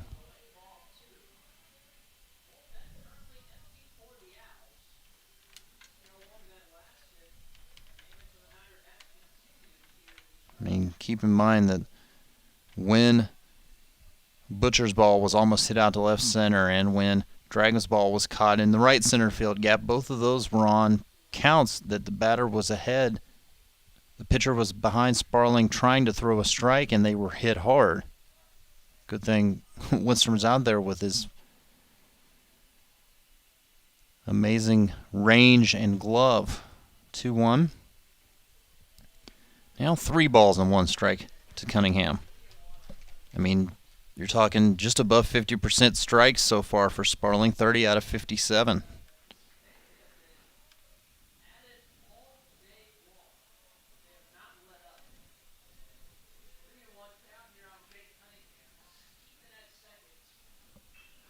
And this is hit in the air to center. Winstrom again, long run. Can't come away with this one. It's going to be a triple for Cunningham, and it's a 4-3 game. Well, you know, if Winstrom can't catch that one, it's too far hit.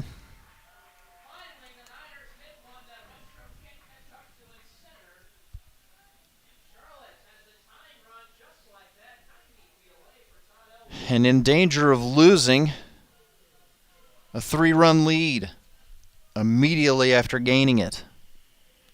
Quickly loosening in the bullpen is the right-hander for FAU, Mikey Intenza. I mean, with purpose.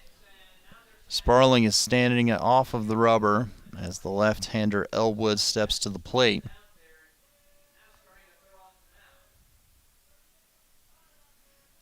And Elwood squares the bunt. It's low and outside, ball one. So Sparling unable to hold, well, at least all of the lead. It's still a one-run Owl edge, but Charlotte's threatening with Cunningham at third and one out to tie it.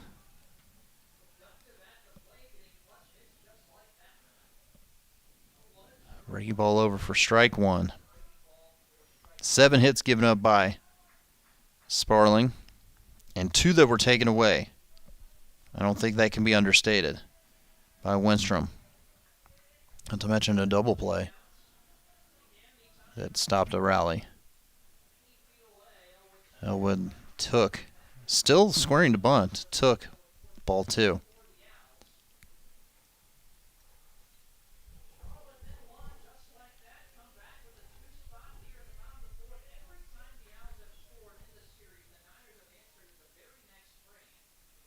Two one. Took something off that one and missed 3 balls and 1 strike.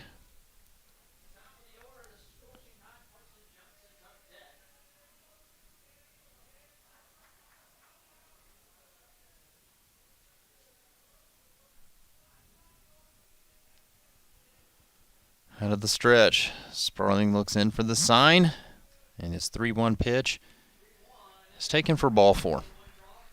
Elwood, I don't think, took the bat off his shoulder, and that's going to do it for Matt Sparling. Mikey Intense is going to come on to face the scalding hot Carson Johnson.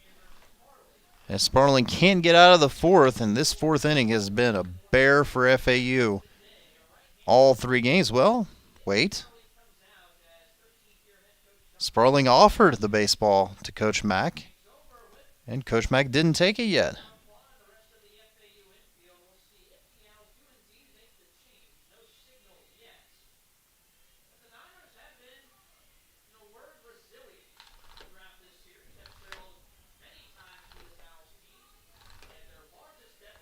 So the talk ongoing, and Coach Mack's going to stick with Sparling. Wow. Okay. Against Carson Johnson.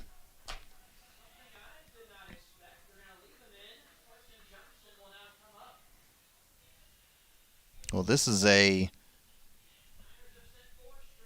surprise, but this is also a big opportunity for Matt Sparling to show what he's got, because Coach Mack stuck with him. He thought he was out of the game. Johnson has, well, he's been amazing these last 3 games. Time called at the plate by Nick Toney, the catcher.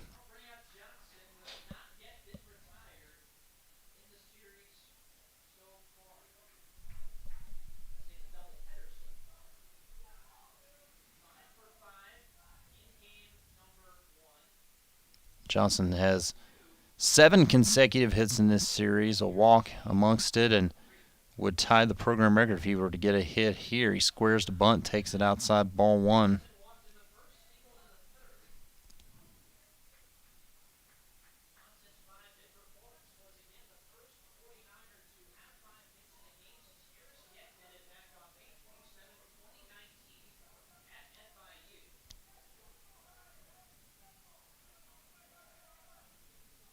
Sparling leans in. And the 1-0 bounces in. 2 balls, no strikes.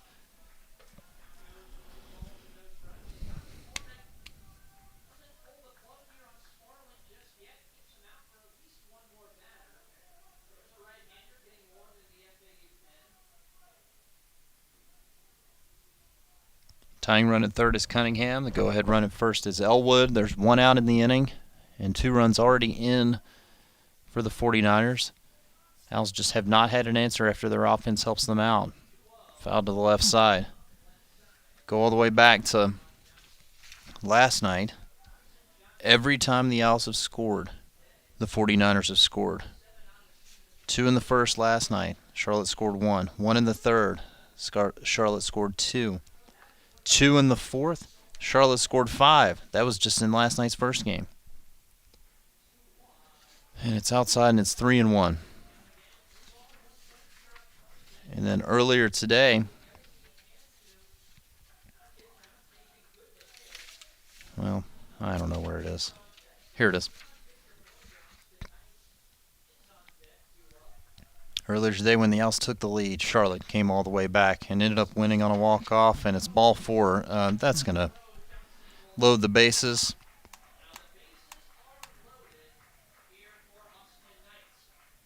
And with Austin Knight due to bat, bases loaded and one out. That does it for Matt Sparling. Mike Intenza next.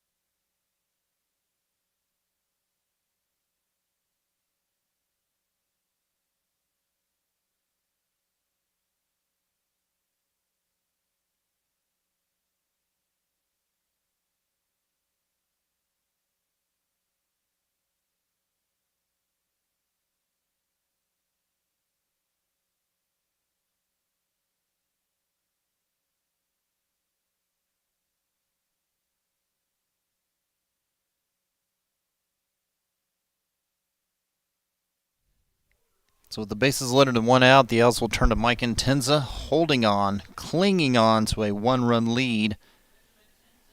Foul ball off of the bat of Knight to the backstop, 0-1. In this inning, an out, a line out on an incredible diving play by Wenstrom. Otherwise, this would have been worse.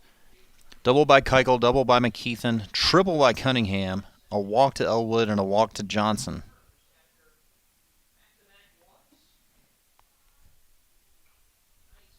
Fouled away, 0-2.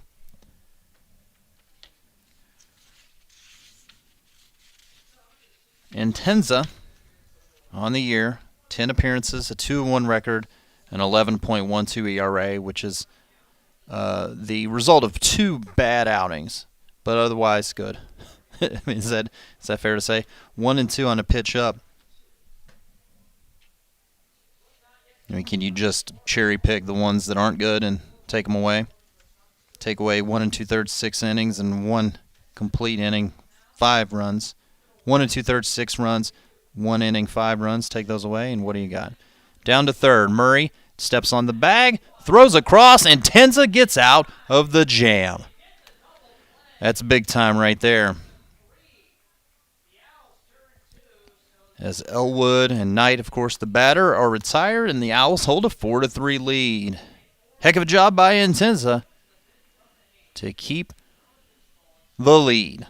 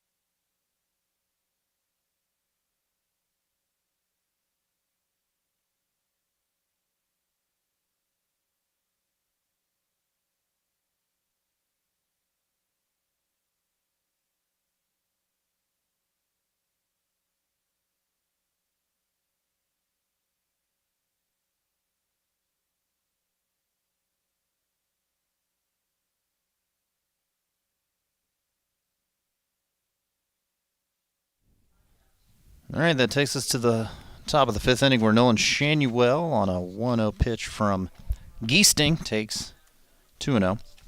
I am going to cherry pick Mike Intenza's stats without those two bad outings and tell you that his ERA is 2.31 without them, which I think is closer than his 11.12. Shanuel, my gosh, nearly took the hit off Tristan McGinnis at first base.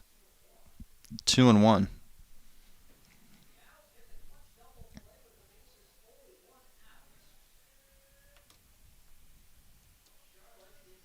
And what a job by Intenza. Strike call 2-2 to Shanuel to get the double play to keep the lead. It was bases loaded and 1 out when he came on after 2 straight walks and 2 runs in and the 5-3 double play. Shanuel chopper to second. Johnson's throw barely beats Shanuel, but he's out. Barely is an out, as is easily. B.J. Murray's 1 for 2 with a solo home run. Has a home run in every game of this series so far.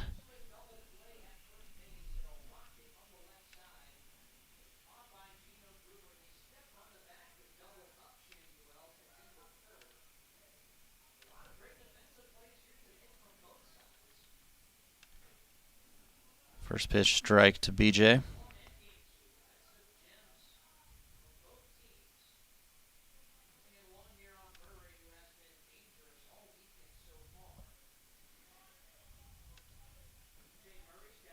Bouncing ball in 1-1. BJ did not have a home run on Tuesday in the 13-11 win over Florida Gulf Coast. He just had 3 hits in that game.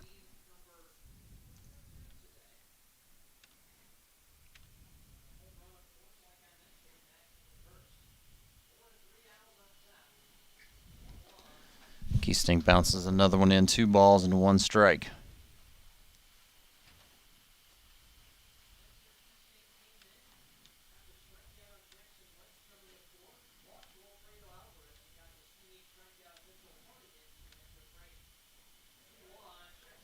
Murray checked his swing, but it didn't matter. It's a called strike, 2-2.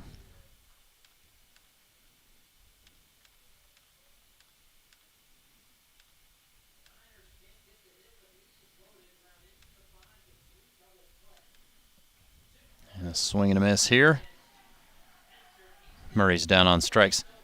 And BJ went through a bit of a slump that saw his average go from 300 on March 11th down to 257 on March 23rd. But since the Marshall series, he has been absolutely on fire.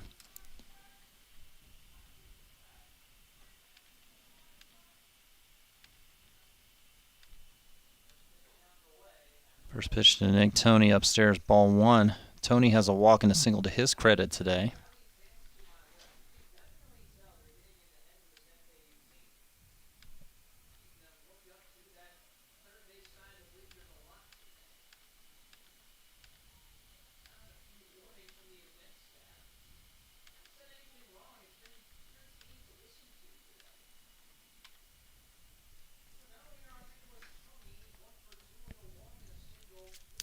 Giesting's 2-0 pitch.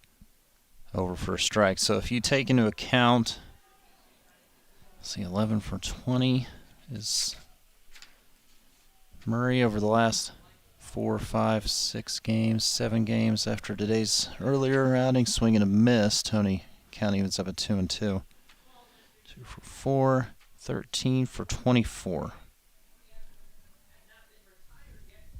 2, 3, 4, 5, 6, 7. Grounder to short. Dragon's going to throw out Tony by a step, and that'll end the inning. It's a 1-2-3 inning for Giesting and the 49ers. The Owls Intenza seemed to pick up some momentum, but the Bats didn't carry it to their half. Instead, it takes us to the 5th, the bottom half. 4-3 Owls, with Groover set to lead it off for Charlotte.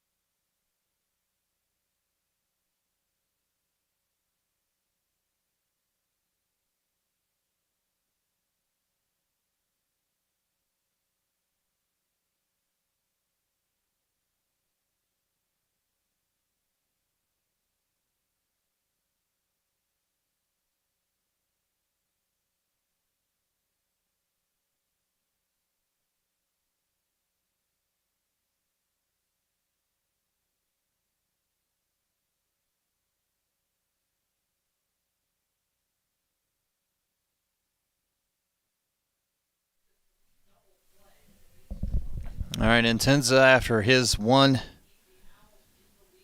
out inning, last inning, well, 2 out inning, the one batter he faced got a double play, a huge one to keep the Owls lead. First pitch to Groover is low and outside, and he checks the swing on the appeal.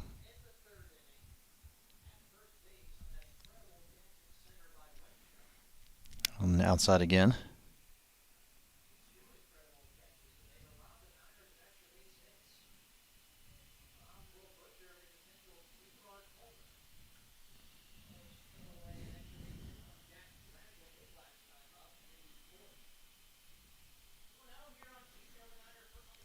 And the 2-0 to Groover, outside 3-0.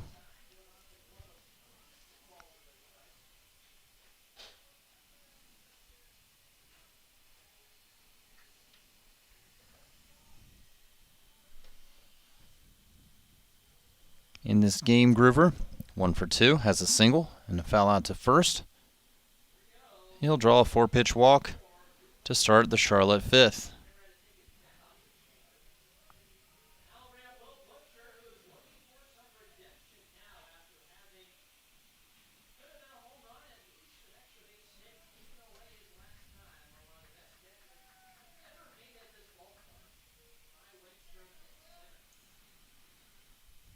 Butcher's 1 for 2, which is a bit misleading. That out was the double play that Winstrom ran a long, long way into the center field alley to make the catch, climb up the wall, and turn around and throw it into Lowe, who threw it on to first to retire the runner at first, Groover.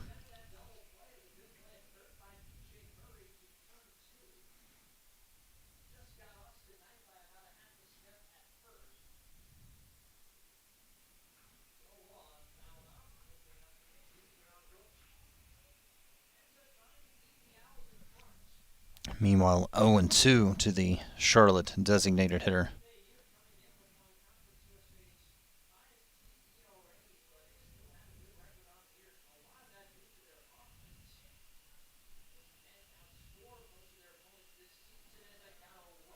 Bouncing ball, and Tony able to keep it close enough by to keep Groover at first base.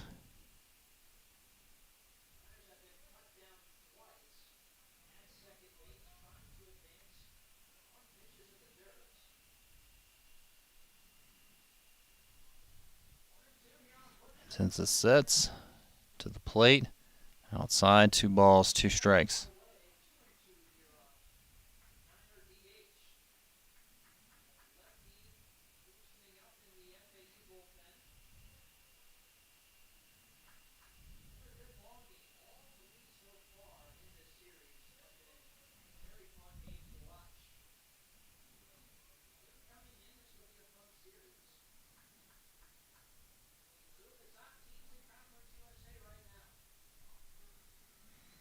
And the break-even pitch is fouled straight back. I thought for a moment there that was Butcher's bat and not the ball. Took that one right out of the glove of Nick Tony.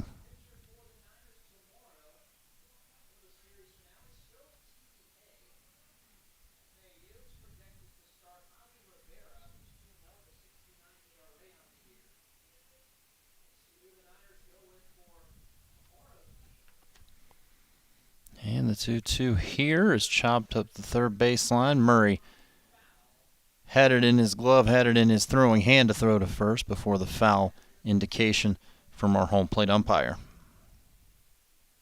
If you're just joining us, hello. It's 4-3 Owls in the bottom of the 5th inning of the second game of this Saturday doubleheader, third game of the series.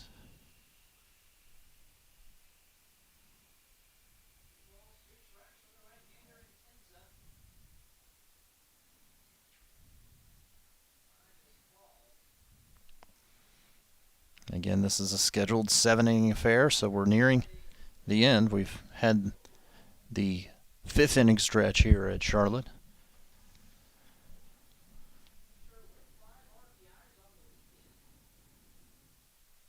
Two-two pitch. Skied behind home plate. Nick Tony looking to see if he's got room, and he does not. As it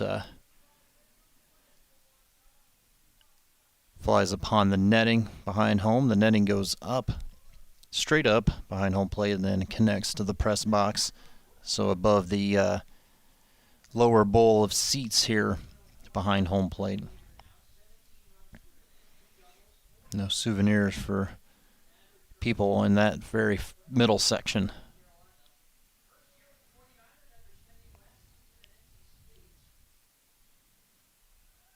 Throw over to first and back in with a dive is Groover.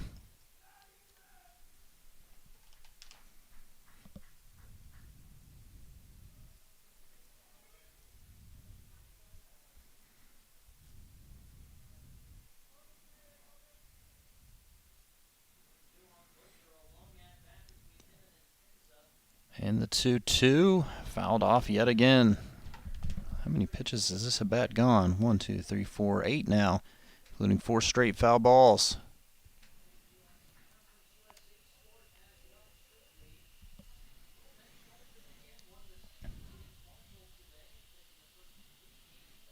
So the 9th pitch of the battle upcoming between Antenza and Butcher.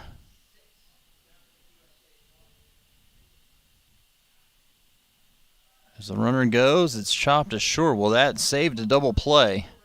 Alvarez to first just beats Butcher by a step.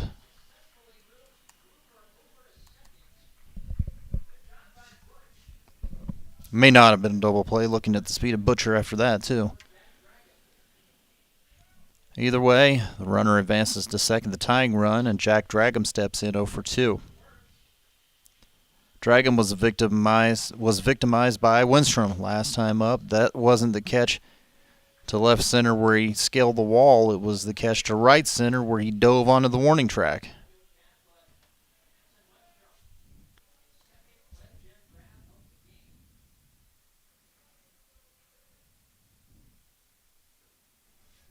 Intenza catches the outside corner for strike 1.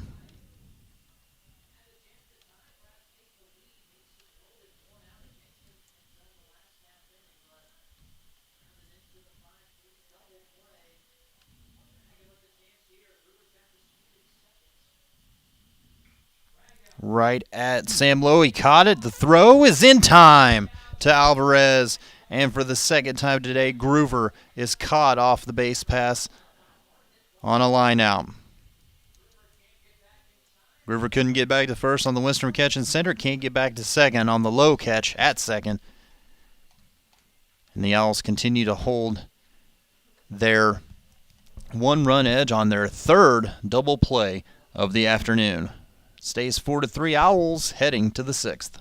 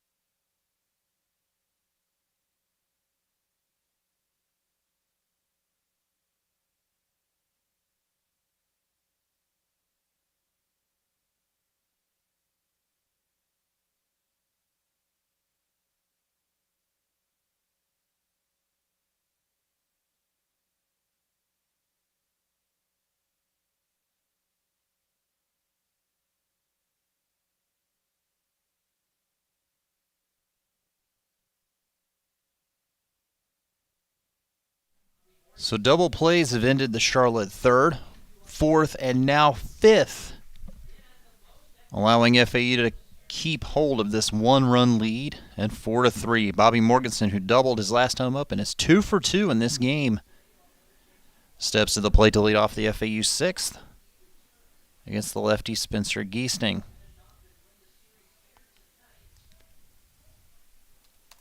Ball 1-2, and Bobby doubled his last time up, came in to score on the Sam Lowe single, which at this point is the difference maker. Breaking ball over for strike one. Owls looking for a split today, and that's the only way they can split the entire series, is to win today, game 2, or game 3 of the series, and win tomorrow in the finale. Swing and a miss on the off speed. Had Morganson ahead of it, 1-2.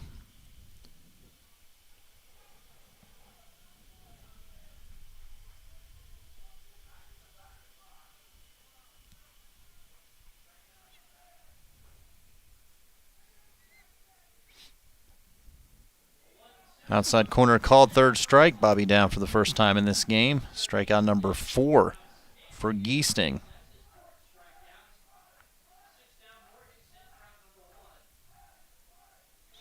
Now with one away, Jared DeSantolo.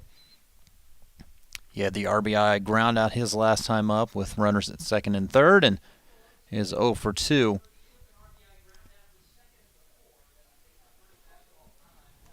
Giesting misses up, ball 1. Tomorrow's game 4 finale will also be a 1 p.m. start here from Charlotte. 2-0 to DeSantolo. Javier Rivera for the Owls. TBD for Charlotte. That's Stingy to be determined as undefeated in many, many starts.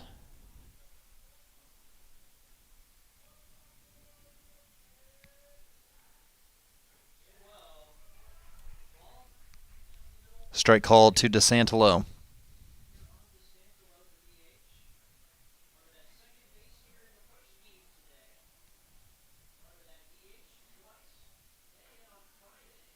And must have been a little inside, maybe high as well. 3-1.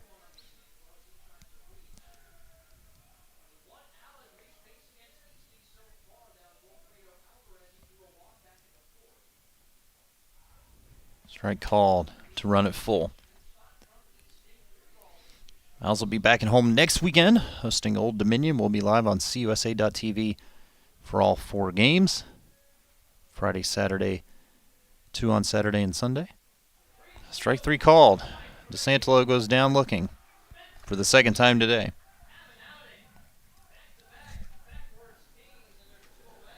Game times next weekend against the Monarchs will be 5 p.m. on Friday, 2 p.m. doubleheader start on Saturday, and noon on Sunday.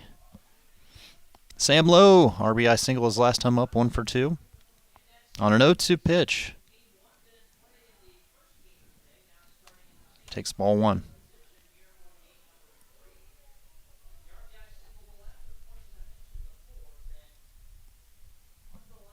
1-0. 2 balls. No strikes.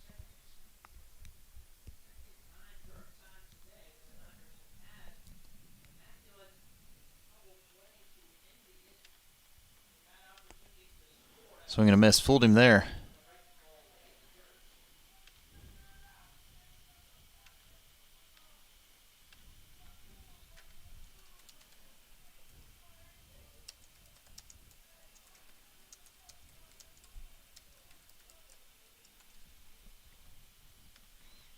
And a strike called. Evens the count at 2-2. Giesting gets the ball back. Never changes. Just ready to go to the plate. Misses high. Never changes his stance. He just toes the rubber and is ready to go as soon as the umpire and the batter are ready. His full count offering here is fought off into shallow right. The second baseman, Johnson, squeezes it, a 1-2-3 inning for Giesting, who has retired 8 in a row, 7 in a row and 8 of 9.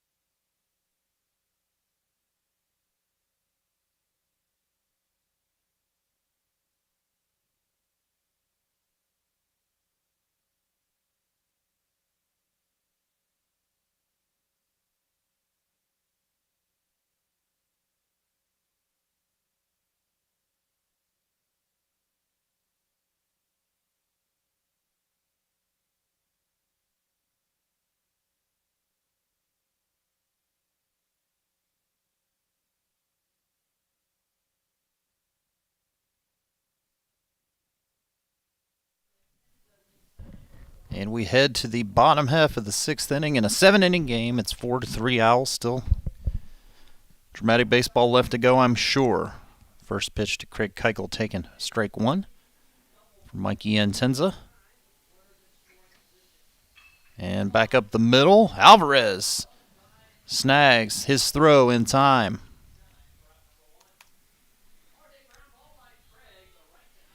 We're going to get a pinch hitter in the next slot, I believe, and we will. Nope, McKeithen's still coming to the plate. McCabe is in the on-deck circle, I guess, to hit for Cunningham.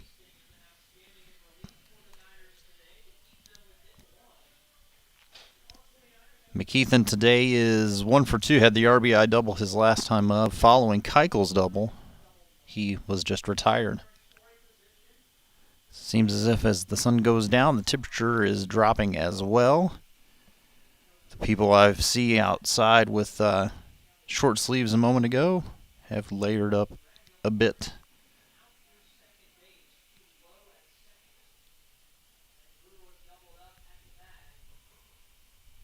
One to McKeithen is outside. Well, it's still 60 out there, allegedly. When is there a frost advisory? Overnight? Whew. Well, I guess it's going to get into the mid to high 30s tonight. 3-0 to McKeithen.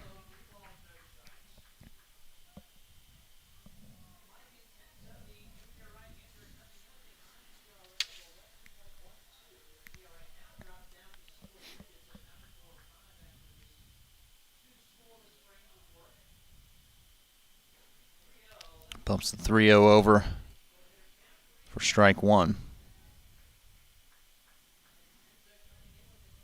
BJ Murray hugs the line against McKeithen. Alvarez a bit more up the middle. There's a bit of a gap there. 3-1 is chopped to Murray. He ranges to his left. A couple of crow hops in the throw in time. Now we'll get McCabe, or will we, with 2 outs.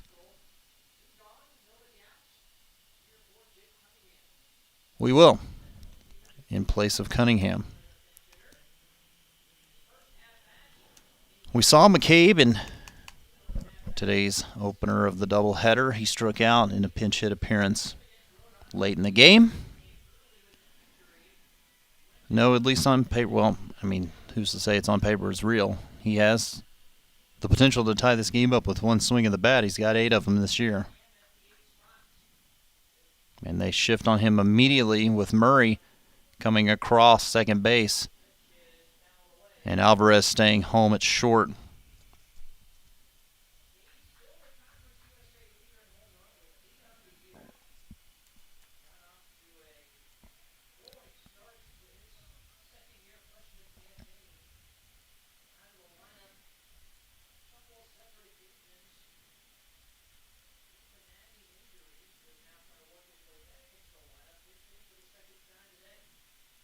And McCabe is hit by a pitch on his foot, and I'm guessing that he's going to go to first and maybe be immediately ran for if the injury, as I have been led to believe, is leg.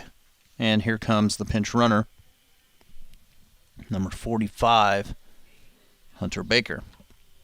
And Baker may, in fact, just stay in the game. And Tenza's had this bugaboo all season long with hit batters, and it's part of his makeup as far as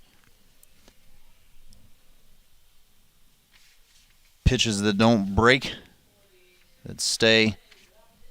Usually it's right-handers, though, when it doesn't break over into the zone as opposed to left-handers. That one just tailed in on the foot. Where in the world? Oh, here we go. With 2 outs, Todd Elwood swings and misses at the first pitch. For Tenza, that is his 6th hit batter of the year in, almost 14 innings of work, 15 innings of work. Tying run is at first with 2 outs. 0-1 with Baker going. The throw from Tony. Sam Lowe couldn't pick it to make the tag. Tried to pick it and swipe and didn't come up with the ball cleanly. Owls have had good luck this day, at least, in racing Charlotte base runners, but couldn't get the completion of that put out. So runner in scoring position with 2 outs and a 1-1 count. Upstairs with the fastball, 2-1.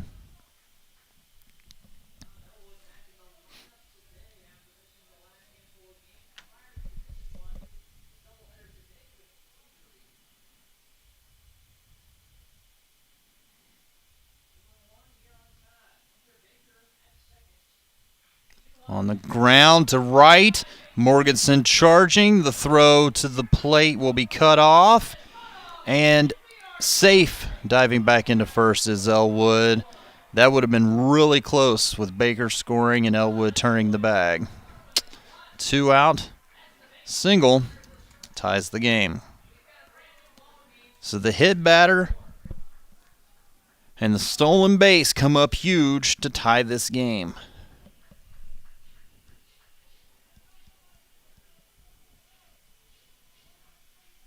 And Tenza had pitched so well to this point. I mean, to be fair, he still has. That's the first hit he's given up in his relief outing. But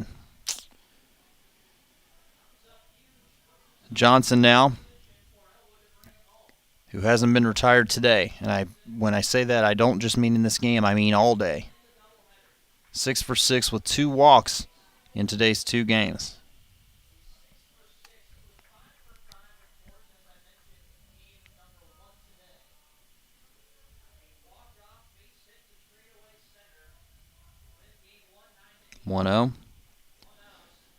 Got him swinging on the breaking ball there. 1-1. For some, we've been tied in this game. It was 2-1 Owls, 4-1 Owls, then 4-3, and now 4-4 in the bottom half of the 6th inning.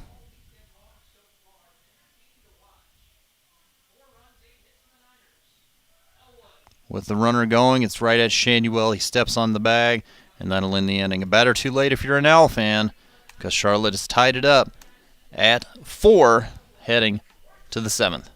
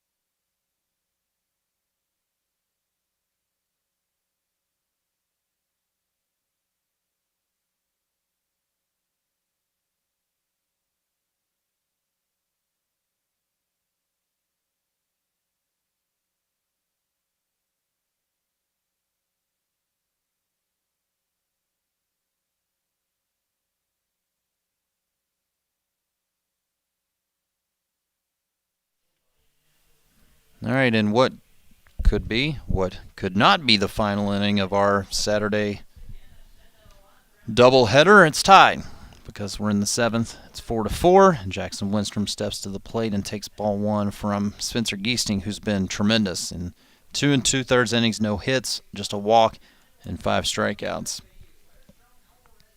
Owls haven't trailed in this game, but now it is tied. Fouled back 1-1.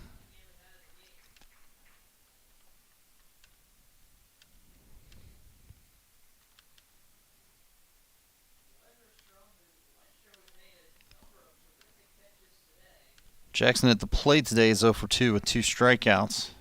He's made his hay on defense. He's down in the count 1-2 here.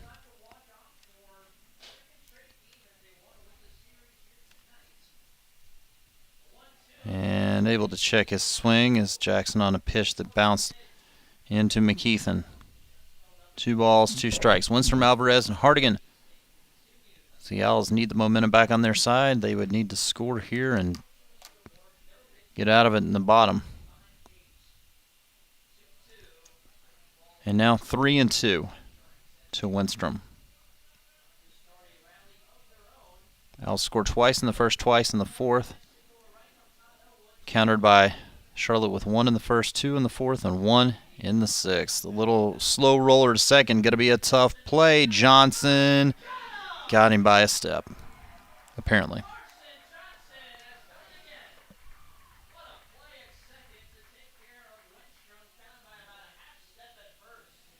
Winstrom can book it up that line. I mean, we know he can run. We've seen him do it in both alleys, both gaps, but can't leg out that leadoff at bat. So 1 away for Wilfredo Alvarez, 0 for 2 with the walk.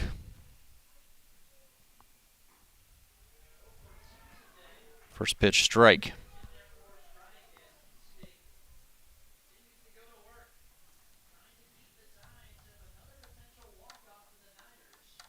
Oh, 1. Alvarez in the center, but right at the new center fielder, Elwood, as he shifted over from left. Baker, by the way, stayed in the game. He's in left. 2 down for Mitch Hardigan. Hardigan homered to start the scoring today since he's grounded to second and struck out swinging.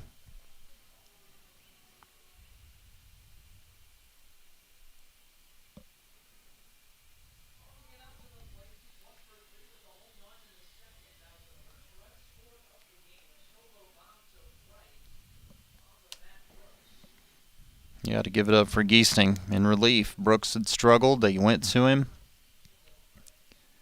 He's been fantastic.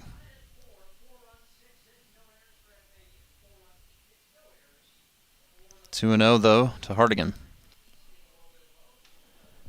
Nolan Shanuel on deck. He's had a quiet day.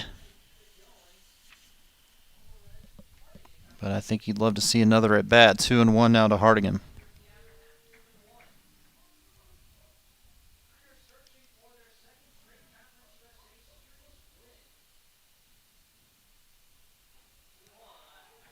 And a strike called.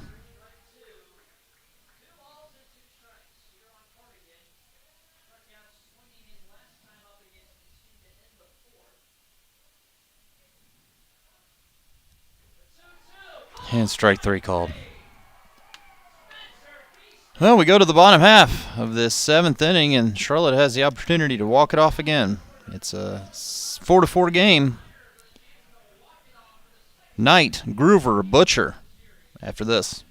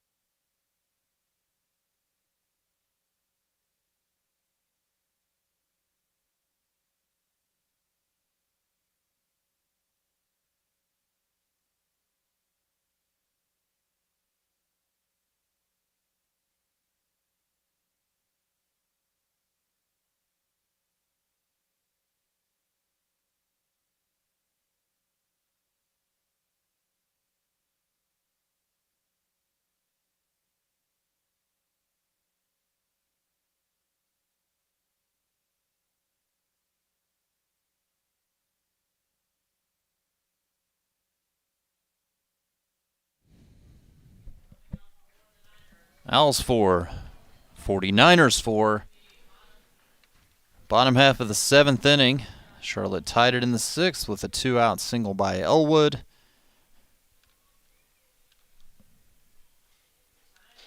And have the meat of their order up in what could be their final at bat if they walk it off. Intenza's still in there, takes, or I should say, comes across the plate as Knight takes strike 1. Knight has a hit in 3 at bats and rips it down the left field line. Just foul.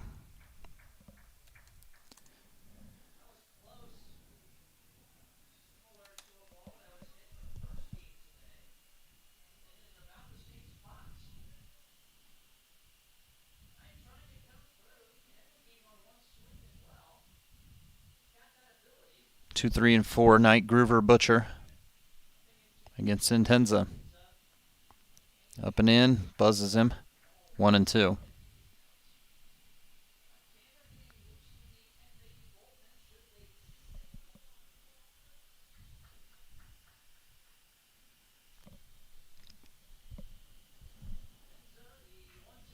And this one's hit into center, but right at Jackson Wistrom. For once, he doesn't have to run a mile.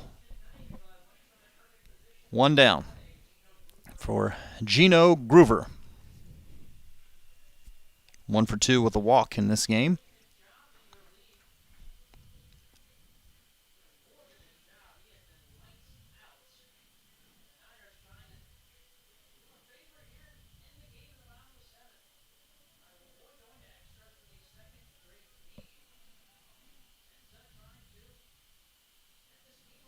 Low and outside, did he go? He did not. Ball 1.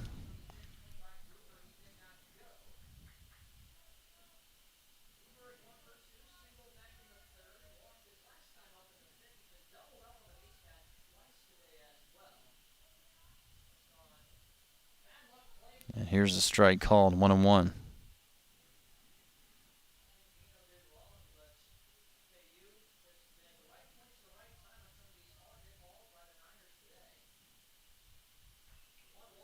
Fouled towards the Charlotte dugout. 1 and 2.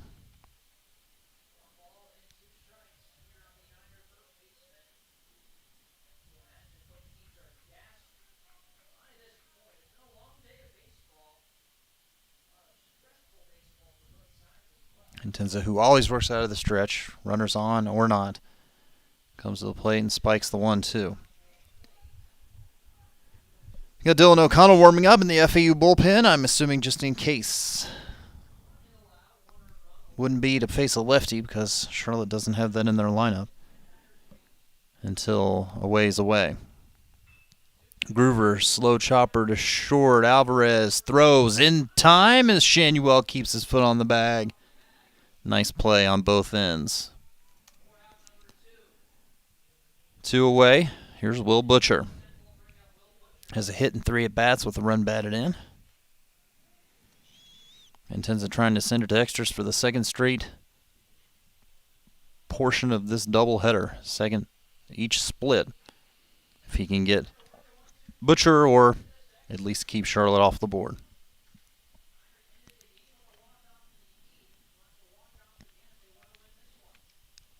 These are 2 evenly matched teams, in my opinion. Low and outside 1-0, and I think these last 2 results show it. Yesterday, notwithstanding.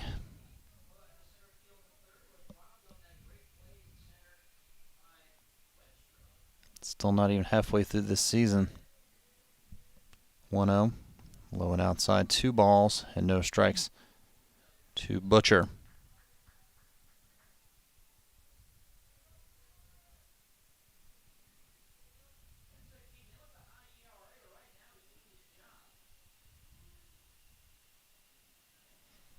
Low and away, though, 3-0. Mikey's walked a batter in this game, hit a batter. The hit batter was the killer. Ended up coming around to score with 2 outs. Hit batter and the stolen base by the pinch runner. See what he does here at 3-0. Right down Broadway.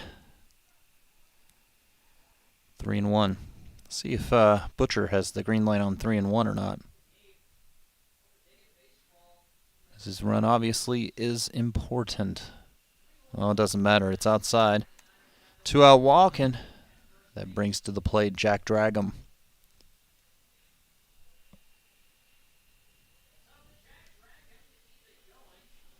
Dragum today 0 for 3. Twice he's lined out. Lindstrom, and then one time to Lowe that started a double play. They're going to pinch run for Butcher. Going to see Dominic Palali.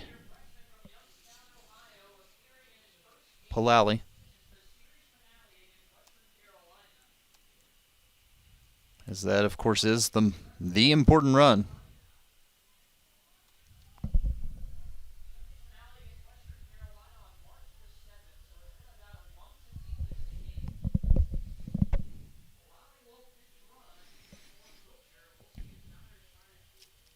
So Intensa takes a look at him.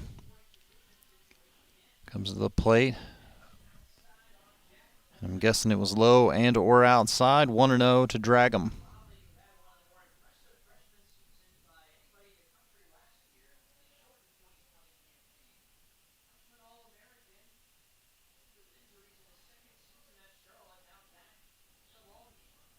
As he goes is taken. Throw down is a strike, and Lowe it pops out of his glove.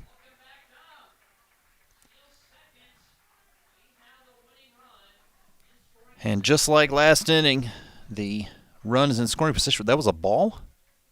Looked to be right down the middle. So 2-0. No, it's 1-1. Or is it? No, 2-0.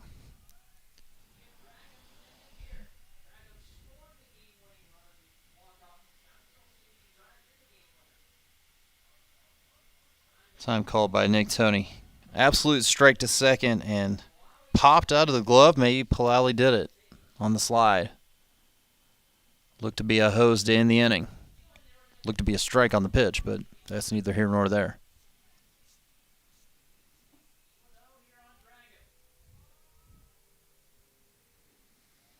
And 3-0. First base is open. Would create a force out with, who is it, Craig Keuchel on the on-deck circle.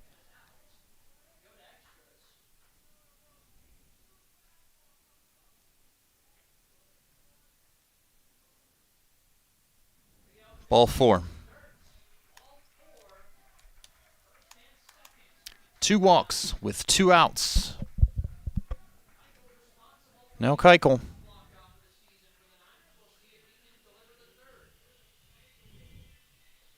Has a hit in 3 at-bats. Last time he grounded out to short. Here comes David Kopp out of the FAU dugout. He's going to have a conversation with his infield with 2 outs in an inning that's become dicey. That wasn't 2 batters ago.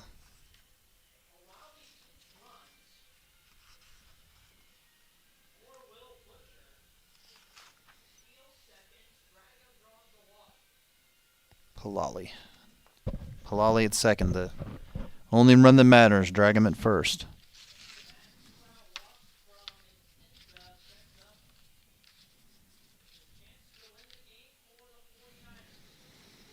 So the meeting ends before it's broken up.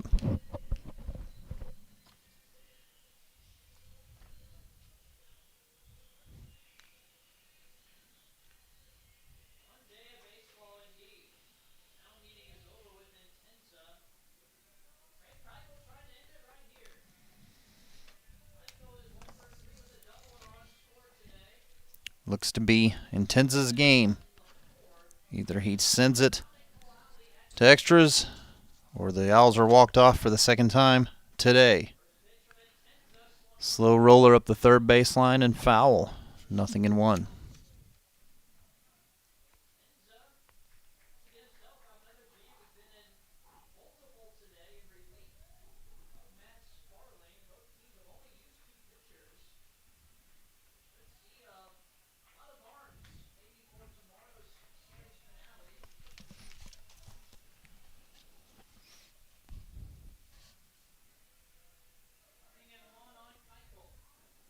Now the 0-1 pitch.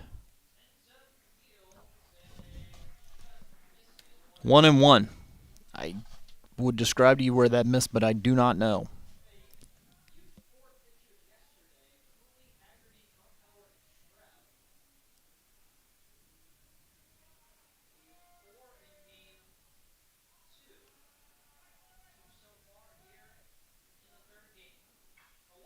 And that's going to do it. Keuchel lines a single to left to end the inning, or to end the game, and to sweep the Owls in today's doubleheader and win the series. 5-4 your final. 5 runs on 9 hits for the 49ers, 4 runs on 6 hits for your Owls. Owls dropped to 4-3 in conference play. After sweeping last weekend, they're on the verge of potentially being swept here this weekend. They'll need to salvage it with a win tomorrow. 2 walk-offs on each end of the doubleheader. Final score for the final time, 5-4 Charlotte. This has been Jonathan Frazier saying thank you to everyone out there for graciously listening. Have a great rest of your Saturday. We'll talk to you tomorrow a little bit before 1, 12:45, 50-ish here on the YouTubes.